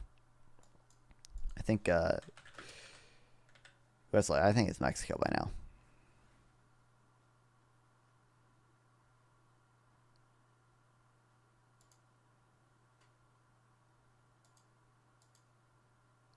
Oh no, we still get the most from China. Wait, it says how much? No, this has got to be how much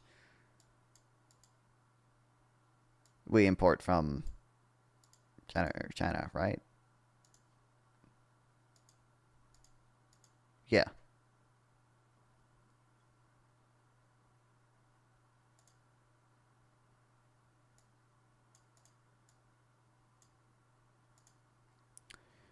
Non-font, please game? Why? Also, why do so many people call me non-fron? I noticed it in conversation. People, for whatever reason, people really want to call me non-fan. And when they don't make the non-fan mistake. To make the...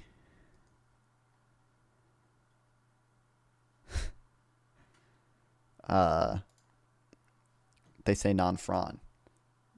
Maybe non-fron makes more sense than non-fon. I don't know. Non-fron, non-fan. Yeah, it's wild. Okay, anyway. So China is one of the largest export markets, the U.S., and the largest suppliers of imports. I call you that because I make mistakes and just stuck with it. Based.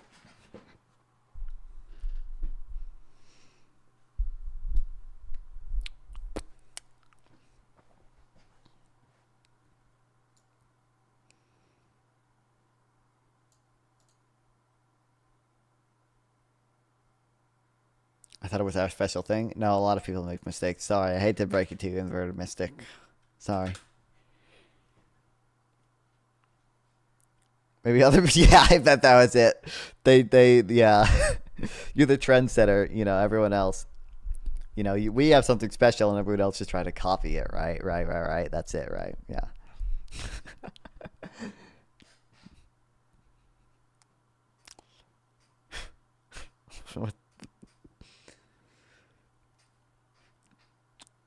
Okay, I did it.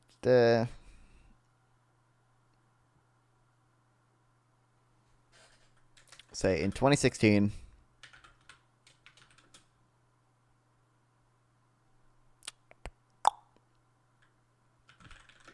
total trade with China was lower than with NAFTA. Yo! Thank you for the 40 bits, Inverted Mystic. I appreciate it a lot. Thank you, thank you, thank you, thank you. Hell yeah. Thank you, brother. What the fuck are all these emotes, man?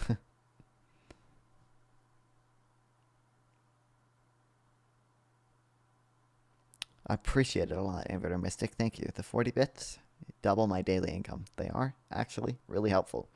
You know, especially because, you know, the ad revenue recently, you know, that 30 cents in ad revenue I was getting a day. Hey, yeah, I'm not getting that anymore. You know, all the big streamers got, you know, get like their ad revenue like half to whatever. I don't know if we got any ad revenue.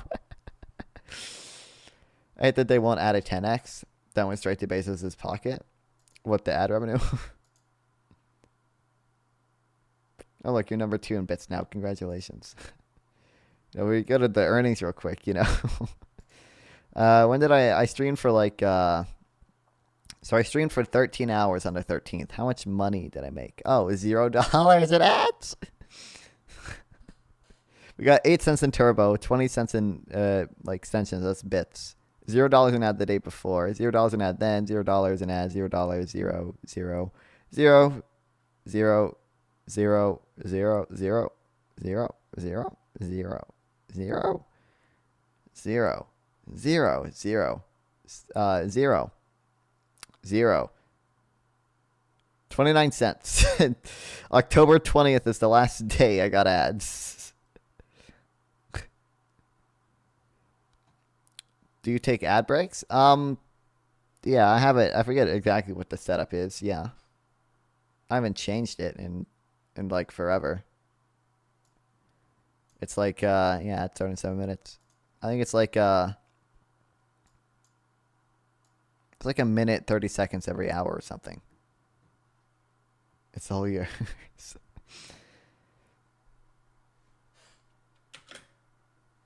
Oh, it's all your fault. How's it? I didn't do shit, bro. It's all Dan's fault. I can't believe Dan would hurt small streamers like me like this just because Twitch is being a little teeny bit anti-Semitic. Just because a little bit of pro-terrorism stuff on the site. I gotta miss out on my 30 cents a day because 1 or 2 people are showing Houthi propaganda. Dan is a man of sheer conviction. Yeah. You said I'm your most loyal viewer, and you're talking about your ad revenue. I just want you to know before you go to sleep at night, I use AdBlock. Yeah. Okay, and I make sure my AdBlock works on your videos. Oh, I make double sure. Fuck. Yeah. That's right. I'm talking about you watching YouTube, right? So you'll never see a dime. You'll never see a dime. Yeah. No, sometimes I open on Twitch just to make sure the ad blocker works on Twitch as well. I choose your videos. Make sure. I would never accidentally give you a penny. Fuck. Damn. I just want you to make sure. Yeah, that's right. Yeah, that's right. This guy. That's what you didn't know before you sleep. Have you played Twisted Terrors? Yeah, I did. I played it. It was fun.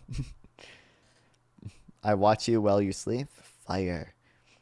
Dude, I would do maybe if I got ad revenue for doing it, I'd do like a sleep stream. But you know, I guess I don't get that anymore, right? So you know, dude, I make Listen, I mean, like I think it's hard to get it's like way easier to get monetized on play Pokemon. Please, it's like way easier to get monetized on Twitch than it is to get monetized on fucking YouTube. But like the money on YouTube just seems to be way better. Not only to get money for, you know, live streams, but also get money just for like the just for the other shit, right? So I've gotten like $8.64 in the past. I mean, it's all in the past 7 days. Oh no, I guess it's more than the past 7 days now. Since this was the first day I got monetized, since the 7th. So in like 10 days. I mean, technically I was monetizing this, but I took that route to get the whatever. I'm begging you to play a game. I'm not gonna play a game right now. I can. People don't watch when I game because you guys come here for a reading. Game over Jan 6th. Versus, let's check the. That's all ad revenue on YouTube, right? So if we go to my earnings, can I sort by like just ad revenue? So we'll do since November 7th. Or, oops. How do I...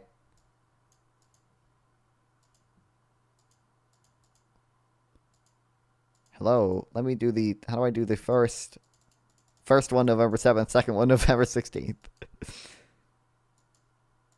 What? Can I not do that?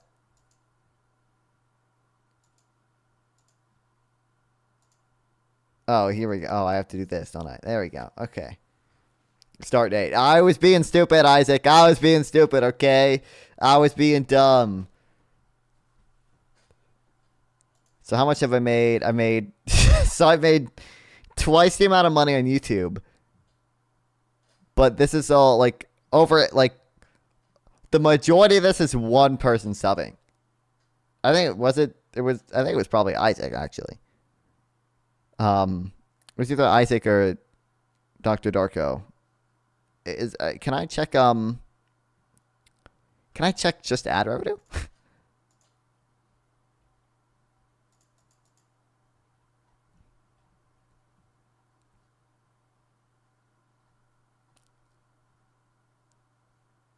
I don't know if there's a way to check just ad revenue.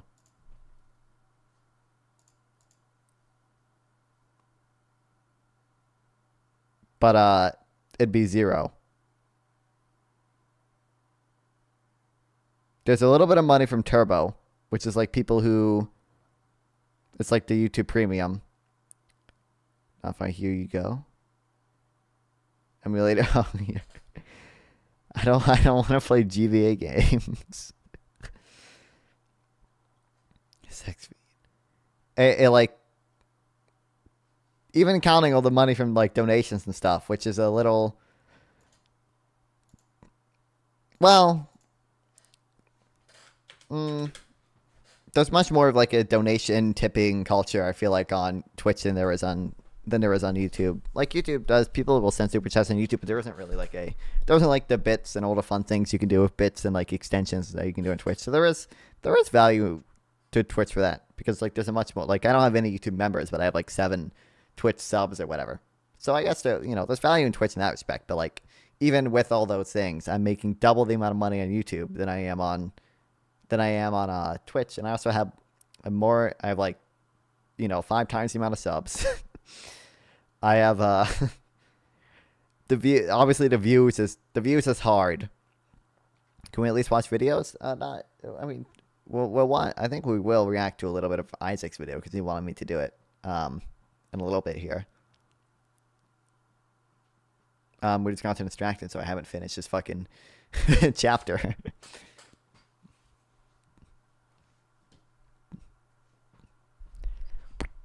We'll finish this chapter, which is only like 3 pages, okay? Okay. Was lower than with NAFTA, mainly because more than twice the value of American exports go to NAFTA than to China.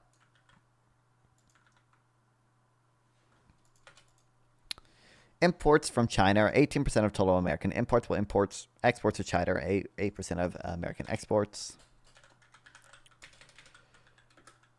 If you play UAL, I promote you on my Discord so people can watch you, Mr. Big Nose. I don't. How many people are you gonna get here from promoting me on your Discord? I don't know how worth it that is. I don't know if I need that. I don't know if they're gonna be loyal viewers. Yes, your nose is that big. Okay. Imports from China are 18%. Potentially 600. I would do it for 600 viewers, but this is not going to happen. It's a thing. Well, exports are more likely 30. How long would I have to play it? I I could play for 10 minutes for 30, but I'm not gonna play it for an hour for that or anything. Exports are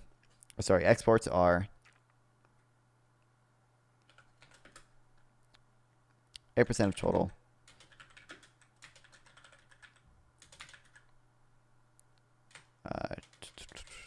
Total exports.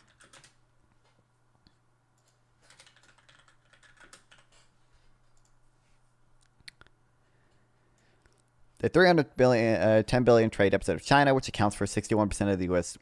total trade deficit, 500 billion, has been much demonized, but we saw there was no a priori reason to be concerned with, much less obsessed with, a trade deficit. What is important is how imports from China benefit American consumers. Has anyone ever told you you have a bird nose? People have told me I have a big nose. People don't really say bird nose. I don't think I've heard anyone say bird nose before. $310 billion trade deficit.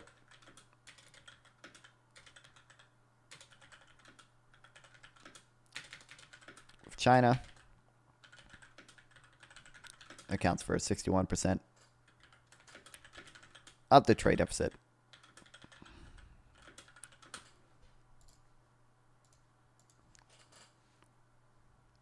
Trade deficits.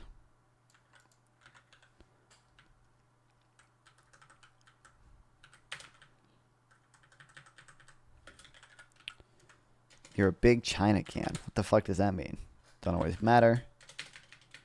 Or trade deficits. Not always bad. Big China fan. I wouldn't say I'm a big China fan. Matters is if it benefits consumers.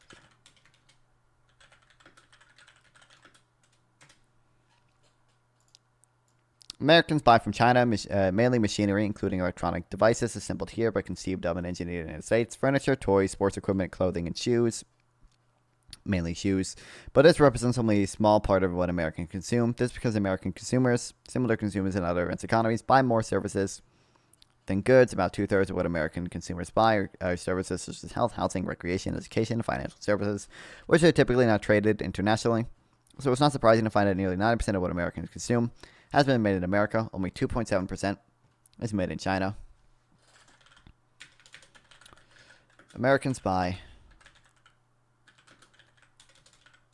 mostly goods from China, but since most consumers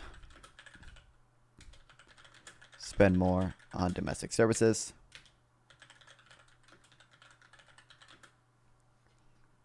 Americans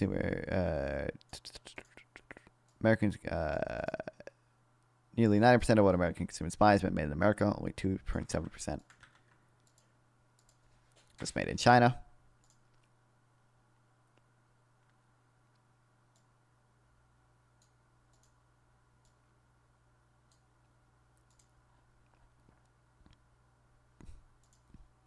Figure 8.1 displays as 2.7% share of the goods marked made in China occupying the personal consumption expenditures in the United States. The smallest circle illustrates the share of these made in China goods that is actually paid to Chinese exporters, 1.2%, because 55% of the cost is lost to the consumer of imported Chinese goods. Represents services produced in the United States to transport, sell, and market these goods inside the country. In other words, the American content of goods made in China is about 55%. Hence, only 1.2% of what American consumers spend goes towards what is made by Chinese residents.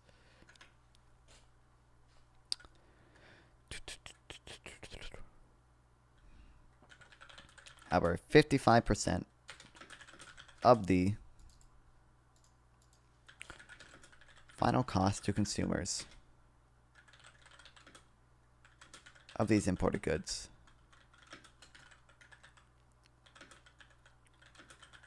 represents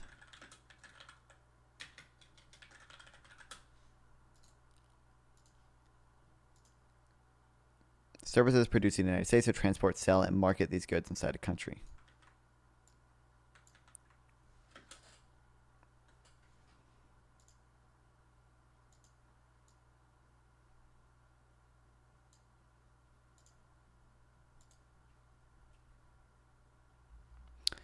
Okay, the small portion, barely more than 1% of the budget, is what American consumers spend on goods.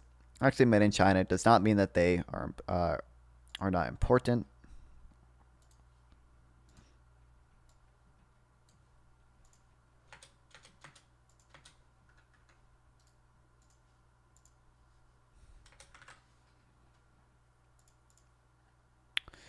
Any purchase that consumers make serves to maximize their net benefits.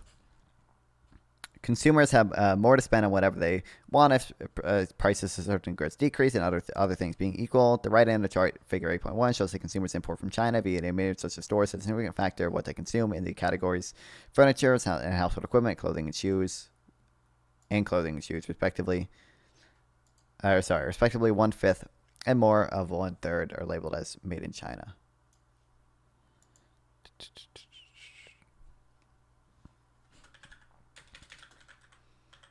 Whatever consumers choose to purchase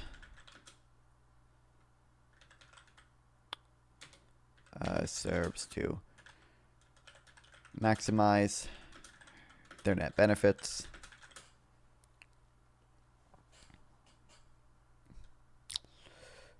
And consumers can spend more if prices decrease, all else equal.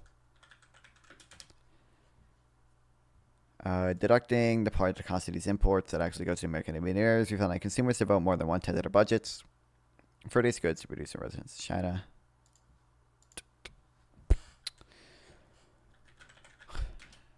Chinese goods also serve as intermediaries for other products.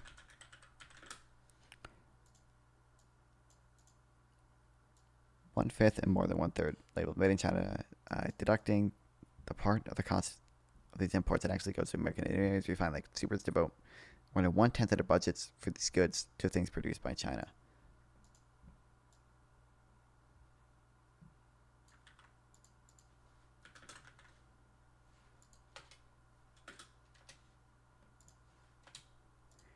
It is interesting to note that the industries where American consumers spend the largest portion of their budgets on Chinese imports have benefited from large price drops since 2001. While the General Consumer Price Index increased by 35.5% between 2001 and 2016, the CPI component apparel dropped by 1%, the component furniture and bedding dropped by 15%, and the component appliances dropped by 19%. Since the prices of these goods have decreased while general inflation was positive, their real prices have dropped even more.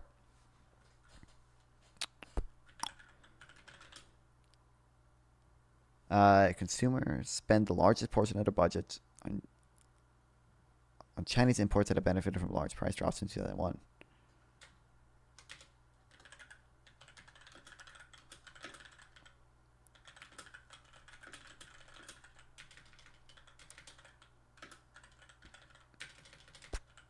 Under budgets on the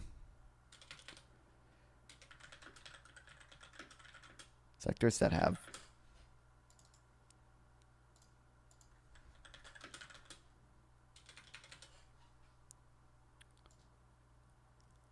benefited from large price drops in 2001, due to which China joined the WTO.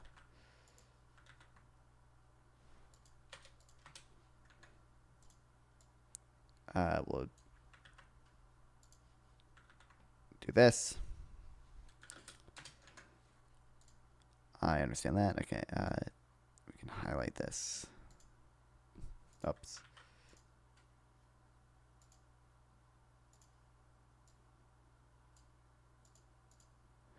Since the price of these goods, okay, we wrote that. Any family knows that the price of shoes, furniture, and appliances have decreased for a given quantity and often for a better quality. Imports from China are not the only factor to play a role.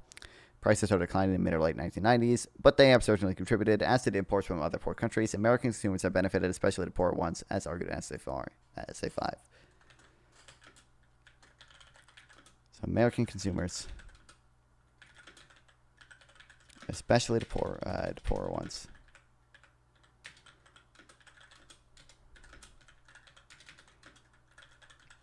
have benefited from this trade.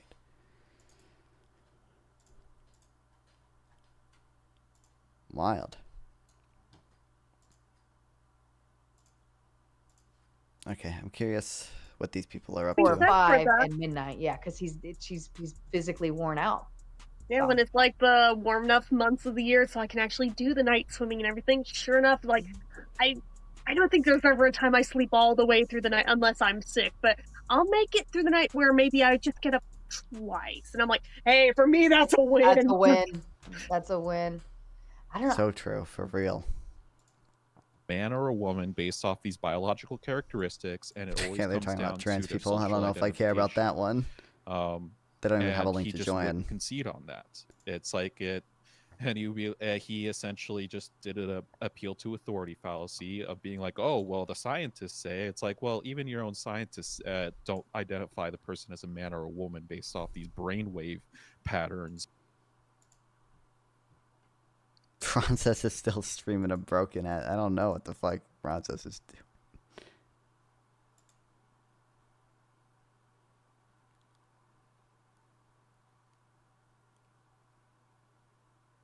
How is there 4 people watching this?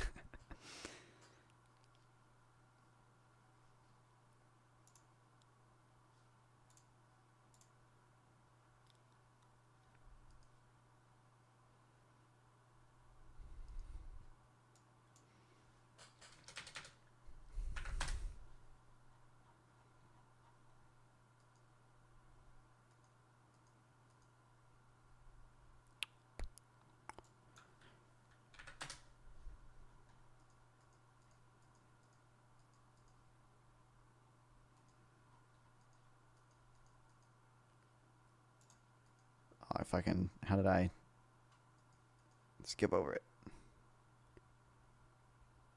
We read that one.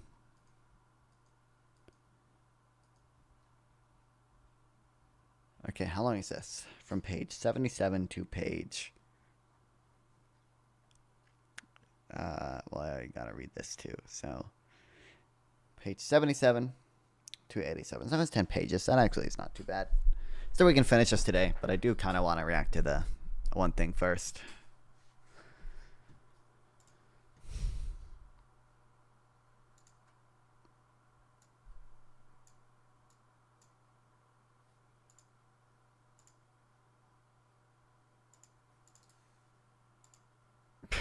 What the fuck is Chuck doing? Chuck looks chill as hell.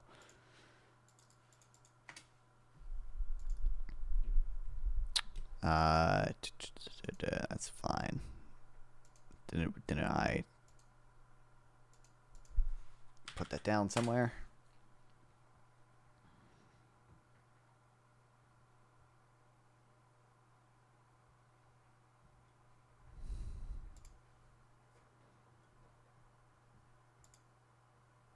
Yeah, here. Okay.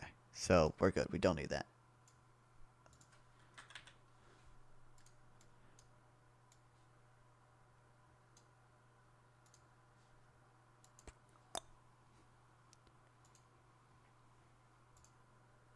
Now the thing is can you...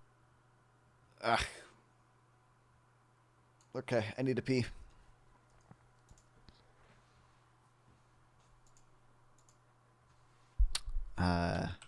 Funny capybara videos.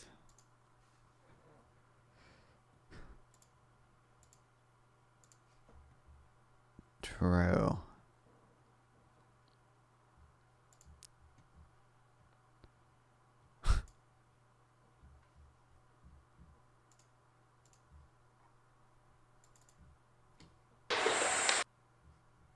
Okay, here's your best capybara videos. Hold on, let me do this. So you have Subway Surfers too. That way you got like 2 things stimulating you, you know? So hopefully that's enough.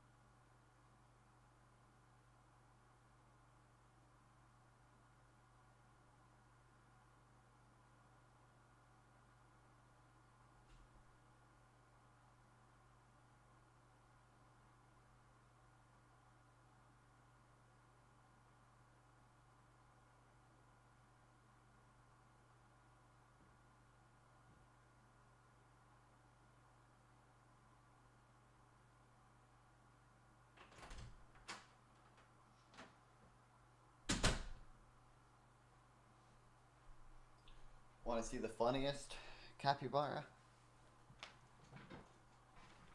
It's this guy. Oh, he's trying to leave already.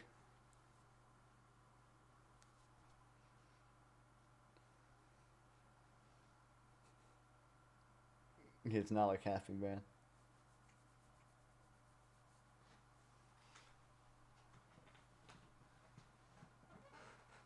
We'll see if he stays. I doubt he will. He never does. He hates me.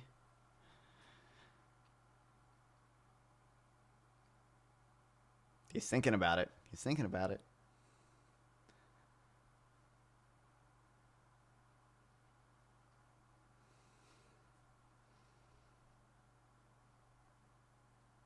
Come on. Come on. He's thinking about it.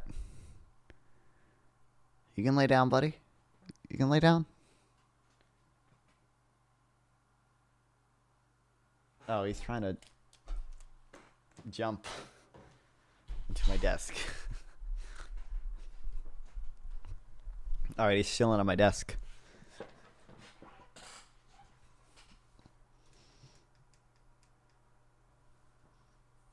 Do you have do you literally do you have literally every power cord going into What do you mean?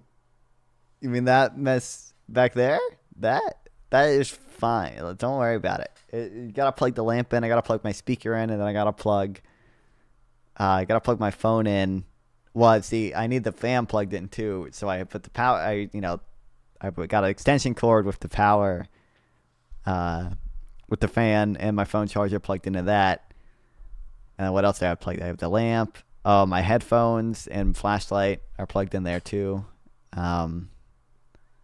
But that only takes up one because I have a cord that has two micro USB ends to it, so I can plug in like one charging brick, but I have two, can charge my headphones and my flashlight at the same time.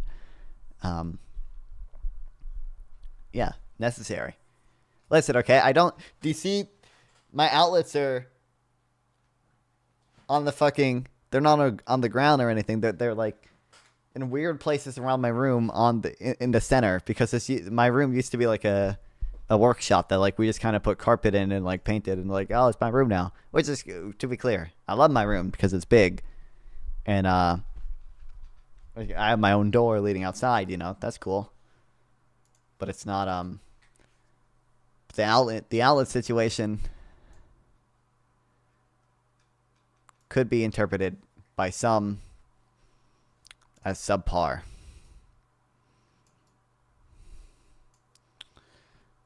Okay, Isaac told me to watch some of this.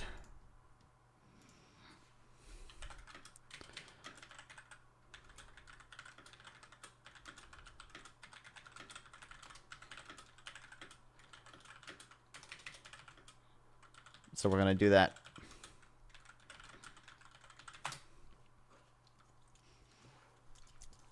I don't know if I have enough. Well, here, let me.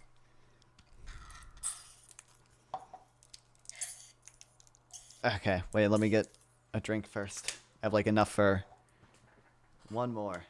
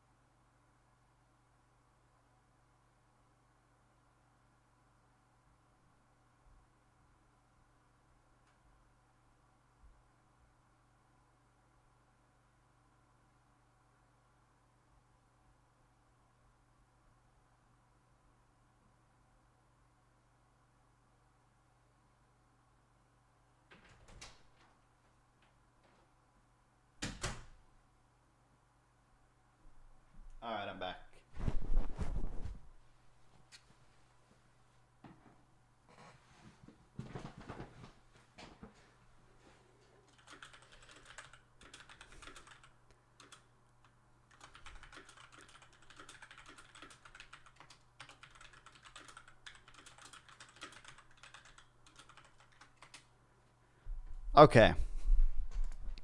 He handle this. So personally, I don't know if you know anything about Donald Trump's tariffs. I think his tariffs are going to, if he enacts them how he wants to, I think they're going to kill him, and I think that's going to kill the Republican Party. Do you agree that? Do you think the tariffs are going to cause prices to skyrocket in the beginning?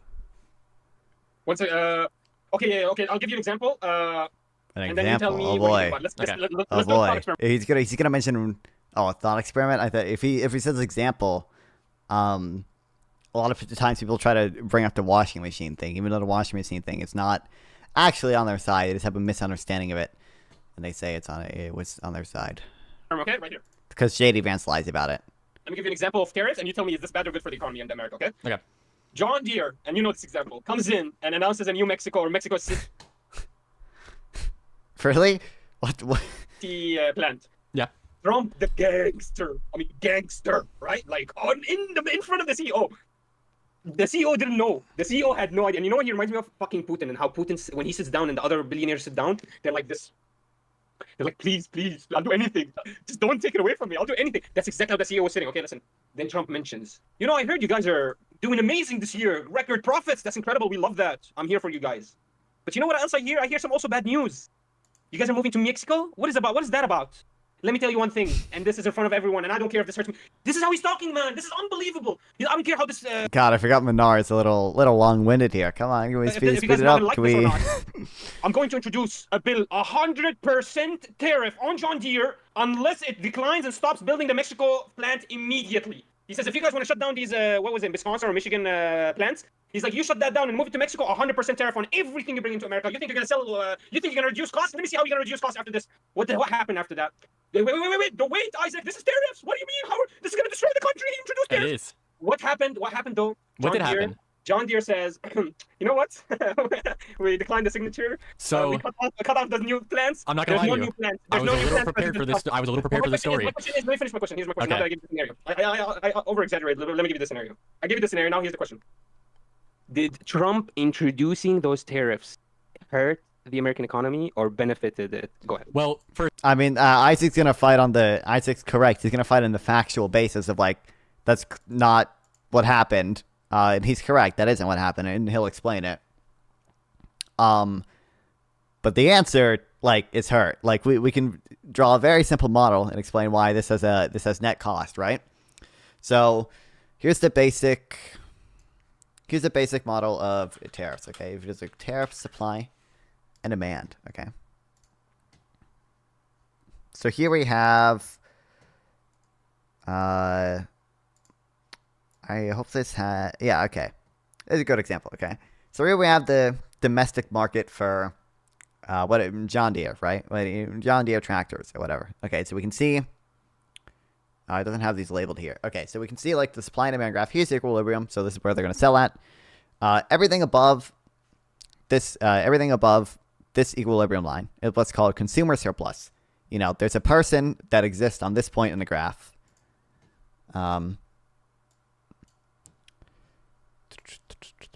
There's a person that exists on this point in the graph, and they're willing to pay, X amount of money, and the price is lower than that.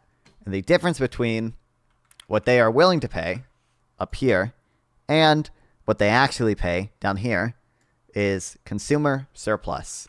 That's basically the easiest way. Just think of it like how much consumers benefit. That's a little bit of oversimplification, but how much consumers benefit.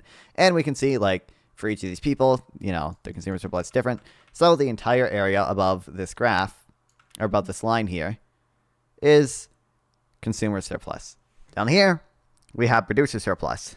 It's the difference between the cost of production and what producers get. Same story.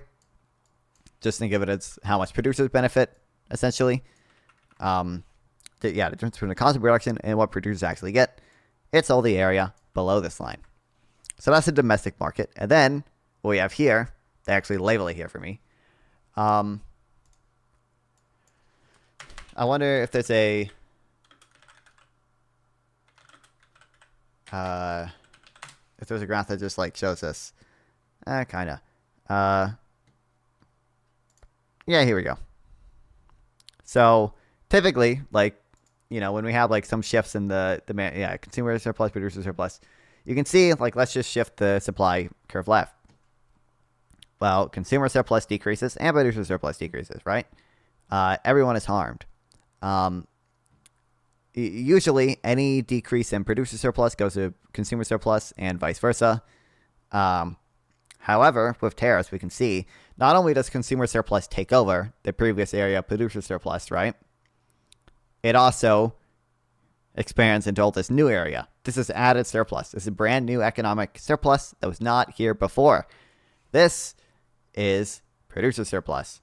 You can see it was taken away, but again, all this extra stuff here makes up for all the lost producer surplus. So we institute a tariff. We can see producers did gain, right? So those people working for John Deere did gain a little bit.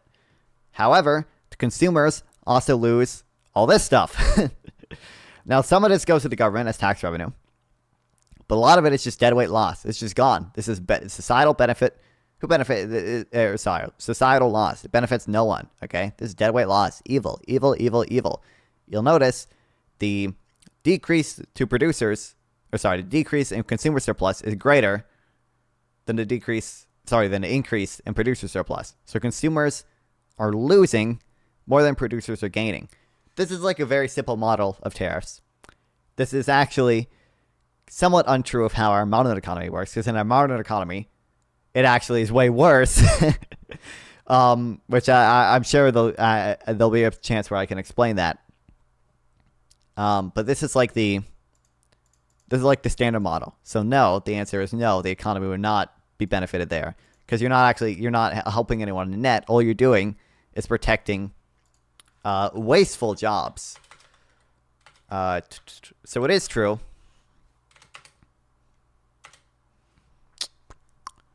It is true you're protecting some jobs, those people who work at John Deere, but those jobs are wasteful. This increased domestic output is waste or deadweight loss because the good in question could be imported at a better price while domestic producers were able to produce something else instead. So that's an easy way of understanding why it's deadweight loss. It doesn't actually benefit the economy. It just benefits certain people over other people. And there's a whole other, and it hurts consumers more than it helps producers. And then there's a million other reasons I will get to explaining, I'm sure, as it comes up in the debate. First, as to why tariffs are bad. Tariffs haven't been introduced yet because he's not in a position of power. And two, he just said it out loud. Here's the most recent report. I was prepared for this story to come up. Here's the most recent equipment manager from Deere & Co., which is John Deere's like manufacturers. Farm equipment manager Deere & Co. said it isn't abandoning a plan to move some production to Mexico from the U.S., countering former President Trump's claims that Tuesday that he persuaded the company to reconsider. Deere said after the Trump interview that it didn't make any announcement about canceling plans to build farm tractor cabs and some construction machinery plants in Mexico. So they are still on track to be doing that, and there has not been any counter to this. So let me ask you this. Let's say Trump was successful. So you're saying he wasn't successful and he's gonna have to introduce this 100% tariff, and if he does introduce that 100% tariff, who is that gonna hurt? It's gonna raise the prices. Okay, but who's that gonna hurt? Because we don't have to buy it from them. We can buy from an American manufacturer that supplies it for cheap. John Deere is like the biggest, but John Deere is like one of the biggest when it comes to like farm equipment. But what's gonna happen is introducing those tariffs is gonna open competition because you can sell now for. They're not opening competition. They're protecting American producers from foreign competition. That is their purpose, right? You're not actually you're not actually increasing competition. In fact, one of the reasons tariffs increase prices isn't just because you're directly taxing imports and that tax often gets passed on to consumers in the form of higher prices. It's because you reduce competition.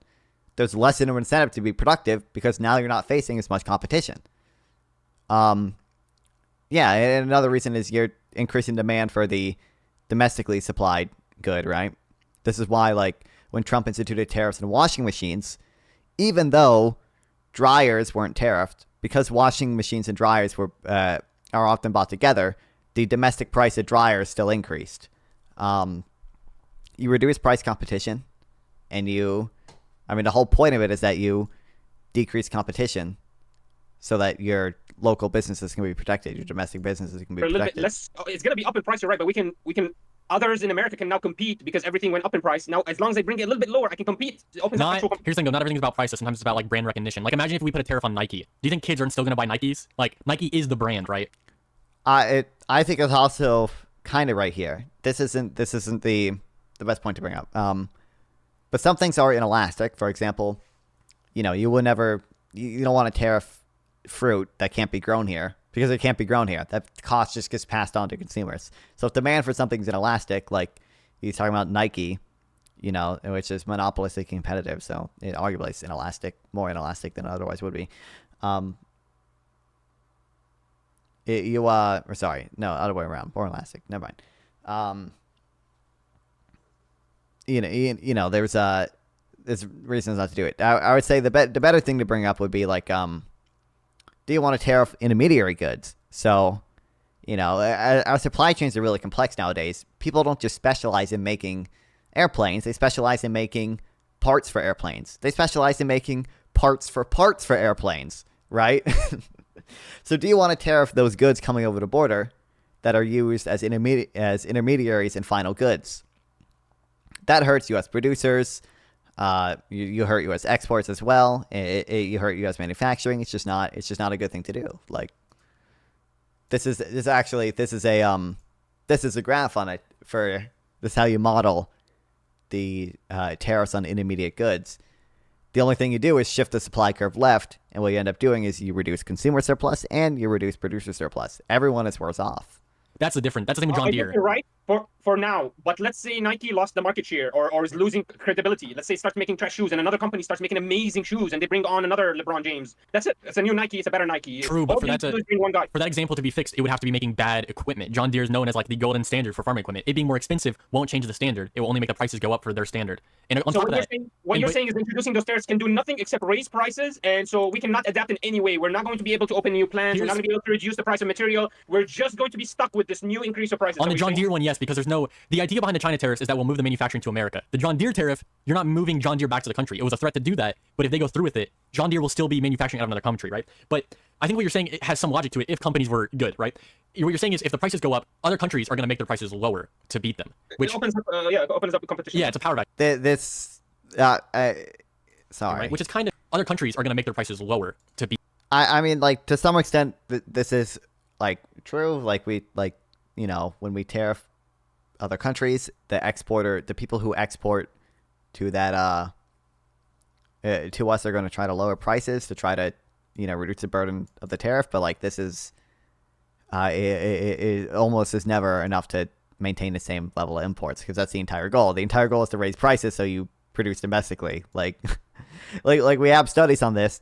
Not that Menard has read a single study in his life or would accept it as actual evidence.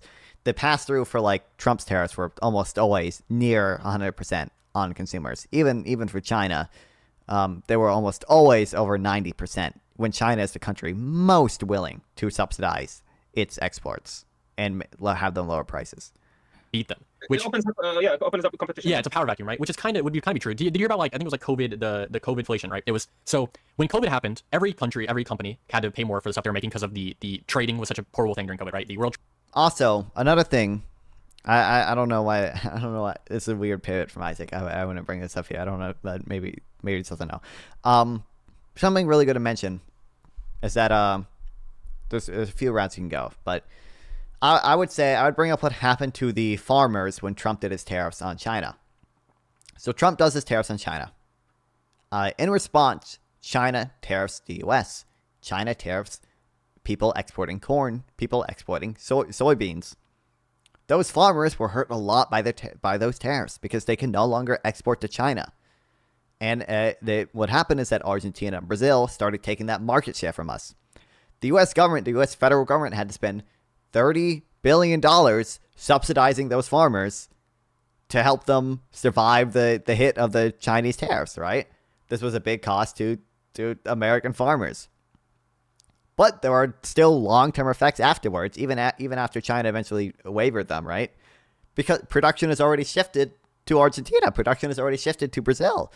China wants to buy from them more now because they know they can more reliably trust them because they don't have a fucking retarded president that comes in and puts 20% tariffs on them every year, right? And two, there's just like economies of scale, like as the land, the infrastructure is built out there, and now they have an advantage because they already have all the fixed cost built, and they have economies of scale, which benefits them. Like, yeah, and there are other reasons tariffs hurt exports as well that are a little more complicated. But basically, you know, a big reason is they make the U.S. dollar more expensive because, you know, ideally people are like buying less imports. You're supplying less dollars into these foreign exchange markets. That reduces the supply. That makes the U.S. dollar more expensive for other currencies. What that means is that it's more expensive for them to buy our exports. So that's them hurting exports as well. I mean, this is intuitive. Like if you tax gasoline, you reduce both the sale and purchase of gasoline. If you tax imports, you also reduce exports. Like this is how economics work. You tax on one side of the transaction, usually taxes the other side as well. Trade was and to be clear, we have empirical evidence from this, not just from Trump's tariffs. Although the evidence on Trump tariffs is strong, it did not increase American manufacturing because it hurt exports. It hurt them through tariffing their intermediate goods like steel, which is used to make other things, right? But like the IMF did a study on this. The IMF did a study, 151 countries from 1963 to 2014 found that tariffs lead to higher unemployment, lower productivity, an increase in exchange rate appreciation, which is making the currency more expensive, which reduces your exports, and only small differences on the trade balance, which is usually what you try to reduce with tariffs. You try to reduce the trade deficit, but it has very small impacts on that. Very severely impacted. So Can I ask you a question? Go ahead, finish. I'm going to ask you a question. It's going to link to tariffs. Yeah. So prices went Because up. sanctions are the same thing. Why are you not against sanctions? Let's go ahead. Go ahead, though. So prices went up under that. So after prices went up, and then after COVID, then the cost for transport and cost to trade was back down. Did these companies lower these prices? It was no, because they've already been shown that if the American public can afford this higher price, let's keep making them afford this higher price. I don't know. Some places did lower the prices. I don't know why we're doing the greedflation narrative now. Really? What? Why didn't Kellogg go back down to before COVID prices if they wanted competition? Because they know. I mean, grocery prices to an extent we actually have seen a little bit of grocery price deflation, but more importantly,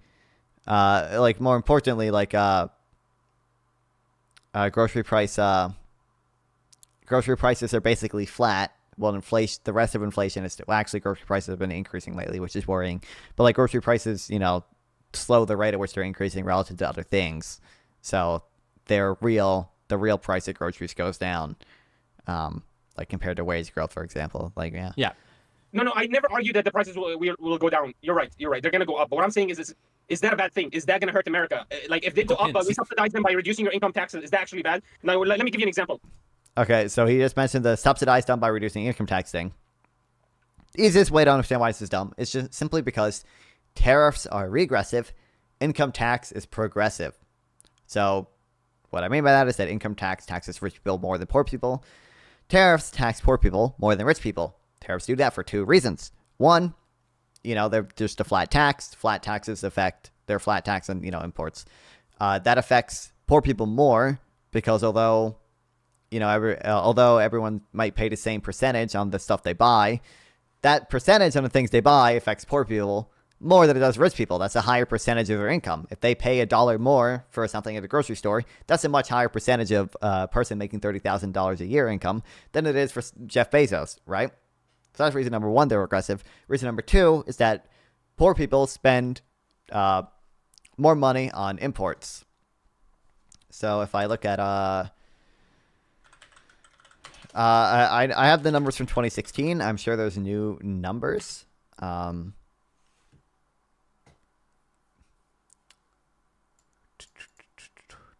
But I have the numbers from 2016 because that's what I saw cited. American consumers at the 10th percentile in the revenue distribution, so the bottom 10%, owe 69% of his or her purchasing power to international trade. The median consumer at the 50th percentile, 37%, and a consumer at the 90th percentile, only 4%. One can also view these percentages as representing real income losses that would be suffered if American borders were completely closed to international trade. Now, obviously, American is never going to be completely closed to international trade, totally unrealistic, but you can very clearly see how these people are going to be way more hurt by tariffs than they are by income tax, because guess what? Income tax is progressive.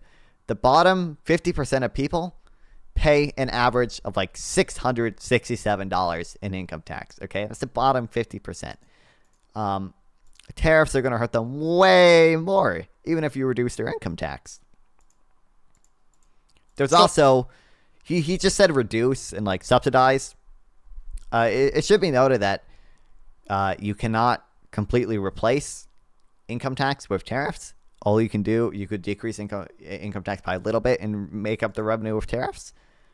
Income tariffs can't raise as much revenue as income taxes because the tax base is much smaller.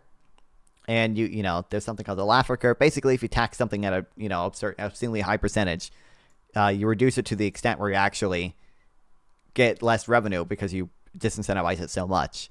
So the revenue maximizing point of tariffs is probably like a 40% tax on them, and that would only raise like $500 billion in revenue. The income tax raises like $2.2 trillion in revenue. So. Oh, let me give you an example, because you're very anti-tariff because it increases prices. But it seems to me you're not depends on what. It depends on what. So like, there's some things that are probably good to tariff and something that aren't. I don't think going to into a trade war with China over steel is a good idea, right? Because we can buy. We already are doing it. We're already doing that. We're already in. Tariffs on China are arguably the best place to do tariffs. Like a good like talking point against Trump's tariffs is that they don't really help us in our fight against China.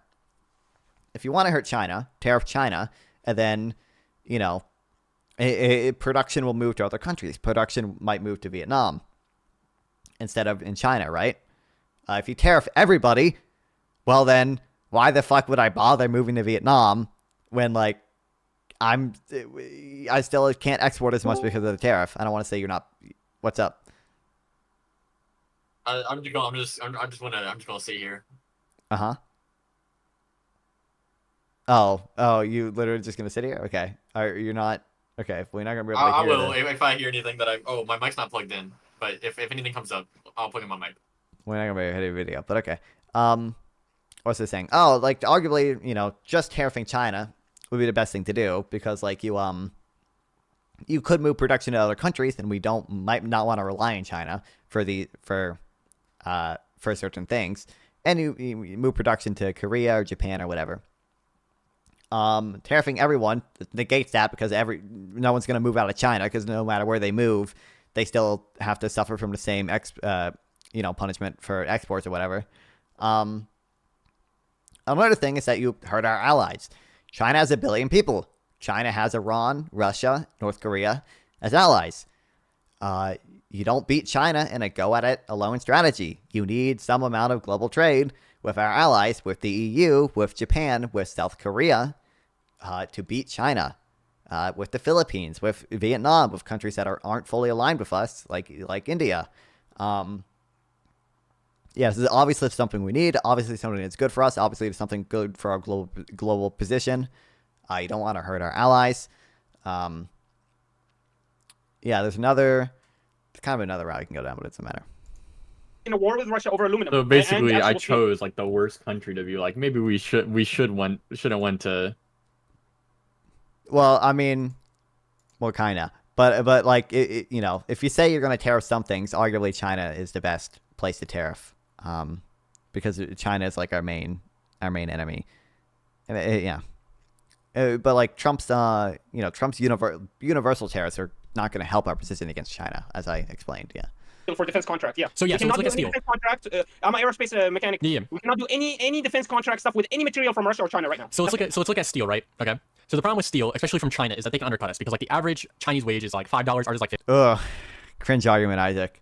So like the one, Menard's point is not wrong. You can have a national security justification for trade, right? So you might not want to rely on China for steel because we need steel for military purposes. You might not want to rely on China for batteries because we need batteries for fucking drones, which is an essential part of a modern military. I'm out to defend China's steel. The steel tariffs are probably not great, but there are better ways to do it. I was about to get to, but you should not let your opponent if they say like tariffs are going to bring back jobs, also we don't want to rely on China for steel. You don't want to let your opponent get away with the tariffs are going to bring back job point, because that's the fucking dumbass retarded point. If you make it to the national security point, you should make it clear. I could accept that argument, but your position has to be the national security concern outweighs the detrimental economic effects. If they say, well, I don't think there's detrimental economic effects, then just say, well, I want to debate that. That's what I do. Right. I want to talk about the negative economic effects before considering whether the benefits to national security outweigh that. But also, tariffs just probably aren't the best way to do that. Like, just do tax credits or subsidies, like what Biden did with the CHIPS Act. Like, there's a good example of semiconductors, actually. Semiconductor fabrication requires equipment that can only be made in the Netherlands right now, right? So let's imagine you tariff everything. You tariff steel, you tariff the stuff from the Netherlands, okay? First of all, I gotta pay more shit to manufacture semiconductor stuff here because literally everything I use costs more money. And the stuff I can literally only get from the Netherlands, that cost just gets 100% put onto me, right? Like, there's no domestic, like, that can literally only be made in the Netherlands because of IP laws and intellectual property laws. That can't be made here. You're just passing the cost onto me. You're making it more expensive for me for no reason, which is why something like the CHIPS Act is a lot better, where you just say, hey, company, if you build a semiconductor fab, we're going to reduce your tax liability by $1 million next year. Just give them a tax credit. It's like way better. There's way less deadweight loss. You don't harm everyone else. I mean, you have to tax everyone else, I guess, but you don't harm everyone else to the same extent through like higher prices as you do with tariffs. Tax credits are just almost always better. 15. So no matter what, the cost of labor is always going to be cheaper in China. So what we do is we import this is I don't know where you're going with this, but like, it's kind of a dumb argument. Basically, the easiest way to think about it, true, the cost of labor is lower in China, but also their productivity is a lot lower. Their low productivity is compensated with low wages. They should specialize in what they have a comparative advantage in, just like we should specialize in what we have a comparative advantage in. We have a comparative advantage in things that are very high productivity. Our high productivity is compensated, or our high wages are compensated for by our very high productivity. So if we specialize in what we have a comparative advantage in, for example, research and development, software engineering, things that are very high productivity, the fact that we have very high wages is compensated for with our very high productivity. That's why it still benefits us to specialize in what we have a comparative advantage in, and it still benefits China to specialize what they have a comparative advantage in. And if we trade, we both end up with more than we otherwise would have if we, if we were all isolationist. The steel from China and we use it to build cars, right? And the cars are for the American public. Now, if we tariff those and make them about the same price as China, with just on labor alone, would make it 3 times. That's not excluding other things. The labor cost, because the average labor price in America is like $15 an hour. The average in China is 3. Just off of that alone, the price would skyrocket to like 3 times. Therefore, a country can in fact compete against low-wage foreign producers so long as they specialize in what is comparative advantages. This is because in areas of comparative advantage, the higher productivity of labor offsets its higher costs. For example, despite the fact that the average manufacturing job in Mexico, or the average manufacturing job wage in Mexico is only $4.50 compared to $19.50 in the United States, the U.S. still exports coins, soybeans, and plastics to Mexico because in these areas, the productivity of American workers is high enough to compensate for the much higher wages. And on Mexico's side, low wages compensate for their low productivity, which can ensure they can export things like furniture, bedding, and fresh vegetables.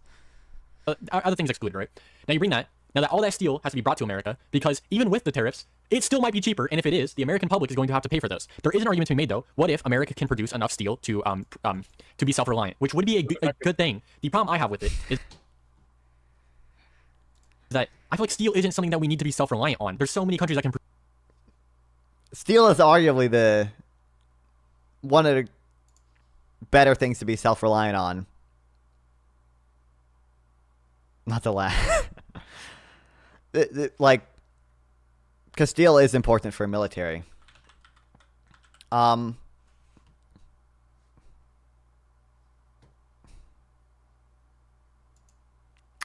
Basically, I mean, there's an opportunity cost for everything, right? So being like self-reliant on steel, every low productivity steel worker is someone who isn't working in Apple, making much more money, making the U.S. economy grow way faster.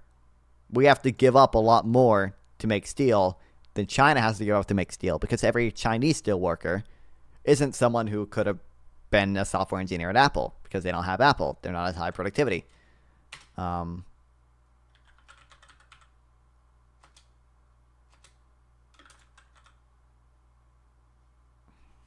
Where's the... I really like the...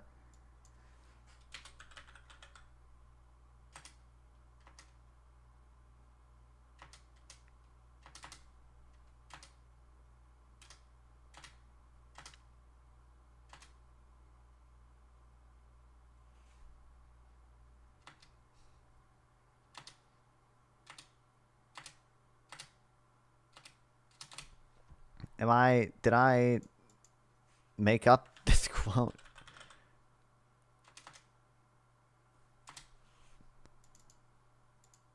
Hold on.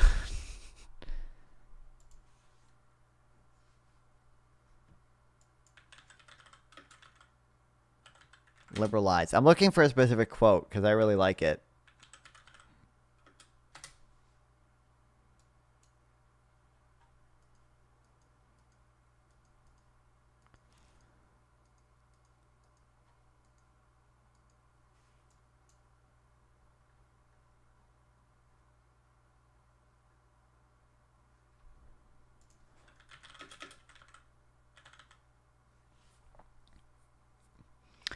Yeah, I mean, it's just this. There it is, fucking finally. After a tariff is imposed, domestic resources previously used and still could be used to produce other goods are reallocated to produce an additional quantity of the protected good. This increased domestic output is a waste or deadweight loss because the good in question could still be imported for a better price, while domestic producers were able to produce something else instead. Produce steel that we should leave that up to? Why wouldn't we become self-reliant on making Teslas? Why wouldn't we make the final product, not the initial product? The value, the American labor force is the you're kind of right here, yeah. Like, although again, Sample doesn't like when I do the information aggregation memes because people don't get it. People don't get it stuff. People don't get this stuff, and like Minar is too dumb to understand this a lot. Basically, we can have all these arguments about like what is the best job to have here at the final production or blah blah blah blah blah. Easiest way to like cut through this is like a big reason why the free market is good is because it aggregates information. It aggregates the preferences of every buyer and every seller in the market. It aggregates all their individual information. The government does not have this information. If the government is trying to choose whether to have the, final production with a Tesla here, or whether to have the battery production here, or whatever, the government suffers from a lack of information and simply does not have all the information necessary to know which is the most productive one to have here. Hey, who is Isaac Rhodes? He's a podcaster, YouTuber, non-fun orbiter guy. He's basically just a non-fun orbiter at this point. That's what he is.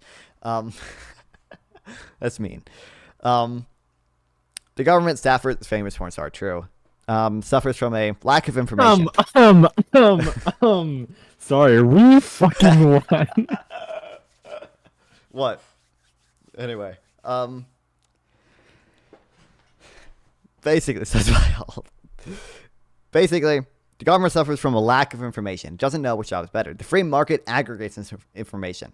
What Menard wants to do is impose on free markets. He wants the federal government to impose on free markets and distort individual choice and change the outcome of he changed the efficient outcome of the free market to a less efficient equilibrium that has net cost. Yeah.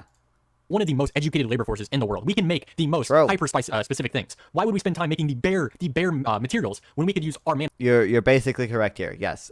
Something good to point out is that like manufacturing jobs have decreased quite a bit, but manufacturing output in the United States has actually gone up like 180% since 1970 or something, because we might have a lot less jobs now, but we're way more productive. And I don't the way this book defines manufacturing is dumb, and like I don't expect any debate opponent to accept it. But like arguably, like the US still manufactures a lot of things. It's just like, we manufacture software. We manufacture the designs for iPhones every year that the Chinese slaves just put together, right? Like, yeah. Manpower, which, by the way, the American labor force has been shrinking year after year right now. We're losing workers. Unemployment is so low, it's dangerous, right? We are losing people. Why would we want to send more people to work in so low it's dangerous? When we can send people to That's a little... I mean, it's debatable. Tesla factories. Why would we want to send people to make like wood when we can have people building houses? Why would we want people to... You're basically right, though. To have... You're... Okay, wait. My point was, yeah, isn't it like, so I've seen like the American labor force has like been shrinking year after year. That cannot be a good thing is what I was getting at. Sure. The unemployment thing is a little it's debatable, but yeah. The labor that's force because you're you correct believe in on. that stupid fucking curve, okay? That was because I don't believe in a curve. Okay, I'm Oh, anti. yeah, you forgot you left the curve. You became alpha pilled. I left it. Yeah, exactly. If you believe in a curve, unemployment could go too low, but aluminum when we can have Pepsi plants. Like it's like, why would we worry about these baseline things that we can get from anywhere in the world, right? A uneducated labor force can get steel, right? It's true, right? The most uneducated labor force can probably produce steel. Can the most uneducated labor force make a Tesla? No. And also, why would we not focus on that then? That's what I'm saying. We should be focusing on not the baseline manufacturing, the more hyper specific. Like, I don't know if the Biden's Science and Chips Act was amazing. It was to incentivize making semiconductors. If we can become self-reliant on semiconductors, holy shit, is our economy gonna grow? Can I ask you a question when it comes to that? Let's say you become self-reliant on. I want to say our economy is going to grow. It's just that there's a national security concern there. Because technically, like, it's still like the CHIPS Act probably has net cost, at least in the short term. It's just that the national security element of it justifies the net cost. Also, wouldn't the price drop a lot? What do you mean? For what, semiconductors here? As they build more plants here, the price will drop over time as they build out the fixed cost. But it's probably never going to be as cheap as it was in Taiwan. And also, we're giving up more to make it. Like, everyone working at the semiconductor fab is someone that could have been working at a higher productivity place, presumably. Yeah, it's just that there's a big national security concern there, so we should probably onshore some semiconductor manufacturing. And also, like a point you can bring up here too, again, is like, are we not hurting our allies when we like fucking what's higher productivity in the semiconductors? I feel like those take a lot. Not really. The actual manufacturing of them is not particularly high skill. That's why China is able to do it. They're like critically important, but the manufacturing of them, the assembly of them is not particularly high skill. The design of them is very high skill, which is why China is able to. The design of them is very high skill, which is why, like, the U.S. designs them. Are you saying Taiwan is owned by China? China also makes semiconductors, right? But Taiwan, yes, which is its independent country. I'm not taking the Taiwan as China position. Semiconductors. Okay. Yep. Wouldn't that force you to be reliant on that company, that country that creates your commodity? Like, let's say because you want to divest away from all commodity. You don't want to actually.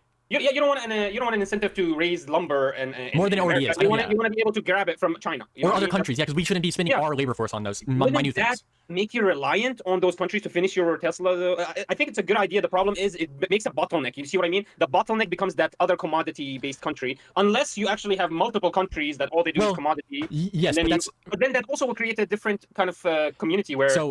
You know what I mean? Like, you're almost creating classes. But that's how the world is now, right? Like, if we want to build, like, America is, I think, isn't Tesla only produced in America? So we have to get enough steel in Tesla factories to produce Teslas for the entire world. I don't know where Teslas are made. America cannot produce that much steel, along with everything else we use steel for, right?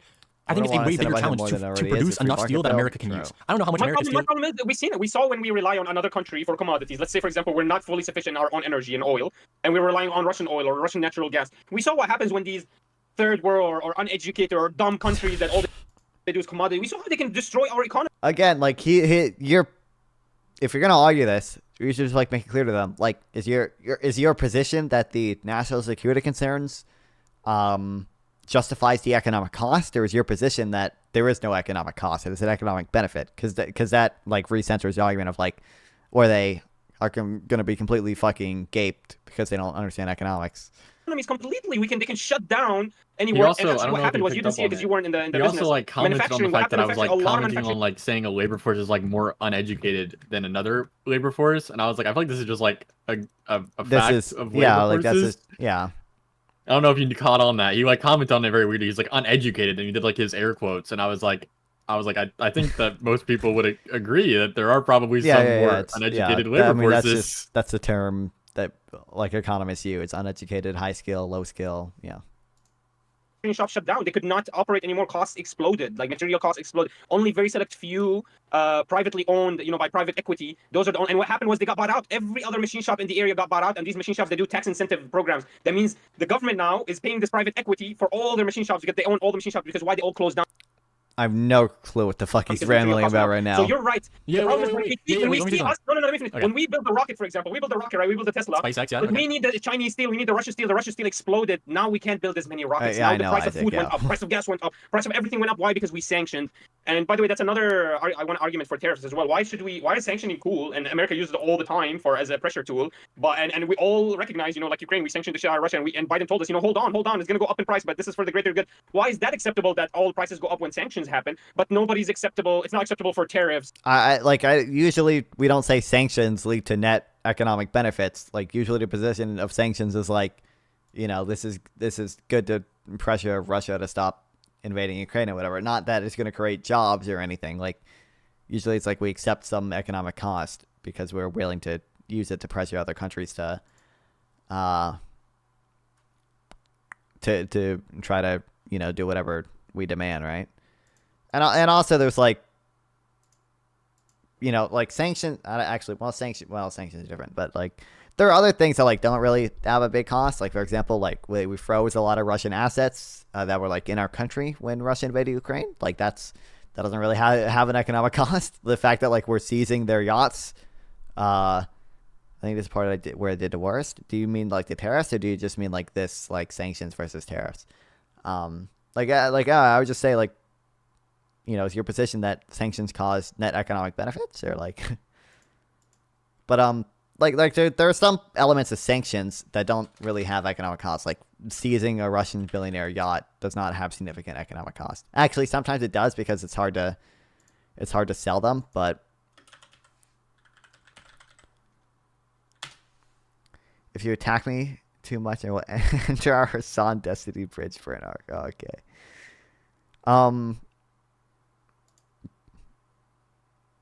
But like these aren't particularly. A lot of these don't hurt U.S. consumers as much as tariffs do, is my understanding. That's possibly going to subsidize your income. You know what I mean? There's just a little bit of inconsistency there. Two things. When I see everybody's angry at tariffs, but they're totally cool with sanctions, or you know what I mean? And then this other idea that you built that we shouldn't be a commodity economy. I think we should. I mean, Russia proved that a commodity economy is the center of the world. Did they? You should make them bite the bullet here. Like, to be clear, you're saying you want the U.S. to give up all of its high productivity service industries. Like that's the bullet you have to bite. You want everyone's real income to go down. Productivity is like highly correlated with wages, right? That's arguably what it's responsible for. Wages is productivity. I would hope that he would bite the bullet. Like these service sectors are, in terms of like economic output, is high productivity. Do you want everyone to give up those high productivity jobs for low productivity commodity jobs? Like, so two things. The first thing is, even you hit the nail on the head on the coffin in your first thing. Yeah, manufacturing. You said that as prices went up, they had to shut down a large amount of manufacturing. And if we both agree that tariffs are only going to make prices go up in the short run, what do you think is going to happen to the manufacturing? Yeah, it's going to shut down a lot of manufacturing. Yeah, and then on top, but then wait, by the way, I can link you like 100 studies that show this.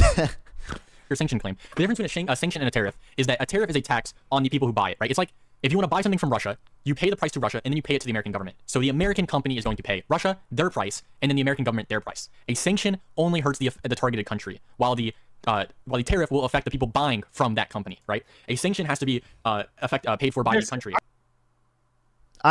You're not entirely wrong. Like sanctions do have detrimental effects on the population here as well, but I don't think it's comparable to the extent that tariffs have negative effects on the people here. I don't think these are comparable. Unless you're like highly dependent on another country for energy, as some of the European countries were, then maybe you could argue that. Aren't they similar? Just, by the way, speaking on the energy point, ask him whether he wants to tariff oil. Ask it. This is what you do. Do you think it's bad that the Keystone Pipeline was canceled? And they say, yeah, Biden, evil. Keystone Pipeline, evil. He. And then you say, okay, the Keystone Pipeline was taking oil from Canada to the U.S., right? Do you want to tariff Canadian oil at 10%? They're very similar. Yeah, they're very similar because they will always end up hurting the country targeted. Yeah, they hit on a certain thing. They both hit on something. But the difference, they cut something specific. The difference is sanction usually involves like banning trade or like restricting trade from a country through a specific thing. Tariffs allow it. I think that, well, it depends. like a lot of sanctions again aren't that detrimental because they're just like freezing assets that like Russians held here.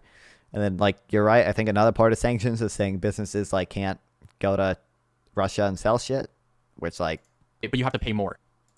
But the thing is, paying more hurts the people that are paying. So whenever Russia sells steel, Russia isn't paying for the steel. They're selling the steel. They're getting their money. The people who are buying steel from them are paying. But whenever you sanction it and you're like, hey, no more buying steel from Russia, that hurts Russia specifically. That doesn't hurt the other countries. The other companies that directly. Sure, they'll have to pay more from buying from other people, but Russia will feel the effects way more than the people that are buying, okay? But with a tariff, the tariff will always be felt more from the people who are buying. That's the difference. Okay, interesting. Maybe No, they're very similar. Maybe you have a point. Yeah, they're very similar. I understand what the confusion is. To me, you're still a supporter of the Ukrainian sanctions. You completely, even though you realize and recognize they really hurt the economy. They did so much bad. But they really hurt the Russian economy. I'm not convinced that they hurt our economy that much. No, but they also hurt the American economy. They hurt European economies way more because they were way more reliant on Russian energy. But us, they probably did not hurt that much. Agreed. I mean, gas prices literally directly linked to the Russian gas and Russian oil. Well, I think that's true. Weren't you the one that made arguments earlier that we probably shouldn't be self-reliant on countries like Russia? So in the long term, not becoming self-reliant on them. Yeah, But by the way, I probably know this, but we're energy independent now. We make more oil than any other country in the history of ever right now. So your argument is we should rely on Russia, and then I'm proving to you if we do, it's gonna the second we have to do something, or they don't like us, or they shut down, or they have a bad economy. Turns out these uneducated. By the way, uneducated, like that's true. They are like relative to the U.S., but again, like you can do the national security thing. Like it's your position either that the economic cost are outweighed by the national security benefit, or it's your position that there just is no economic cost. And then I would do like there are better ways to reshore some of these manufacturings, like we did with the CHIPS Act. That didn't I think the CHIPS Act actually did have a little bit of export controls, and I think we might have a little bit of tariffs. I don't think the CHIPS Act got tariffs, but Biden did also do tariffs on some specific Chinese goods, but nowhere close to Trump's universal tariffs. Like, these dumbass third worlders run our country, run our economy. They shut down all our Teslas. Well, so you're right. Maybe we're so sophisticated we should get into Tesla. Also, I haven't done a ton of reading on this, but it's generally well accepted that free trade leads to more peace because economies are, interdependent on each other, and there's much less incentive to go to war. There are studies on this. I've not looked into them too far yet, but this is generally accepted that free trade leads to more peace in the world. Manufacturing, but also we should never bottleneck ourselves because that's what's happening. We're bottlenecking. I get what's happening now. That's what the colonial project is about. There's a bottleneck, and they need to pop it open so they take over these. So let me ask you this: What do you think is likely to bottleneck us more, though? Do you think allowing us to buy steel from any country on Earth? Do you think that would bottleneck us, or do you think trying to make it so we can only buy American-produced steel would bottleneck us? My problem is I feel like this is a manufactured concern from you because you were never worried about this bottleneck when we announced those sanctions, and we knew it was going to hurt. I can explain. The difference between the sanction and the tariff is how it affects the country involved. The tariffs will not hurt China. Countries are going to buy steel from China and then pay the tariff. China is not paying the tariff. That's the difference. Russia, think about it. Do you think China's GDP is going to go down when these tariffs are put in place? Do you think that their currency is going to become so devalued like the Russian currency is? What is the Russian US? I'm kind of trying to imagine. China intentionally devalues its currency because it helps their exports. China, if China's currency goes down, they're very happy. On the currency appreciation, though, it should be noted that tariffs do lead to currency appreciation. They make the currency more expensive in foreign markets, and that hurts exports. That reduces exports. In my head, I think what's going to happen is they're going to have to increase their... Also, arguably, exports are more of a cost to trade than they are a benefit, because exports are using your resources to give to foreign countries, whereas imports are other countries using their resources to give to you. I say give, but to you. So arguably, exports are more of a cost than imports are. Imports are the benefits of trade. An easy way to think of this is like, well, let's say the U.S. put a bunch of exports on a ship, sailed it to the UK. The UK loaded a bunch of imports on the ships, but when the ships came back, the ship sank. Are we better off in this situation of we got to export with no imports? Well, obviously not. We exported a bunch of shit, and we didn't get shit in return. Yeah. But would we be better off with a situation where we get imports, but don't have to export? Well, arguably, we could be. Yeah, like... wages. Yeah. So the ruble... They have to pay more money to the Chinese workers. The Russian ruble to USD right now, 1 ruble is worth about, let's see, I know it went up. It's at 1 cent. Yeah, it's at 1 cent, right? That's where it's been. Fire. That is just, we're looking not good, okay? Their economy, for reference, in 2008, it was worth 4 cents. In 2013, it was worth 3 cents. It was after their engagement with Crimea and Russia that it dropped to 1. So they lost a fourth of their value and then 66% of their value. Now, that's the difference between a sanction and a. The sanction is hurting. It hurts them a lot. With potential. There could be blast effects, yes, but the blast effects are more guaranteed under tariffs, yes. Yeah, they're like side effects, the point of a tariff, the point of a tariff is you hurt yourself in the short run, but in the long term, you produce manufacturing in America. So my problem with Republicans is that they don't want to acknowledge that in the short run, it will hurt us. The universal tariffs on literally everything are not going to be beneficial in the long run. Again, universal tariffs have all the detrimental effects of increasing exchange rates and increasing the cost of intermediates and increasing the cost of, everything they use to make factories, right? That's never going to help bring American manufacturing back. That's just not true. And then there's the other point of like, do we want to bring American manufacturing back because of comparative advantage and opportunity cost? Like, it's just not necessarily a good thing to do because, again, you give up a lot to do that. There's just no point in doing it, except for grave national security concerns. I just meant the idea of a tariff will hurt in short, but help in the long run. Republican will never say it hurts in short. I mean, that's about like they should bite the bullet on it's just being fucking stupid, but they won't do. They should bite the bullet that like it will increase prices at least in the short run while we build out infrastructure and the economies to scale that benefit us, but they'll. So that's my big fight. And then I think, look, I understand why. It's kind of almost like when you say, well, look, Trump wants to pull out of Syria. What the hell is you insane? Does he not acknowledge that we're going to leave a vacuum there and all our Kurds, yeah. But maybe he has a plan. Maybe you got to just chill and let him do his thing, and he actually does it right. And yeah, he says, I'm going to pull out of Syria, and he pulls out of Syria amazingly, and he doesn't actually. He left the Kurds. He left our Kurd allies. Yeah, but the Kurds own the north of Syria right now. They had Turkey with them. They were not. I would say they're not as big. They had Turkey with them. What did we abandon them to Kurdish attack? What didn't Turkey literally fucking hurt U.S. servicemen while we were evacuating because they started attacking the Kurds before we even fully left? Yeah, they don't own as much as they did, but they still have a country over there. But they're our allies. We left, and also, okay, then let's talk about that. Is Trump someone you think will get it? So what is his big promise today? Let's look at the war in Afghanistan. Did Trump pull out of Afghanistan? Are you done talking about tariffs at this point? Or are you still? This way. Been negotiating with. And do you think that in the Cheney example of draining the swamp? Probably, yeah. I don't think you talk about tariffs again. So. And on top of that, but they own Syria. They own the north of Syria. I think we end up spinning back, but I would just it's a similar conversation. So like we're gonna talk about that for 20 minutes, and then he's gonna wrap it all the way back around, and we're gonna go back to tariffs. Yeah. So yeah. There was a few.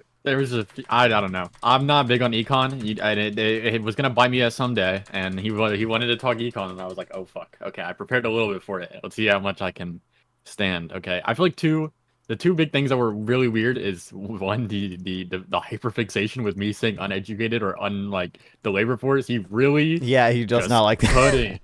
He just couldn't like fathom I'm not saying it in like a weird way. I feel like this is commonly accepted. And then I think I don't know. There was just what do you think? I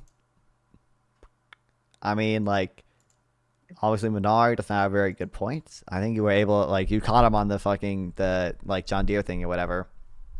I think you should just it's just important to understand some of the things that said, like, free trade or these tariffs are not going to be like a net benefit. Like they're like a cost or whatever. Like, so if he says, do you think it's going to benefit the economy? Just be like, well, I think that's probably still a net cost to the economy. No. And then like on the national security thing, I would never fight on the national security side. I would just say, is your position that the economic cost or the national security benefit justifies the economic cost, or is the position that there is no economic cost and also it's a national security benefit? Because obviously if you don't think there's any economic cost, then like you see the national security benefit and you're always going to take that. So like you should debate that. And then like I would like I always try to make people clarify, like, are you in favor of like literally universal tariffs? Because like if so, 90% of the defense for tariffs goes away. 90% of the shitty defenses for tariffs goes away with universal tariffs. Even though specific tariffs don't protect jobs, we saw this when Obama put tariffs on when Obama put tariffs on Chinese tires that cost 2,531 jobs. We saw it when Trump put tariffs on washing machines. We saw it when Trump put tariffs on steel. They just do not protect jobs. The very simple econ model shows why they don't protect jobs, and the empirical data backs this model up. Hold hold on, let me quote an Iowa car crop model to you. Uh-oh. I'll quote that to you in a second. But like, if you say universal tariffs on literally everything, or like the vast majority, is like all the arguments are just completely fall apart, because it's like, oh, if we tariff, this, tractors or whatever, they're gonna start making tractors too. It's like, well, you're also tariffing all the tires they import. You're tariffing all the steel they import. You're tariffing all the energy that they import, to run the fucking machines. You hurt consumers so much that they have less income, which, like, by the way, trade increases real income and productivity, which are two things, like, that you hurt consumers' ability to spend. So not only are the jobs that you protect deadweight loss, but you also have the deadweight loss on the consumer side, and that consumers are now being forced to pay more for goods that they could have previously imported at a cheaper price. Yeah. There's a very, if you watch the stream I've had, I've quoted this at you before, but there's this very good intuitive model for understanding why tariffs don't protect jobs. They just protect certain types of jobs at the expense of other jobs. I don't know. Wait, did you get that message, or what? Why is it when I try to DM you, it's just red? Oh, I blocked you, obviously. I don't know. Here, look. I can see you typing. Oh, why? Oh, I tried to send you a message and it also went red. Okay, we blocked each other apparently, I guess. Yeah, I told you if you insulted me too much. You even... Okay. Oh, really... I tried to upload an image and it just said internal error. I think Discord might be having some problems. Discord might be, yeah. I'm gonna send you a link later or whatever, but very simple story. The Iowa car crop. There are two technologies for producing automobiles in America. One is to manufacture them in Detroit, and the other is to grow them in Iowa. Everybody knows about the first technology. Let me tell you about the second. First, you plant seeds, which are the raw materials from which automobiles are constructed. You wait a few months until wheat appears. Then you harvest the wheat, load it onto ships, and sail the ships eastward into the Pacific Ocean. After a few months, the ships reappear with Toyotas on them. International trade is nothing but a form of technology. The fact that there is a place called Japan with people and factories is quite irrelevant to America's well-being. To analyze trade policy, we might as well assume that Japan is a giant machine with mysterious inner workings that convert wheat into cars. Any policy designed to favor the first American technology over the second is a policy designed to favor auto producers in Detroit over American auto producers in Iowa. A tax or ban on imported automobiles is a tax or ban on Iowa-grown automobiles. If you protect Detroit car makers from competition, then you must damage Iowa farmers, because Iowa farmers are the competition. Yeah, that's a very... It continues a little bit, but like that's a very like intuitive way to like understand, like, you're protecting some jobs at the cost of other jobs. And by the way, the cost of protecting those jobs are almost always absurdly high compared to other like government programs to like protect jobs, right? So like we have studies on this from when Obama put tariffs on Chinese tires. Not only did it actually have, negative effects on net jobs, it decreased total jobs, but the jobs it did protect, the burden on consumers was like $900,000 per job protected. That's insane, obviously. Same thing for Trump's washing machines. Not only, I don't know if we have studies in Trump's washing machines specifically, but it almost certainly cost net jobs too. The jobs it did protect in the washing machine industry cost like $815,000 per job. And then that's not even including the cost to subsidize farmers who are hurt by China's retaliatory tariffs, who then couldn't export their goods to China and had to be subsidized $30 billion.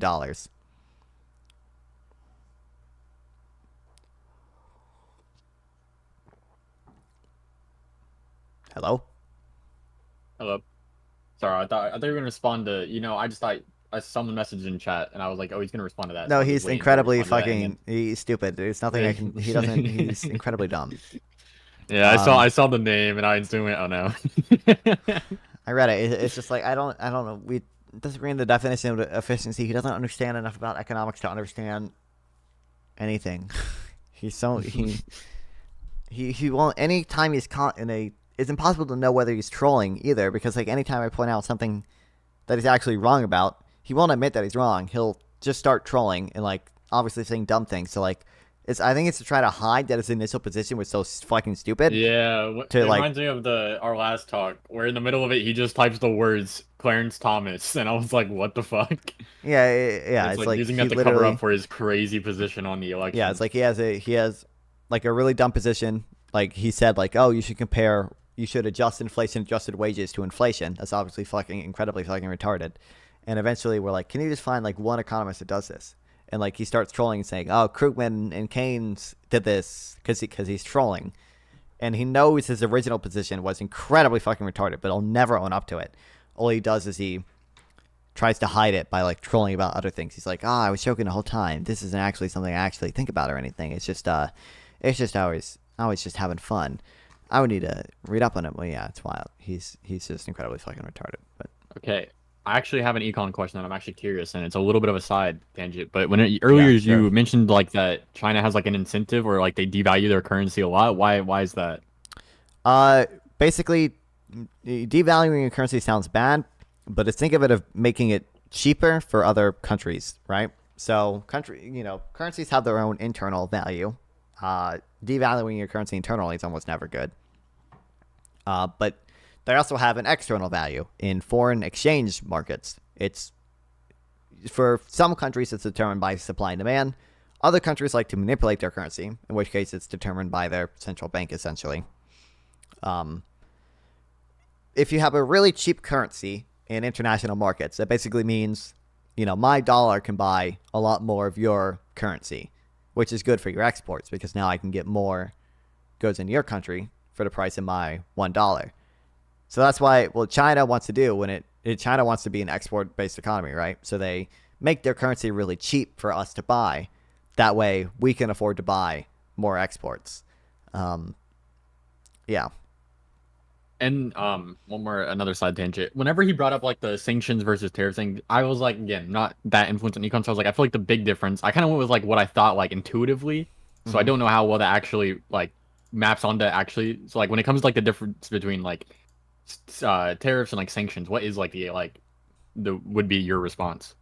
I think I told you my two would be like, one, there are a lot of ways and sanctions probably aren't as painful as tariffs. For example, seizing Russia oligarchs' yachts that are in America aren't going to have the same cost to consumers as tariffs are, right? Like, sometimes we sell the yachts and the government makes money. Now, the government is particularly efficient at doing this, which is why sometimes it actually costs money because you have to maintain the yacht. But it's nowhere near the detrimental effects that like a lot of tariffs have. And two, the argument of sanctions is just sorry. I was looking at fucking dumb Twitter me. The argument of sanctions is not that they maximize economic welfare. The argument is it's justified to have some economic cost for, basically national security reasons. So again, I would just I make them be clear. Like, is your position that tariffs maximize economic welfare, or is your position that tariffs are have an economic cost, but it's worth it for the national security concern? What are these essays? They're notes that I took. Chameleon. He's a nerd. No, yeah. This is gonna go into a complete. Okay, actually, are you done on this? I have a very different question, and I don't want to move on if you have comments. No, I'm good. Yeah, we're good. Okay, so I filmed my podcast today. I should be uploaded soon. But and in it, the co-host was telling me something, and I don't know how true this is, and it's a very scary thing. And if we didn't fix it, I'd be really confused on why we didn't.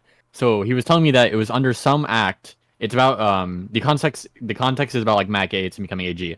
And he was like, during Donald Trump's last term, he had problems filling these spots, and there's a loophole where you can temporarily fill them for 300 days.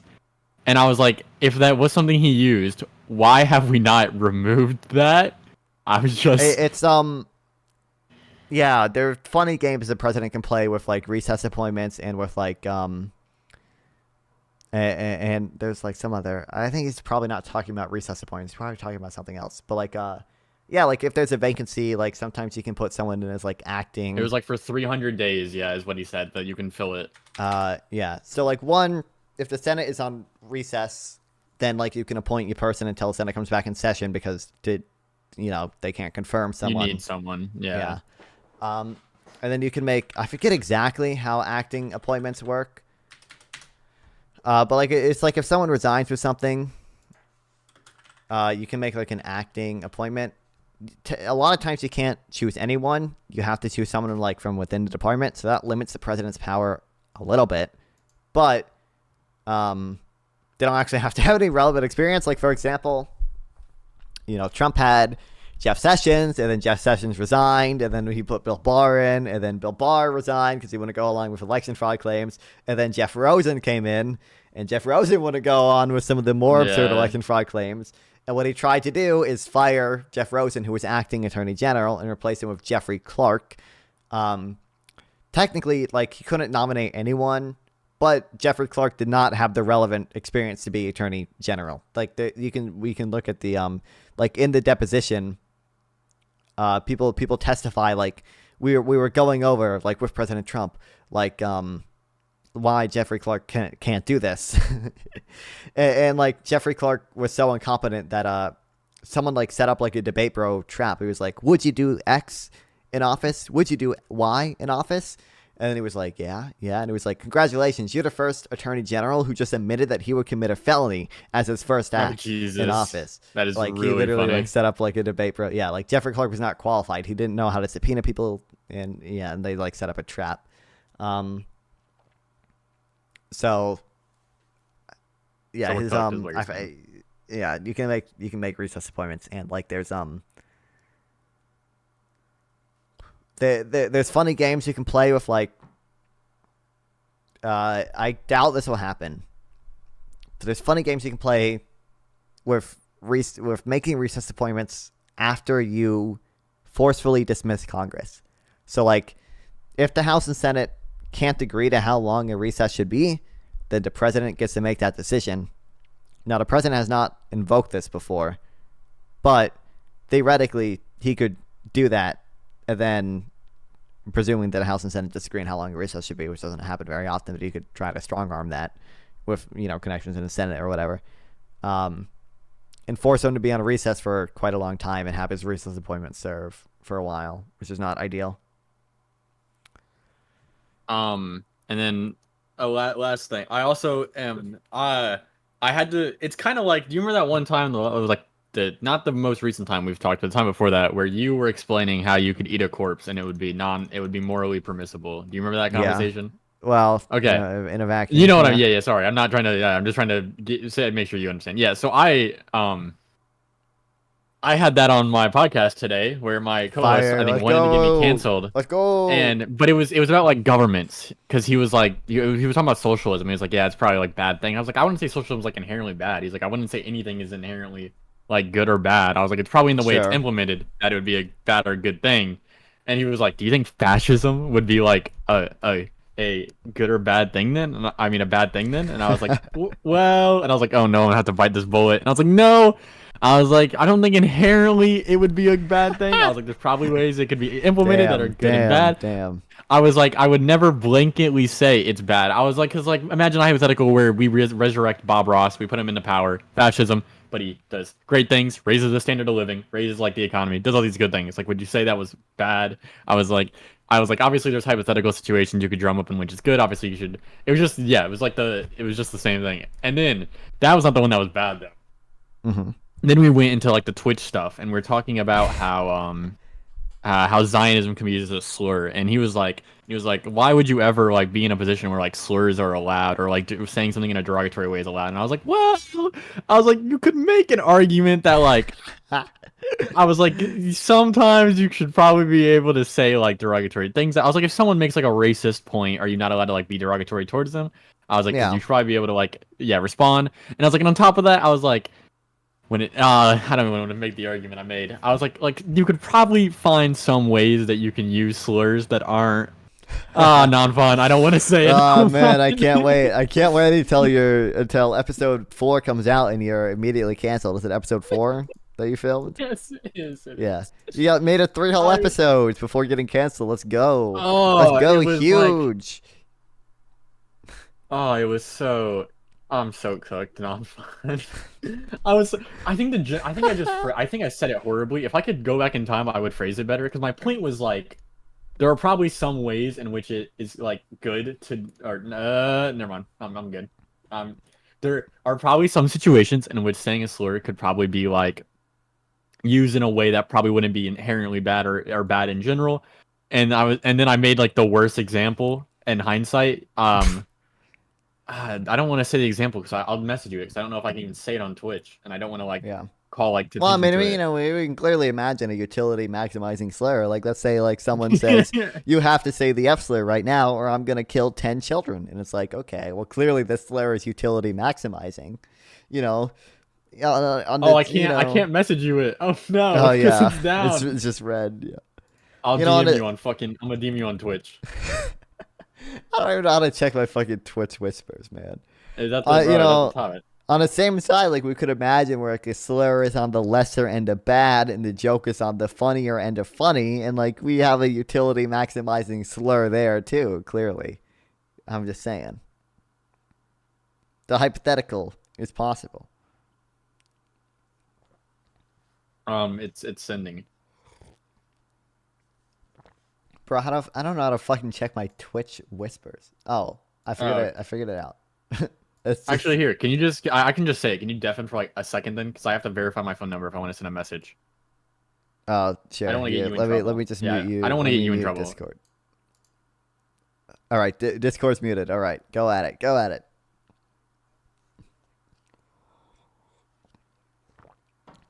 Oh, sure. Yeah.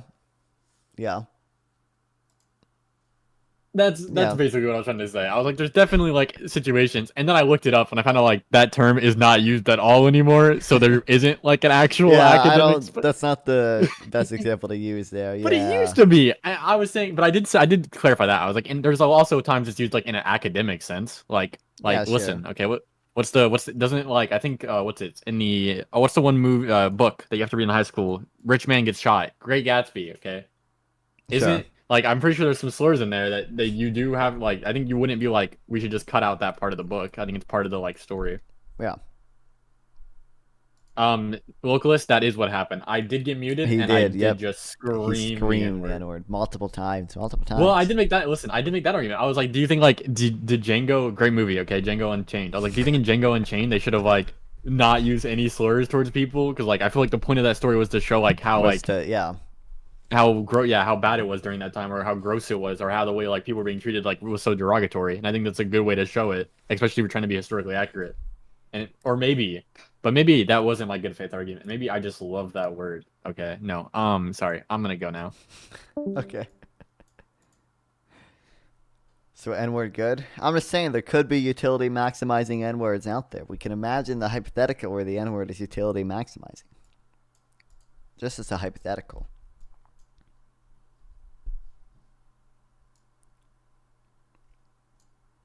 Okay, we got like, oh, what's up? No, I'm just saying, we're having N-word debates? What is this? Yeah, Isaac was, he wanted to talk about slurs for a little bit, I guess. Yeah, totally awesome. Totally epic. Whoa. What? I did not want to talk about slurs for a little You brought it up, I don't know, like, clearly. That? Well, I mean, also Sample's a little bit quieter than you like on your stream. Well, I'm quieter because I'm talking quieter. Oh, okay. I just want to make sure. Yeah, I don't know. You I guys mean, I don't know. Are we all utilitarianism pilled? I mean, yeah, exactly. That's like the easy response. N-word good according to Knopf on his friends. All I said is that hypothetically we could imagine a utility maximizing N-word. Yeah, I mean, if you had to say it or the world explodes. Exactly. You would say it. Exactly. Like. Or are you gonna bite the bullet and say no? I would not. I would stand tall, 10 toes down. Therefore, if it makes my friend chuckle, I should say it. That's well, I mean, like, I don't make the rules. You know, again, slur on the lower end of offensive, and joke on the funnier end of funny. We could imagine utility maximizing potentialities here. let's say you're at a party, right, and you're within a group of people, and you just know an N-word joke would kill it. Okay. Oh. What if it is someone's name? Like, what if it's someone's name? What am I supposed to do? And then they don't respond to any nickname. Like, what am I supposed to do in that situation? Oh God, we're entering our dog words era. If you What got if $5 every say- time you said the N-word, but you had to say it What to a if new person everyone anytime. told me all my life I'm Jewish, but I'm not actually Jewish? What am I supposed to do? Like, can I? Can I not? I don't know how it works. Yeah, who knows? Yeah. Non-fun. Mhm. Let's say, okay, every time you said the N-word to a person of color, okay, you would extend you would extend the days until Donald Trump gets into office by 1 day. How many times are you saying it? Just extend it by 1 day. I don't. Like you take 1 day away from Trump and you give 1 more day to Biden. And then like negative 1,500. Well, you want to get Trump in there quicker? Oh wait! I make Trump. Oh, I thought I'm extending. You take Trump's 1 day. term. No, you take 1 day from Trump and you give 1 day to Biden. Oh, then I'm already. It's already like you'll never be president then.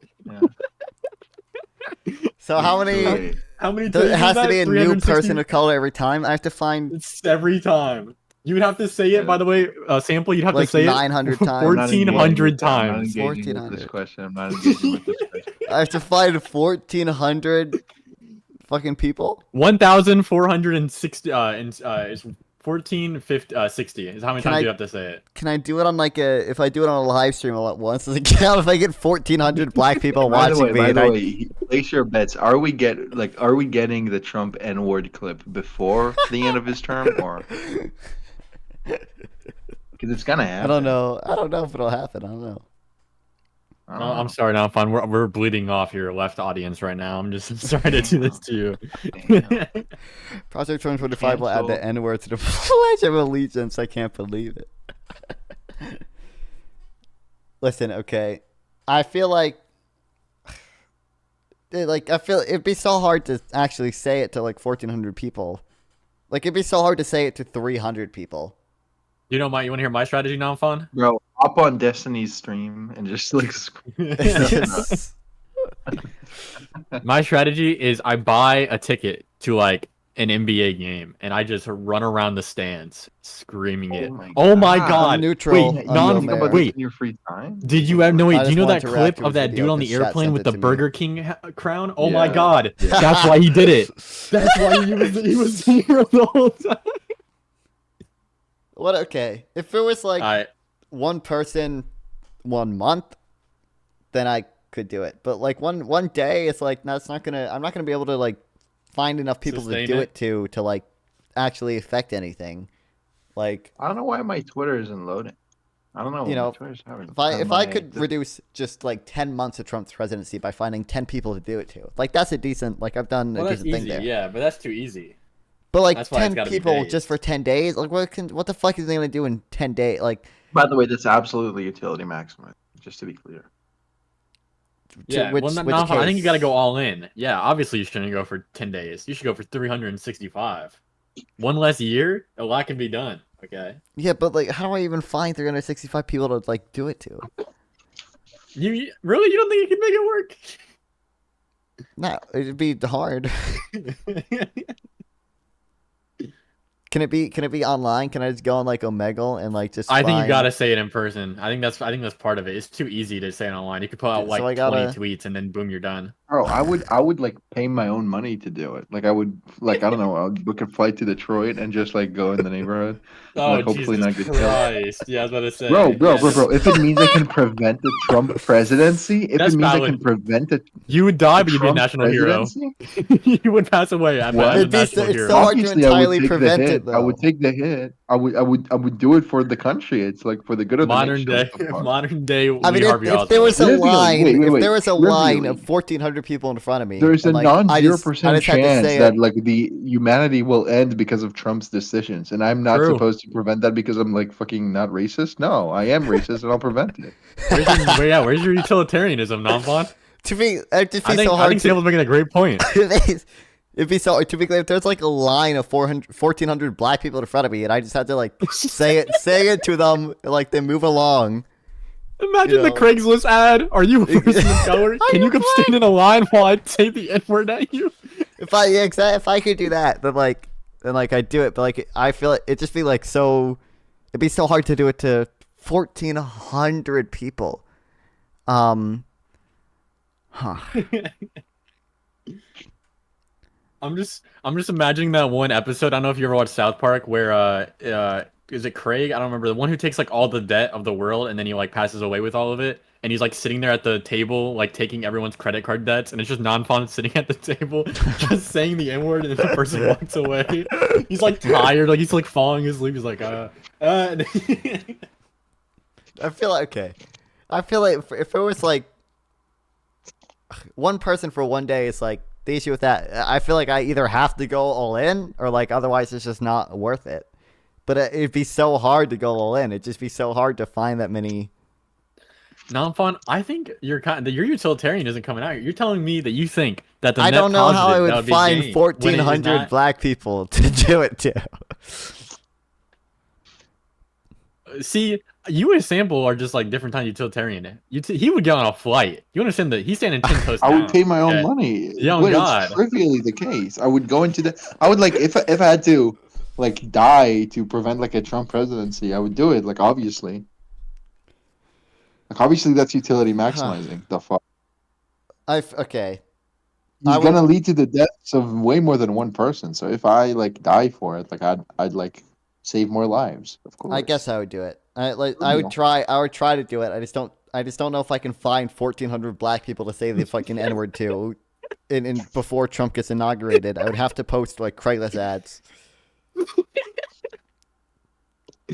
Like, the real take is that like I would die to prevent like 1% of inflation because probably that's like cumulatively more harmful than the pleasure I'm gonna experience throughout my life.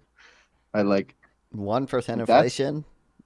Really? Like I don't know. He's gonna intervene in the central banks, right? And that's inflationary. Oh. So, well, maybe I don't know. I would die for Jerome Powell. I would. Like I would die to prevent the tariffs because like cumulatively it's gonna create a lot more harm than like the life of one person. We need to form our own. No, that I was gonna make a really bad joke about forming our own group that would be used with votes and would go stop these tariffs. But I'm gonna. Stop the NGGers. No, that's non-fun. We got it. Non-fun. We cannot have the discussion we just had, and you end it with. Not send DMs, or is it just me? We can't send. It's fucking broken. Bro, what do you mean? We're the anti-tariff NGGers, man. I was like switching internet and like shutting down Discord over and over and over. I was tripping. Okay. Internal server error. Okay. It's the first time I've seen Discord go down like ever. Well, did Elon Musk buy it? No. Please no. Bro, if he buys Discord, I might actually kill myself. Discord trending is currently trending on Twitter, so yeah, I think it might just be. No. You guys on Blue Sky? I know non-fun is. Yeah, I am on Blue Sky now. Go on Blue Sky, bro. It's old Twitter. It's bad. It's based. It's good. Good stuff. I keep like teetering back and forth of like I probably should leave Twitter just because of how horrible it is, but then you leave like. If like every like leftist leaves Twitter, it's just gonna become like a marketplace. Whatever. Of, like, okay. Good. If it becomes the Nazi platform, it will just like die quicker. That's a good point. Yeah, I don't think advertisers would support it. I didn't think of that. You're actually right. Like, the more reasonable people there are, the more likely it is to stay afloat, I think. But yeah, I don't know why so many DGG people started following me, even though I don't post at all in Blue Sky. I think I'm on a certain list or something. Yeah, I really don't know. I got a lot of fucking DGG people following me too, and it's like I have no clue why. None of them ever followed me on Twitter. An extension that lets you like bulk follow, or like I'm on some list or something. Yeah, I don't know. Like I see all these people, yeah, like they'll have like hashtag DGG. Like more enjoyable. Yeah, Blue Sky is better than Twitter so far. I mean, it's just objectively so. The only downside is that the links are dog shit. Yeah. But also the links on Twitter are dog shit. So. I mean, I just don't like the. They don't have a good like website address. It's like BSKY. BSKY, yeah. Like buy the domain Blue Sky or something. I don't know. Yeah, and the fucking it's bitsky.app/profile/nonfon.bitsky dot social. Like really, like. Yeah, I don't get it. Although on Twitter it's just like Twitter or x.com/. It's just like x.com/your username, yeah, and it's like that's a lot better than fucking. Yeah. I still stream on Twitter and I post there sometimes You though, but stream on DLive. I saw you have a DLive account. Bro, the DLive viewers are awesome, man. They don't exist. I think just been 2 people in DLive ever. I don't think. Yeah, I've never used DLive. I don't know anyone who did. I could stream on like Pornhub non-fun. I would go crazy. Bro, I've thought about streaming on Chatterbait. It would be really ironic. Yeah, it'd be really ironic to like stream on like a porn website and you're just politics. Like nothing changes content-wise. What's up? What's up, Pornhub chat? Today we're gonna be reading the Cato Institute. We need Pornhub Reels. I've said it before. We need it. That exists, bro. Do you not get ads for that when you're on Pornhub? Like, I don't know. Are you on Pornhub? Ad blocker, bro. Ad blocker. Ad blocker. No. The correct answer in sample is I'm never on Pornhub. What do you mean? What do you? That's what you should have hit him with. Okay, you should have been like, I'm never on there. I don't watch porn. Wait, guys, look at this. Whoa. Cat. Oh, it's gone already. Damn, fuck. Yeah, she's annoying. Wait, let me get her out. Is Discord fixed yet? I have no clue. Nope. I'll talk to you when it's fixed. Bye bye. I already have canceled you enough. I'm out. All right. Bye, my NGGer. No, you can't. No, you can't. We can't. Please, not fun. Please, we can't. That cannot be the way. Actually, yeah, we need $100. We need $100 dono right now, and I buy nonfon.gg and I make the fandom NGGers. All right. So, what? I'm just one more comment. So I'm just an orbiter. What's going? I'm like your Abba, okay? I'm like your Abba, okay? Because my YouTube content has like no connection to you, but I am on here a lot. Well, now it has no connection to you because it used to have a big connection. So I categorically dismiss and challenge the claims. Okay. What, that you're an orbiter? I feel like orbiter is fair.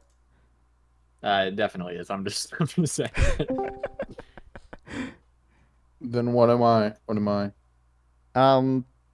What is he? Huh? What are we, non-fun? Are we serious? I'm your Dan. I'm your Dan. Your Destiny. I'm Dan. Yeah, sure. Yeah, that works. Sure. I'm like the Jewish friend. Let's go.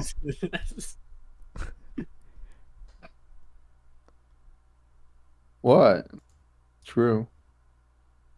Well, if we're going off of like ethnicity, me and Abba might have a few things that we don't line up on. Yeah. That's right. You're the Mr. Mooden. Me?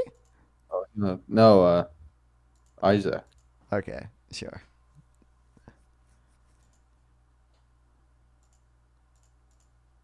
Okay.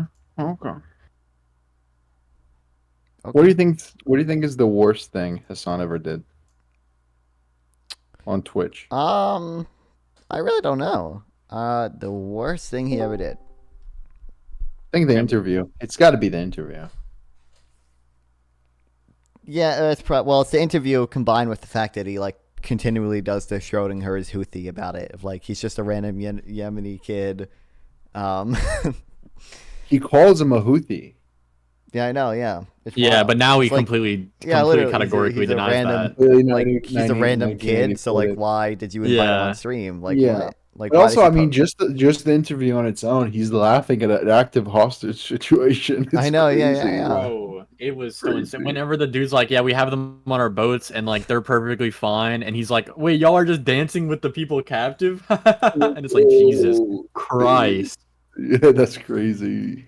That's crazy. But yeah. Bro, get on Blue Sky. For real. Okay? I am. I just followed non-font. It seems okay. Let me follow you. Wait, I'll send you my profile. I'll send you my profile. Oh wait, I can't because fucking Discord, bro. Get fucked. Yeah, well, don't follow me then. Whatever. But are you gonna be as combative non-fun? Every time I open Twitter, I see you beefing with someone. I feel like. I only started one beef on Twitter. Okay, we're good. It's just Well, that you were beefing with.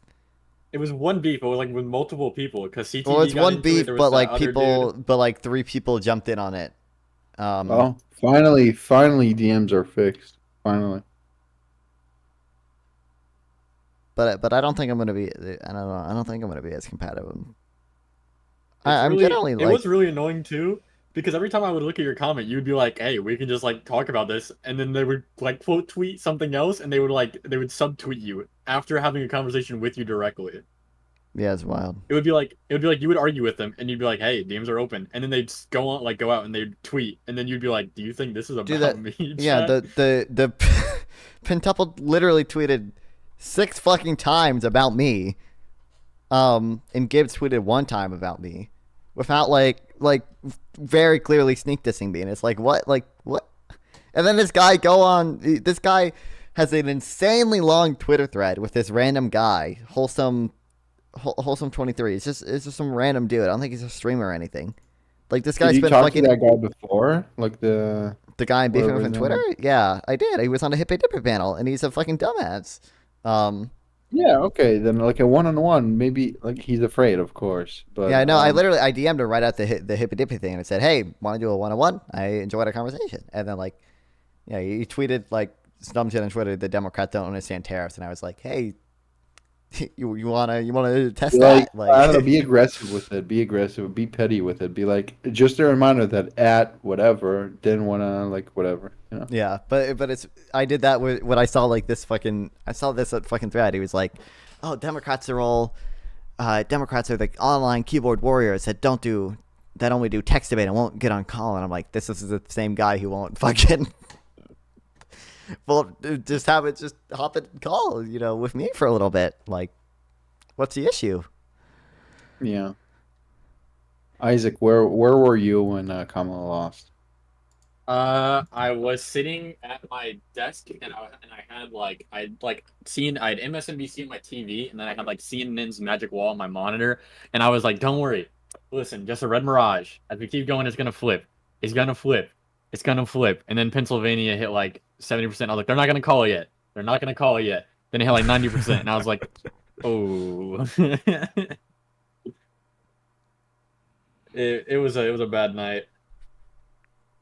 I had like therapy the day after, and like in this thing to do like check-in, it's like, how down are you feeling compared to like last week? I was like, a lot more. I was like, but don't worry. I was like, there's nothing actually going on. I was like, it's just the election. I was like, there's nothing like actually bad. Did you see the Elon Musk good move tweet? No, what is that? So there was an account about a Milei Stan account, right? Like an account that loves Javier Milei. And they said Milei is slashing import taxes in a push to open Argentina's economy. Javier Milei is cutting import taxes to give consumers access to more affordable goods, blah, blah, blah. And then Elon Musk quote tweets this and says, "Good move." It's like, oh, no. Bro, it's import taxes, but you think tariffs are good? The Did fuck? you see? Bro, I don't understand how this keeps happening. Did you see it was Donald Trump, Elon, and the Argentinian leader dude? Yeah, it was them, and they were all together and took what happened to isn't it literally illegal for American citizens to be interacting with foreign officials? Yeah, in this, I don't know if thing? Logan Act is anything. Yeah, there's the Logan Act, which I mean, you're gonna hang out with them, but there's limits on what you can do. You're not supposed to be negotiating foreign policy with any foreign leaders if you're a private citizen that could potentially become president, because you're only supposed to negotiate with the U.S. government. But and for reference, they admitted to doing that because they said whenever they talked to the Ukrainian leader, they said that directly that Elon Musk and Donald Trump were talking about how Starlink is going it's to fucking be used. wild. Yeah. I mean, we have fucking Elon Musk talking to Putin on multiple occasions. Yeah, I don't know. Our government's becoming not based. I don't like it. Take him, just fight him, please. Well, yeah, I don't know if the Logan Act is serious at all. Yeah, I don't know if it's ever actually been enforced. I mean, it might be just the zombie law, Yeah, apparently. I mean, some zombie laws should stay that way. Like, I mean, there are some laws like banning abortion accessories or whatever to be sent in the mail. Yeah, The Comstock Act. And, yeah. Yeah, and luckily, well, you only know about this because of me. Shut up. So, yeah, that's right. Stay in your lane, biatch. So, I mean, I don't know. I think it's good. No, I'm joking. I'm joking. Love you. So I think it's good that, but whatever. I think the Logan Act is probably okay. Only 2 people have ever been indicted on charges violating the Logan Act. One in 1802 and the other in 1852, and neither was convicted. All right, fire. Let's go. Let's go. Let's go. Yeah. Then it's a zombie law, never enforced. No, don't worry. I'm sure the House Oversight Committee will take these allegations very seriously and will be delivering a report on. Oh, yeah, of course. And I'm sure the Trump administration will comply with any subpoenas that the House Oversight Committee requests on the off chance they even fucking request one. You know. Kill me.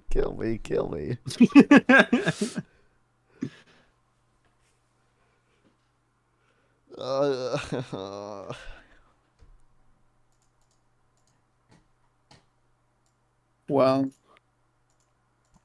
I will say, does it ever annoy this? Like, annoys me so much.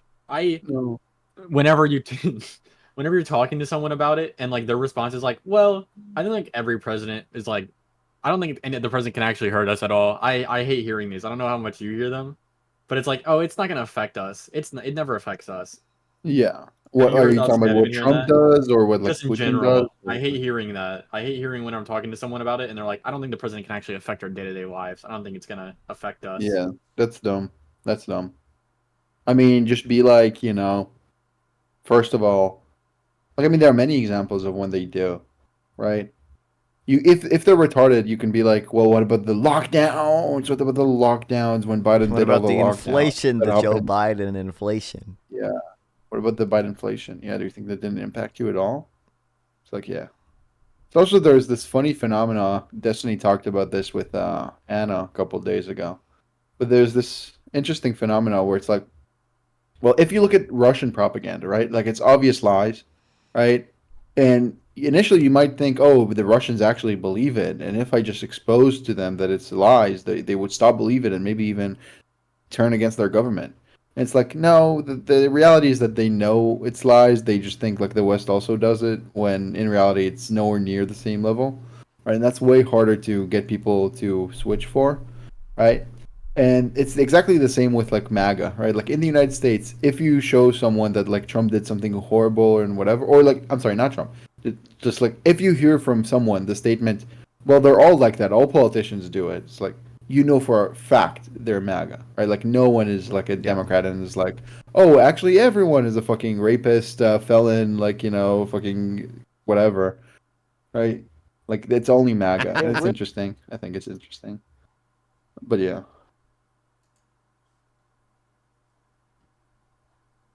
You can say something. That's fine. Well, I was about to say, I love you guys. John Jones is fighting. I gotta go watch the go. What the fuck? Wow. Stay safe, don't die, and yeah, I will hopefully not be canceled from the news podcast app. Bye, Navan. Bye, Sample. Love you both. Stay safe. Bye. Yeah, I think I'm just a life hack. Okay, life hack. Okay, if you're gonna debate Marxists, okay, well, you probably won't, but it's like, I mean, I don't know, just quiz them. You saw it on live. Oh yeah, yep.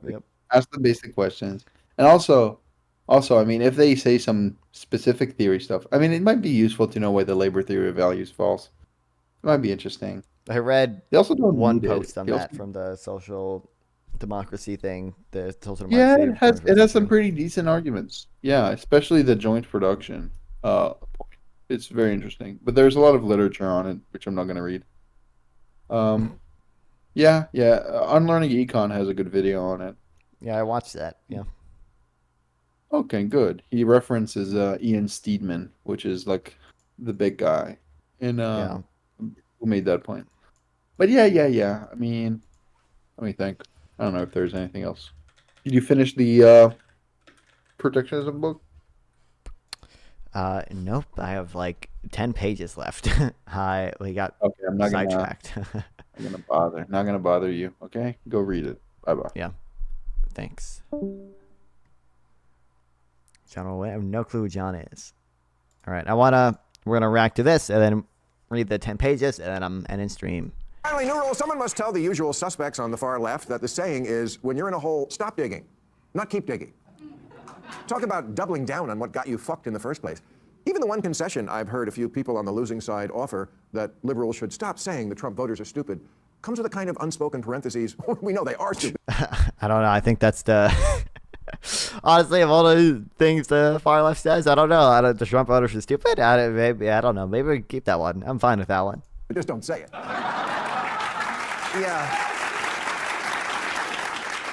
Yeah, I got bad news for you. They don't have a monopoly on stupid. You wear Queers for Palestine t-shirts. Oh, wait, is this the same fight you're betting on in Arctics? Wait, who do I get money who do I get the 10 subs if I win? And masks. Or if whoever wins. 2 years after the pandemic ended. And you can't define woman, I mean person who menstruates. You're the Teachers Union Education Party and you've turned schools and colleges into a joke. You just lost a crazy contest to an actual crazy person.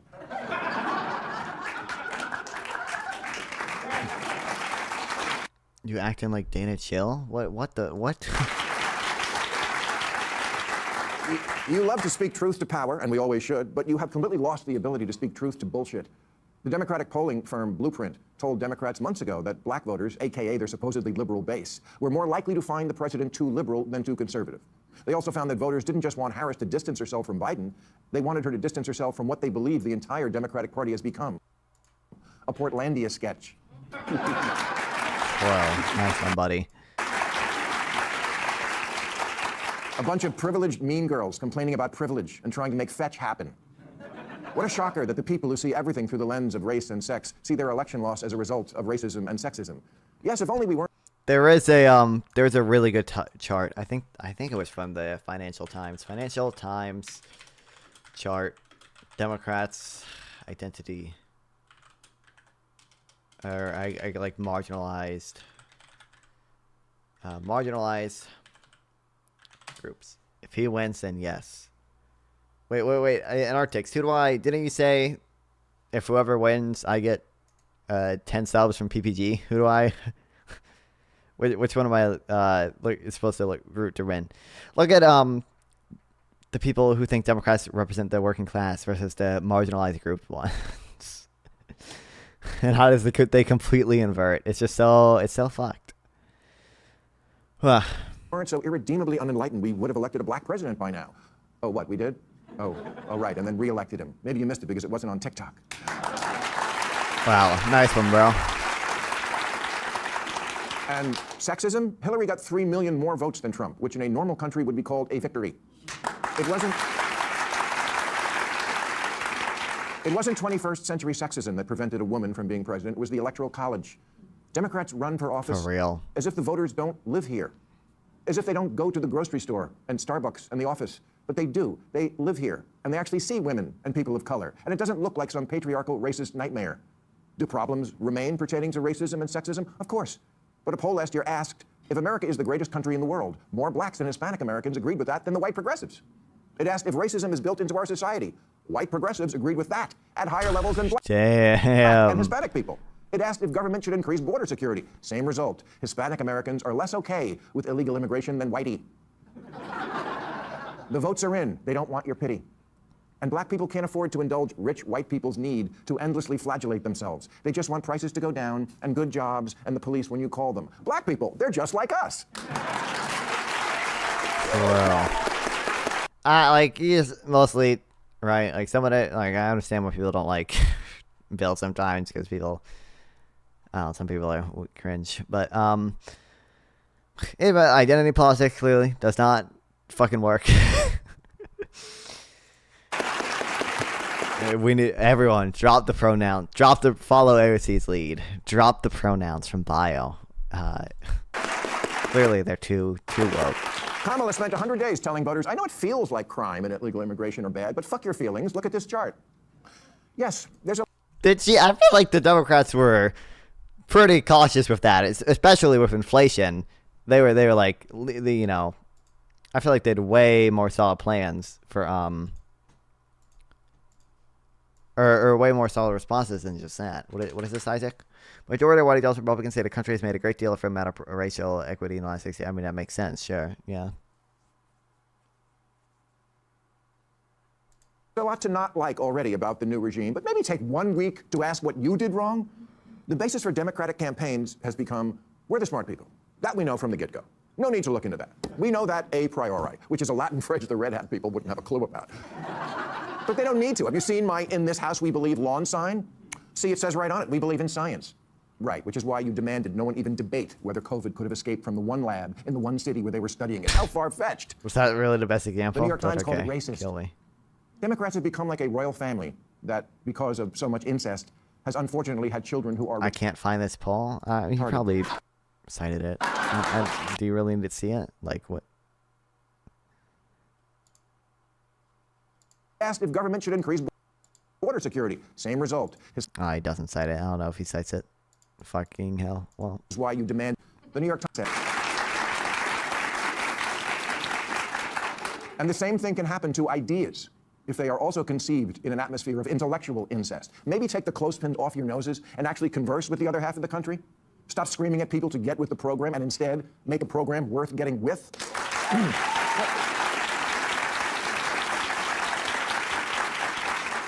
What good is liberalism if you don't win elections? Last week, Massachusetts Congressman Seth Moulton said, I have 2 little girls. I don't want them getting run over on a playing field by a formerly male athlete. But as a Democrat, I'm supposed to be afraid to say that. Yes, there's the problem in a nutshell. Because Congressman Moulton sounds reasonable to me, but his campaign manager immediately resigned in protest. Let me make this... Kill me. As plain as I can to the smart... It is true. Like, I feel like the far left has an undue amount of control over what the people in the center and even, like, slightly progressive side to the left say. Is like, I don't understand, like, we can, there's a place in the Democratic Party for some of the ultra far left people, like, if they want to run in primaries, then they should probably run with Democrats, like, fine, whatever, but, like, you don't get to control what everyone else says. Smart people. The campaign manager who resigned, yeah, let that person go. Marginalize that. Word for word, I can't find it because I don't see the polling. I bet he made it up. I bet he's lying. I'm weird, okay? I'm gonna make sense. You want to see it? Cancelable offense. It's important for America to have a center-left party, and for that party to be competitive. And a good first step toward that goal would be to make the voters not want to punch you in the face. I will conclude by saying the reason I'm so mad at the Democrats is because as a voter, the issues that were important to me were democracy and the environment. And now, there's no one to champion or defend either of them because you, with your aggressively anti-common sense agenda and shitty exclusionary attitude, blew it. You lost everything. House, Senate, White House, Supreme Court, and left us completely unprotected and ready to be violated. Happy Thanksgiving, everybody! Wow, fire.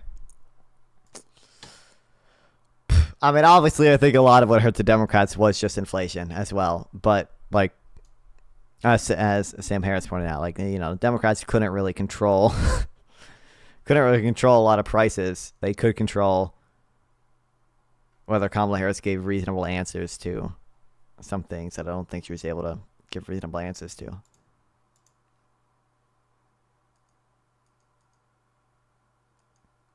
Okay, last 10 pages of this.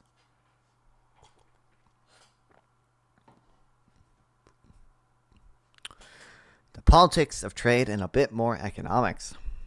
Now comes the puzzle. If free trade is so beneficial, why has protectionist sentiment remained alive and well in government and cities, in government circles, and in most historical periods? Why is it still difficult to reduce barriers of trade? Protectionism in the real political world.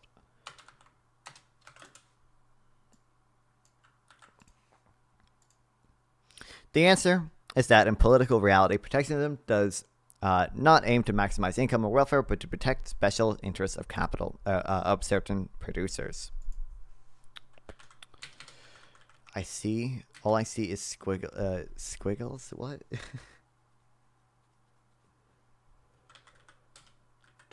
Protectionism.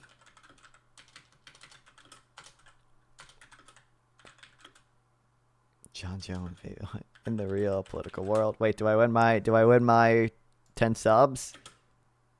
Check time for you. He never even said who I get the money who wins, right? I don't know. I don't know if I'm supposed to be. Did he say? I don't know if I'm supposed to be excited or not. I don't know. We'll see if I get fucking 10 subs here in a second. It'd actually be way more not fun, brah. Wait, did I win or lose? You said brah. That makes me feel not good. That makes me think I lost. Get PPG in here for what? Get your money. Well, I mean, I was never involved in this deal in the first place. I don't really know.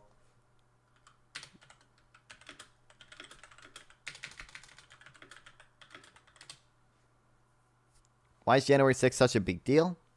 DM him. I mentioned him in his server. I was never involved in this to begin with, but technically it is way more beneficial if he just gives me the money than it is to fucking give me subs, but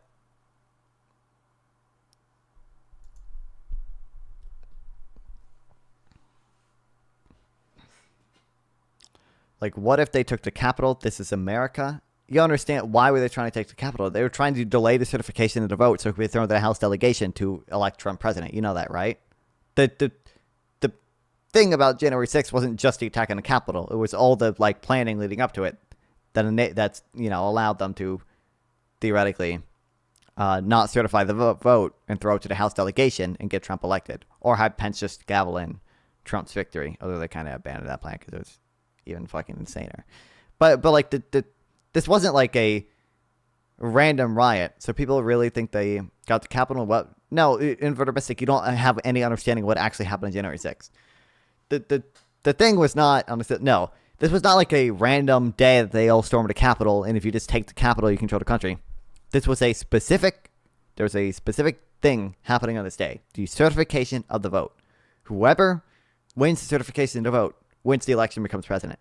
The entire plan of January 6th was to stop the certification on Jan 6th and delay until you can throw it to the House delegation, and the House delegation will elect Trump president. This was all part of a coordinated plan to overturn the election, to get Trump elected again. That the riot was not the biggest part of that. The biggest part of that was all the planning about having Mike Pence not certify the election and having fake electors and all the false claims of election fraud. You don't have any understanding of January 6th.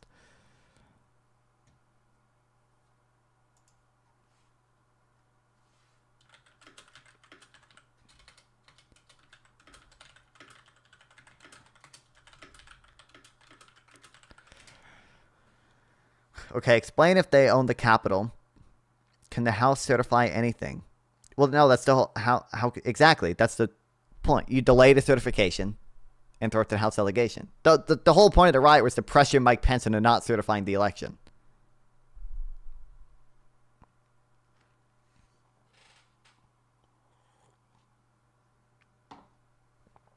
Like, that's my point. You don't certify the election. Like, you know, they wrote this plan down, right? Like, would it change your mind? Like, if I had like emails of them all saying they don't want Pence to certify the election?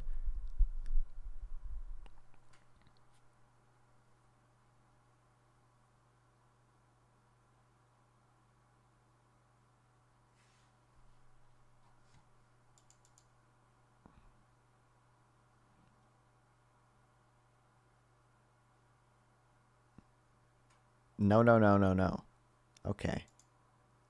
I'm trying to explain something to you. What are you trying to explain?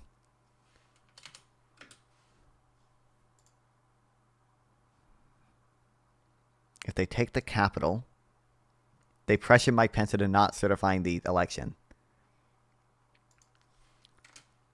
Where's the House? They're rushed to underground bunkers.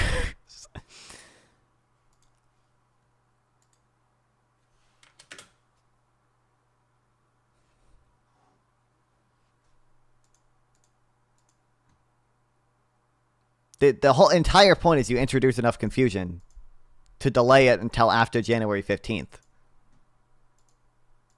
Or to pressure Mike Pence into just choosing to delay it after January 15th. The underground bunker. The whole point is that they don't certify it. That's the whole... You delay the certification. That's the whole point.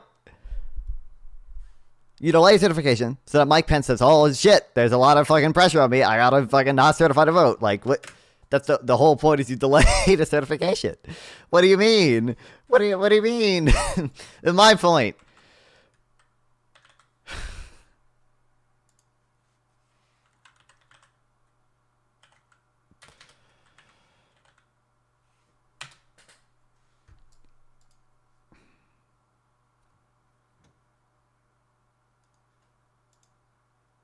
What if Mike Pence doesn't? Well, you get what happened. Mike Pence refused to go along with the plan, so it didn't happen.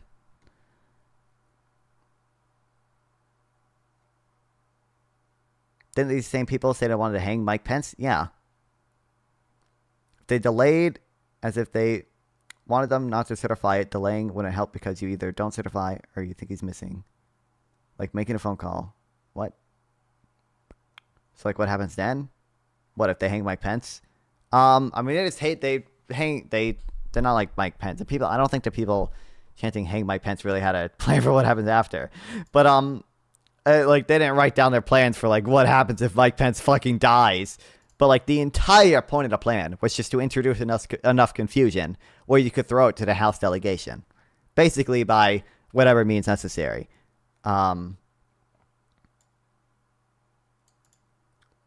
I don't actually know what happened if Mike Pence would have died, but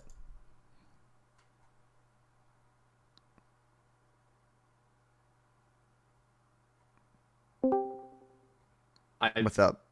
Can I comment? I was about to say, I think his broader point is that I think he doesn't I think he's trying to say like I think the people in the Capitol couldn't have done much. I don't think he understands like what the I don't think he understands that the whole like it's part of. Obviously, the people in the Capitol were not the ones doing anything. It was all the people behind the scenes, like trying to not certify the vote, and like the riot was just like, it's just meant to get Mike Pence to not certify the vote. Yeah, so I would just explain like the electorals. I assume you already did, but yeah, I'm half watching this, half watching UFC. But I would guess like I think he doesn't understand that like it was on top of like the electors' plan of like do not certify like, So I think he's just saying. I think he's just talking in the aspect of like the Capitol riot, but I don't think he understands like. Also, but by the way, while the riot was happening, Trump was calling people in Congress, telling them to not certify the vote. You know that, right? That's what I was like. Saying, This is like exactly. Like he literally made a phone call saying, "Hey, Jim Jordan, don't certify the vote." Like it was all delay, so you can find a way to not certify the election. Delay. Yeah, like what? You delay the certification. So hopefully you can delay it until after January 15th or whatever.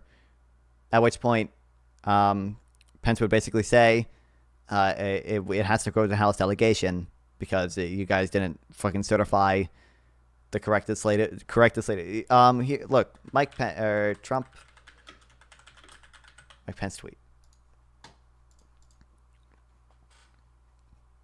Yeah, but don't certify the vote. Does the entirety of America just be like, well, whatever, here you go? It goes to the House delegation.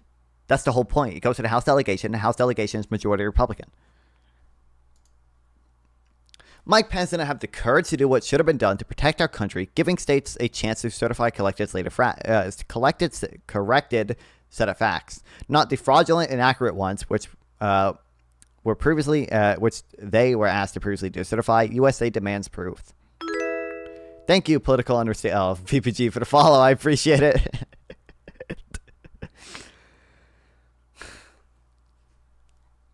That like this was all delay.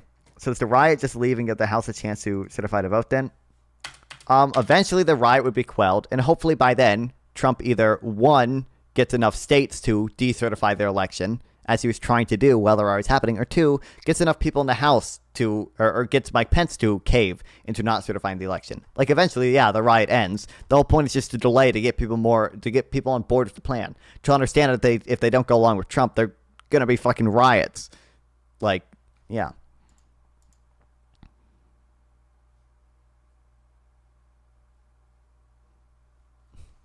John Jones is a goat. If you don't think that, you're just wrong. Why would the House be on board after the riot? Because they think if they don't go along, there's gonna be fucking riots. What do you mean? Because being rioters is broken to the Capitol. That like Trump, you were like Trump was making phone calls. Like I'm pretty sure you called Jim Jordan. Jim Jordan. Phone call. J6. Or if it was on a morning, January 6th. Who did it call daring to riot?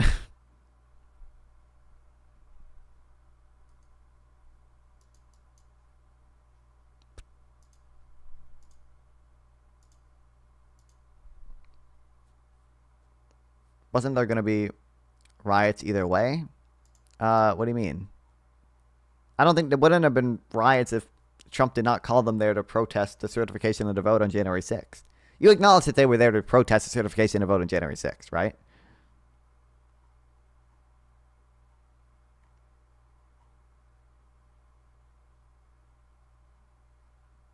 Like, if you elected Trump falsely, wouldn't the Democrats riot? Yeah, but at that point, it'd be too late to change anything, right? The same people have been rioting for years prior. Yeah, dude. Nice comparison there. Yeah. BLM versus fucking January 6th. What an honest comparison there. Where like 97% of the BLM protests were peaceful and like none of them were protesting the certification of the fucking vote. Like, what the, like, yeah, nice one, dude.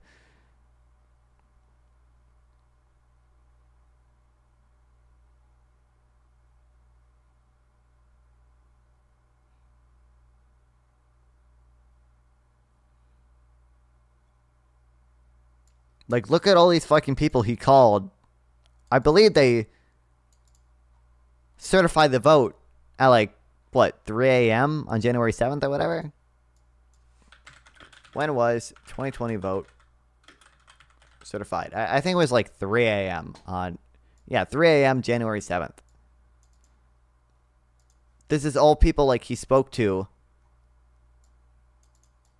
Trying to get them to... go along with not certifying a vote.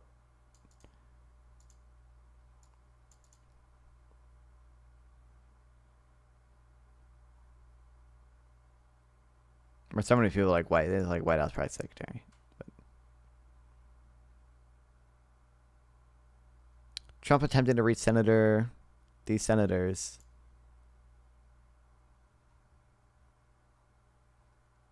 BLM wasn't the only people who rioted. I'm just saying.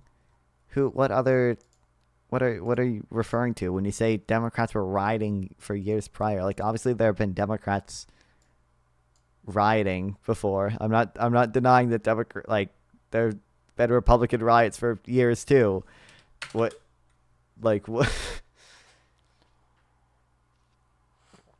Riots are a thing that have happened on both sides throughout history, but the certification of the vote has never been delayed before.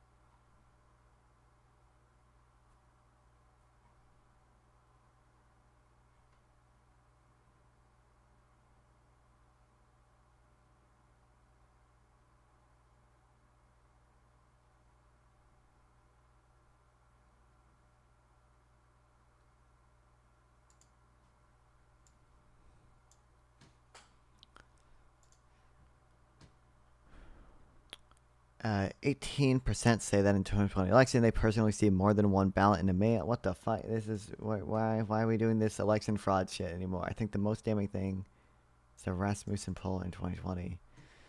I'm not debating election fraud again right now.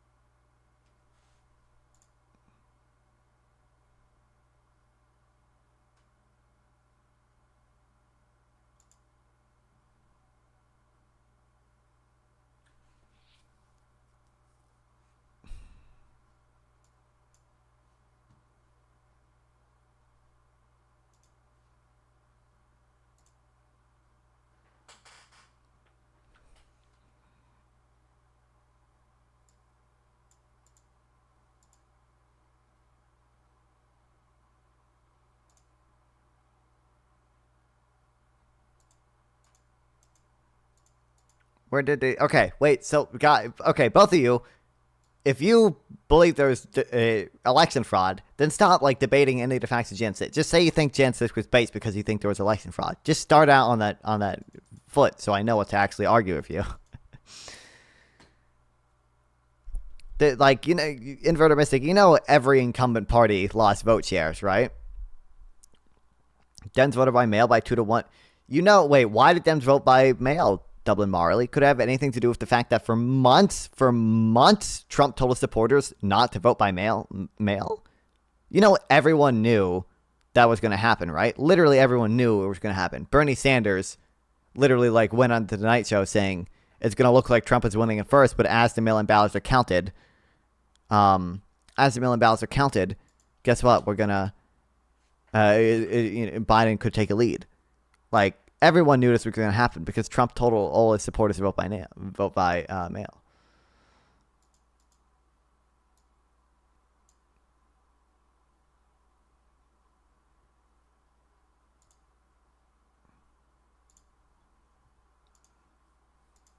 The highest Republican turn ever, lol? What, when? This year?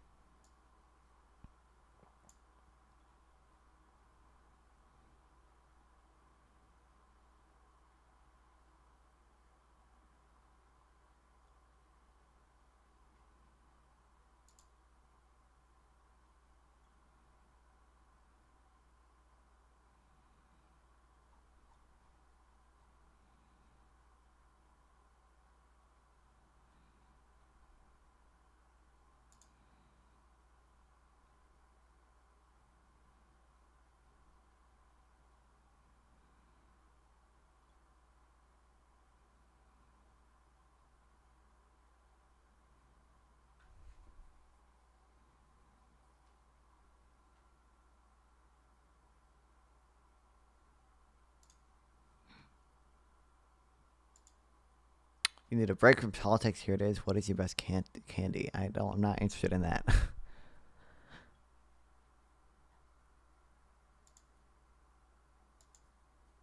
Wait, Dublin Mari, can you admit that it's completely fucking retarded to say that like Democrats voted mail by 2-1 advantage if somehow any evidence of fraud at all?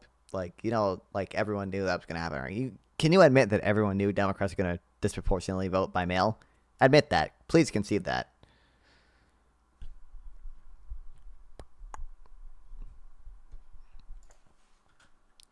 Our political world. 81 million. What the fuck is your point there? Bro outperformed Obama? Yeah, it had the highest voter turnout ever, right? There was record voter turnout. You realize, like, you all you have is number big. Like you. Every single claim of election fraud has been debunked. It's mental illness. It's been investigated by everybody, by private organizations, by Trump himself, by all the state legislators. Like, all the state legislators, like, investigated these claims, and found that they were bullshit, and that's why they all certified their vote. That's why they all refused to not decertify their vote when Trump told them to decertify their vote. A 2-1 advantage. They had 18%. I'm pretty sure that poll is bullshit. Like, literally.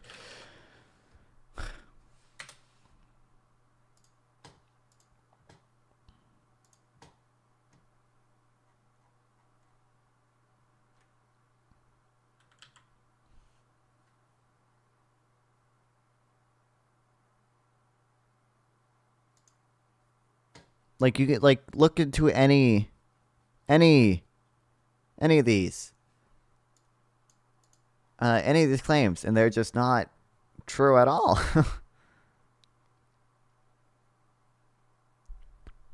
Yeah, sure, then they all disappear next election. I'm sorry, not Fron. What? Wait, Dublin Mark, can you admit that you admitted that it's completely fucking dumb? Pure cope. What is pure cope?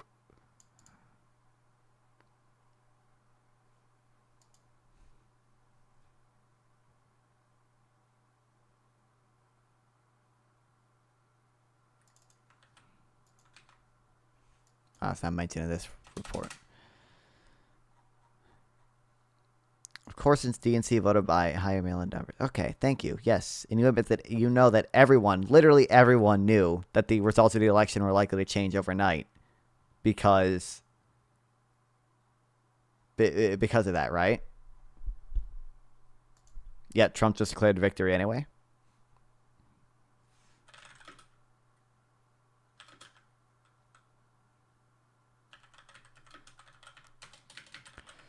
Switch to producer's interest. Over.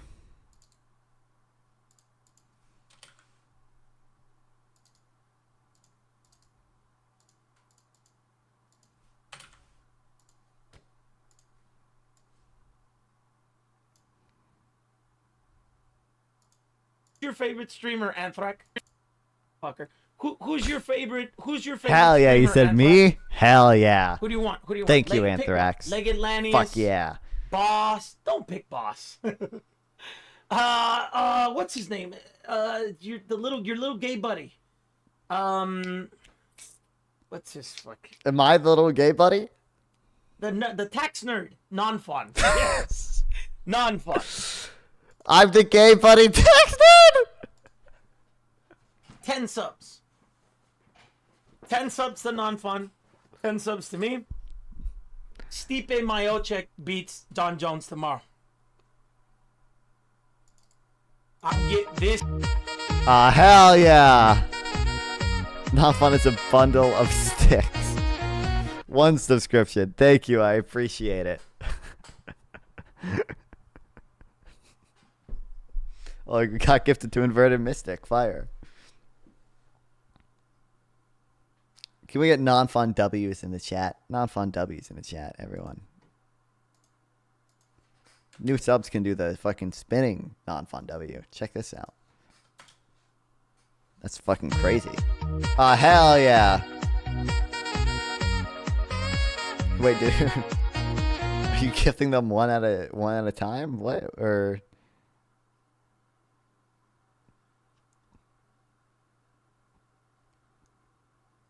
Oh, wait, is it just doing them one at a time?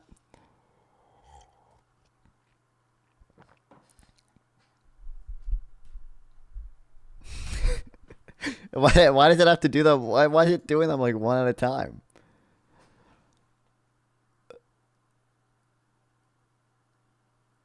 Yeah, drop 10 into your alerts. Yeah, I don't. I thank you, PPG. I appreciate it. It does actually help out a lot right now after, because of the no ad revenue from Twitch anymore, That's hurting. That's hurting.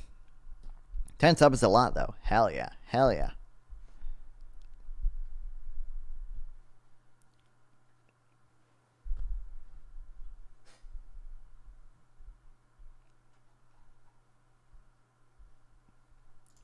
Okay. Where are these mail-in votes now? A lot of Democrats just didn't turn out. But also, I don't even think it's 9 million. Was Kamala really that bad? Yeah, a lot of Democrats did not turn out. There's no proof of election fraud. Like, all you're repeating is number bigger. Like, literally, you recognize every incumbent party lost vote share that had elections this year. Concede that. Number one, concede that. Concede that every incumbent party in the developed country lost vote share. Concede that right now. I need you to fucking concede that. Okay, sure, but okay, thank you. The United States, 9 million vanished. More vanished than other countries. You recognize that, right? That's not like a incredibly suspicious thing. Like, yeah, Democrats did not. First of all, I don't even think it's 9 million because a lot of the votes haven't been counted, right? Yeah, that's more of coming. That number keeps dropping. Is it 9 million or is it? Because initially the claim was 13 million and now it's 9 million. 9 million, like, this is not a incredible. Here, U.S. popular vote. Right now it's at 73 million. Biden had 81 million, right? So it's that's not quite 9 million. That's 8 million? 7 million? 7 million, right? Or 8 million? I can't do math, I'm tired. But like, not even all the votes have been counted yet. California takes forever to fucking count votes. 96, 97. Texas doesn't usually take that long. Nevada takes fucking forever. Oh, Nevada's actually fucking beating California somehow. But like, there's gonna be more votes coming in for Kamala Harris even. Oh, this isn't even. I don't even think this is updated because I'm pretty sure Trump actually dipped under 50% of 50% of the popular vote. Unless it could have gone back up because it could have been more votes for Trump that came in.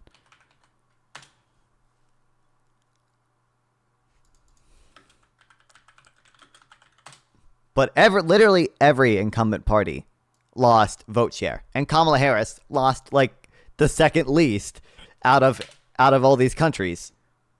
So, well, I mean, I did vote for Kamala. I was vibing with Kamala. That's because I'm politically engaged. A lot of people who aren't very politically engaged just did not turn out to vote for Kamala Harris this year.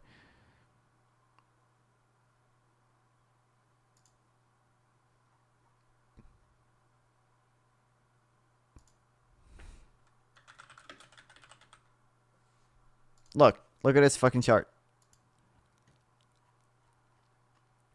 Here, the U.S. is this red dot. Minus 3.7 versus Japan, minus 7.9. Australia, minus, I think these are those percentages. Portugal, minus 13. UK, minus 19. The UK lost so many votes. UK lost so many more votes than Kamala Harris did. Are you fucking kidding me? Literally every incumbent party lost vote share. Yeah, hype train. Yeah, awesome fire. Thanks. What the fuck?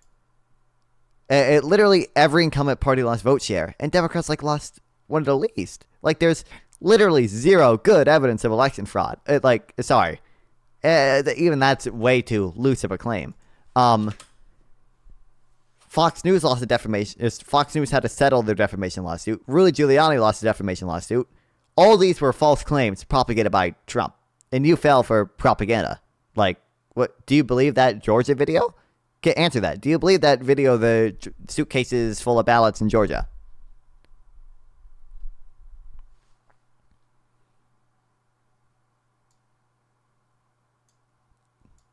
Even if free trade benefits consumers across the board, it hurts some producers' interests. Protectionism has the opposite effect. It hurts most people, but benefits special interest groups. Why do special interest groups vote against most people? Why are policies enacted even with the higher costs and benefits? The phenomenon can be explained what economists call the theory of collective action. Small, concentrated interests have great ability and incentives to organize for lobbying and political action than large, diffuse interests do.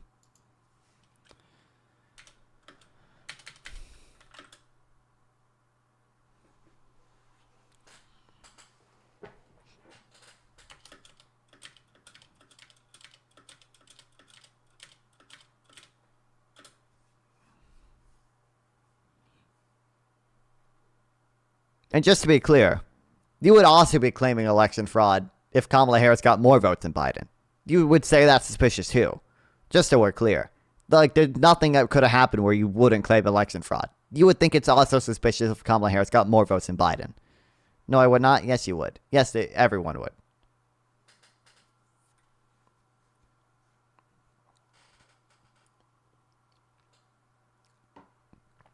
Trust me, I would not. The same propaganda that you fell for about the 2020 election fraud, you would fall for this year, and everyone would say, "How on earth did Kamala Harris get more votes? Clearly, it's rigged."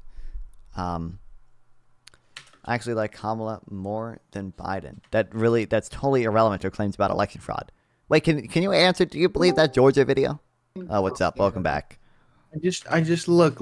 All the people who are like, I would not claim election fraud. Look, let's assume you won't. Let's assume Kamala gets more votes by, I don't know, 3 million than Biden, and you won't claim election fraud. I don't believe you for a second, but let's say you would. You can look at the voter data, okay? Like, no one's this stupid. Come on, you can look at the voter data. Kamala got less votes than Biden virtually across the country. Are you alleging there was election fraud in 2020 in fucking Kentucky, bro? In fucking Oklahoma, bro? No, it's consistent across the country. No one was claiming election fraud in any of these states, and you still see Kamala got less votes, okay? So shut the fuck up. Please spare us. Please spare us this year from all the election nonsense. Can you just stop? Be normal. Just be normal. Okay, just like 2 seconds of critical thought. Just that's what we're asking. Come on. Like, no evidence, nothing at all. No matter how much we fucking investigate this, no, not at all. I mean, I would be willing to put money right now. You never read a single article fact checking anything about election denial. Like, can we just stop? Can we just stop? I'm talking about you, not fun. No, I'm joking.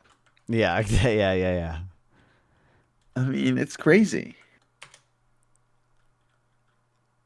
I mean, come on. Like, can you explain to me why Kamala performed worse than Biden in states you don't allege voter fraud in? If it's because of voter fraud? I mean, what is this? Half the fucking country right now is in delusion. They're like antithetical to democracy. We cannot have elections anymore. We cannot win. I'm sorry, we cannot win. Not only that, we cannot even lose, right? Because Kamala lost this time. That's also evidence of fraud. Like, we cannot win, period, no matter what. Like, you guys will look at, like, Kamala getting less votes, which happened to every incumbent government across the world right now. Yep. And you'd be like, oh, that's 100% fraud. And but Kamala, then you'd look the at second least Trump out of with them, by the Elon way. Musk. But then you'd look at Elon Musk giving voters, like, money for voting for Trump, basically, right? And, like, you'd be like, oh, well, I don't care about that. Like, what? Guys, what are we doing? What are we doing? What the fuck are we doing? This is crazy. Why can't the country be normal? Oh my god. I don't want to be bitchy, but it's like legit, like zero critical thought. I don't know. That's my feelings. And yeah. Like, yeah, are we alleging voter fraud in Texas? Really? Are we alleging that? Are we seriously like looking like straight in the eye and saying like, yeah, Texas? Voter fraud, bro. Kentucky, voter fraud, bro. Yeah, I believe that. It's like Miami was voter fraud, bro. Miami, like, yeah, okay, yeah. I mean, it's like we're not in reality. We're not in the same universe. Kamala got less votes because less turnout, and Trump getting a lot of voters because of the economy. It's very simple. It's very no conspiracy, you guys. Like, we don't need that. Please, we don't need that. Guys, like this is like both being a sore loser and a sore winner. It's like it's voter fraud because Miami is red. What the fuck are you talking about? We wouldn't expect if there was like a lot of voter fraud, you would expect it to be concentrated in swing states where Trump was claiming the voter fraud happened. Why the fuck would Democrats be like doing voter fraud literally all over the country? You're claiming Kamala getting less votes than Biden is evidence of voter fraud in 2020. Well, I'm telling you, look at non-swing states. Kamala got way less votes than Biden. Do you mean to tell me? Do you seriously want to tell me that in non-swing states like Florida, like Kentucky, like Texas, like virtually everywhere across the country, there was voter fraud in 2020 without a shred of evidence? I can bet money right now you have not read a single article debunking the Georgia Farms thing or dead people voting. Yeah, he never answered that. Do you believe that video from Georgia? Can you answer that? Or are you just like ashamed to admit that like you have not even touched like people who are conservatives because we don't give a fuck what liberals think, right? If a liberal says something, that must be like biased, right? But we have Republicans, lifelong conservative Republicans, writing a 300+ page document debunking election conspiracies to the max. It's called Lost Not Stolen. You can look it up. It's available. It has its own website. You can look it up. The UI is nice. You can click. You can read it. It's very convincing. Debunking to smithereens all the claims about election fraud when we have the entire party, well, basically the entire Republican Party, denied the election without a fucking single PDF. I've never seen any PDF that's more than like 2 pages arguing for voter fraud. Never seen it. But meanwhile, we have to fucking make whole websites debunking your shit. Bro, what is this? What is the asymmetry? The asymmetry. What the fuck? What the fuck? Am I crazy? Am I bitching too much, non-fun? Or what? Or like what? Well, we live in an insane clown world. I honestly think it was fraud. Yeah, so my argument to the chatter. Kamala should have won if Biden won. So true, buddy. Yeah, so to the argument, chatter, my argument is this. If you claim that Kamala getting way less votes than Biden equals election fraud in 2020, do you think there was election fraud in 2020 in Texas, in Miami, Florida, well, across Florida, basically, too, in every red state, in every blue state? Because not even Trump is alleging that. Not even Trump. Maybe the craziest Trumpists, like Mike Lindell or whatever, are alleging that. But no one is seriously alleging that. But based on your logic, if Kamala getting less votes equals voter fraud in 2020, then Texas was fucking voter frauded, right? Do you have any evidence? Because no one seriously claims that, not even Trump. No one said that. Because he won Texas last time, so he didn't think there was voter fraud there, right? Because it's obviously not about voter fraud. It's obviously about I lost, therefore voter fraud. That's what you guys really think. Can he substantively respond to that, or are we just going to get pivots and like repeating the claim? Yeah, repeating the claim, or we're going to just repeat the claim. You know what? You should do deep dives into voter fraud stuff, right? You should maybe read Lost Not Stolen or something. That might be fun. I just didn't think it was gonna come up ever again, but apparently we still live in a fucking insane dumb world. It's perpetual. It's also like even if it's never Texas, gonna come up everyone again, would be it's like the worst thing ever. I think that's like the worst lie. Right, that's why it's called the big lie. I think it's the worst lie. So I think it's good to learn about it, to debunk it, just because of how damaging and toxic this lie is. Like, I don't think you need to really do a deep dive for FEMA stuff. I think you still did, and good for you. But like, the FEMA stuff, obviously atrocious. Everyone's gonna not give a fuck. It's not gonna be in the history books, whatever. The voter fraud stuff, that's defining. That's the defining feature of the Republican Party right now that will be written in the history books. So yeah. Here, everyone look up Lost Not Stolen. Oh, here, a whole fucking website, lostnotstolen.org. Okay, you can click on it. Download the report. You click on that link. You click on that. Boom. Oh, I'm sorry, it's not 300. I misremembered. It's 72 pages. Oh, well, I guess it's nothing. I guess it's nothing then. Still, written by lifelong conservatives, okay, debunking all the election claims, debunking all the election fraud, okay? Here, claims that ballot drop boxes were not fairly located throughout the state. Debunked. Claims that unsolicited mail-in ballots were sent to voters. Nope, not true. I mean, they debunk everything. They debunk everything, but you don't care. You don't care. These people wasted like months because you guys don't care. You guys don't give a fuck. Right? All we're gonna get is like, oh, this seems suspicious. Therefore, I can believe it with 100%. Like, without a shred of shame to type it into chat and click enter. It's like... So you honestly believe Biden is a better candidate than Kamala? That is... You are unbelievably fucking retarded, dude. Kill me, man. I believe Democrats had a worse, like, election. Yeah, I believe Democrats performed worse right now than Biden did. Right? Because Democrats were on the defense this time. Last time, Democrats were on the offense. We had COVID. I know you have the memory of a goldfish. We had COVID. It was a massive fucking stain on Trump's presidency, and everyone hated him for that. So we voted him out. Yeah, it was people didn't like that. People didn't like that. So we voted him out.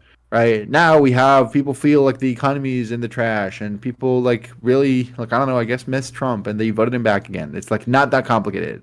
Yeah. Also, you don't get to claim election fraud just because, look, are you telling me this is a better candidate? I cannot be possibly wrong about what people think. Like, yeah, bro. Yeah, I think we're good on like the intuitions of a retard in chat. Like, I think we're good. Cite evidence or leave. I mean, really. Crazy world. Crazy world.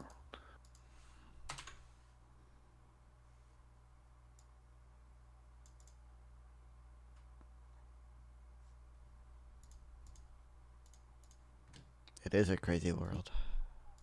Yeah. I don't think he's going to cite evidence. All he has is... Yeah, he just sent an emote. Nice one, dude. Yep. As expected.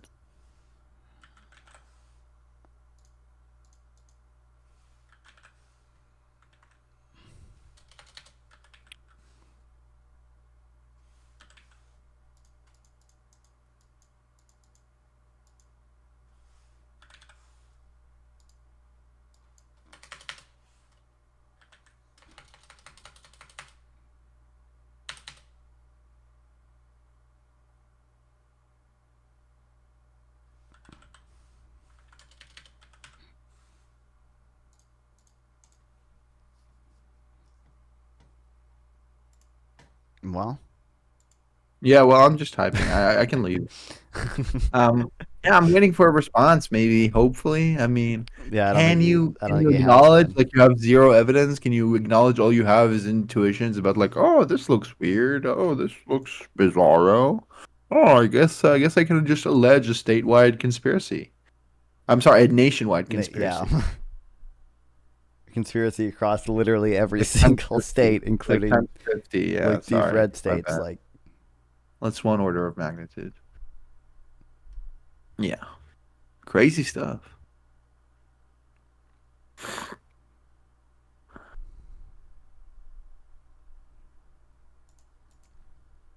Well, I'm gonna go. I'll be back if there is something that makes me really mad. yeah. Well, I think I am gonna end the stream in a second here. What's up, Wampa Stomper?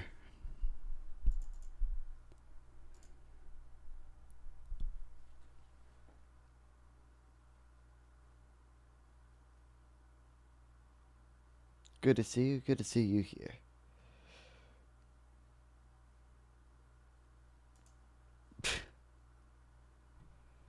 You got some debate videos to watch? I did all the reacting and reading I think I'm capable of doing today. And a little debating chat a little bit. That was fun. So to be clear, you have no actual arguments. All you have is like, this looks a little weird, but also doesn't even make sense because one, it looks a little weird in every country because again, literally every incumbent party in 2024 lost vote share. Kamala Harris lost the second least amount, so that's not suspicious. Two, you'd have to be alleging voter fraud across literally every state, or doesn't make sense at all. I do want to watch you debate people. I just go to the YouTube channel. There's plenty of debates on YouTube. Yeah, look, what did the guys not know I have a YouTube channel? YouTube. Plenty of debates on YouTube. A lot of debates on YouTube. You guys not know I have a YouTube? I stream on YouTube. I have so many. It does look weird? What do you mean it looks weird? City Skylines, I love that game. I do like City Skylines. See, Tiki Tac knows I have a YouTube. You guys don't know I have a YouTube? I know you from here? Yeah, but like, do I not promote I promote my YouTube at like the end of every stream, as I am doing now, by the way. Everyone go watch the YouTube channel. Can I just complain quickly?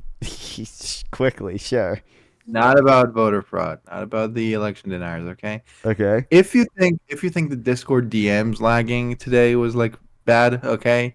Then the Vermont Legislative Joint Fiscal Office website lagging is like my personal 9/11. I've been trying to like get PDFs for like 5 days now, and it's just not working. What? I'm a wonk. This is wonk phobia. This is crazy. What is this? Fix it. What is this? Like, no. It's like, what is this? Not okay. Not okay. If anyone knows, to all the audience in the Twitch chat and YouTube chat, okay, if any of you guys know anyone working in the Vermont Legislative Joint Fiscal Office, please tell them that I need their PDFs. I need their data. It's really, guys, this is not okay. That's all. I just wanted to let it out. Yeah. I can probably try to access it through like the web archive or something. But yeah, but it's not the same. It's not the same. Okay. Well, I love streaming. Love to guys watch me stream. Apparently, you guys don't know I fucking stream on YouTube. Go to the YouTube channel. You know, the YouTube channel got debates on there. Here's like just a little fun debate. No context thumbnail. Trump will be China. They're dumb. What? Read the title, motherfucker. What? The title and thumbnail tell you what you need to know. What do you mean?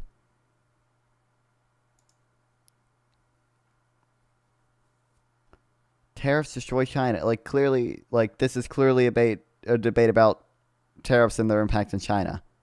Obviously. What? Like, how is there any other impression you can get from the tariffs destroy China question mark in the thumbnail? Trump will beat China. Clearly, it's a debate about Trump's tariff plan and its implications about China.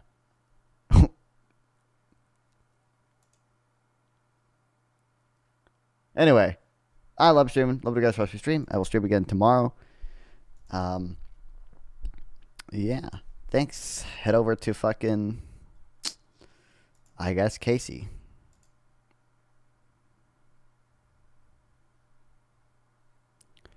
All right. Or head over to the YouTube channel. Watch me. The CTV debate is up there. I have there's like 2 videos that I don't have up yet, but I have made. They're unlisted just because I want to upload them at more reasonable times. I don't want to upload 4 videos in one day. But go check out the YouTube channel. Cool stuff happening over there. Love streaming. Love you guys watching stream. Had a great stream today. Appreciate all you guys being here. See you guys tomorrow. Thank you so much. Follow if you have not.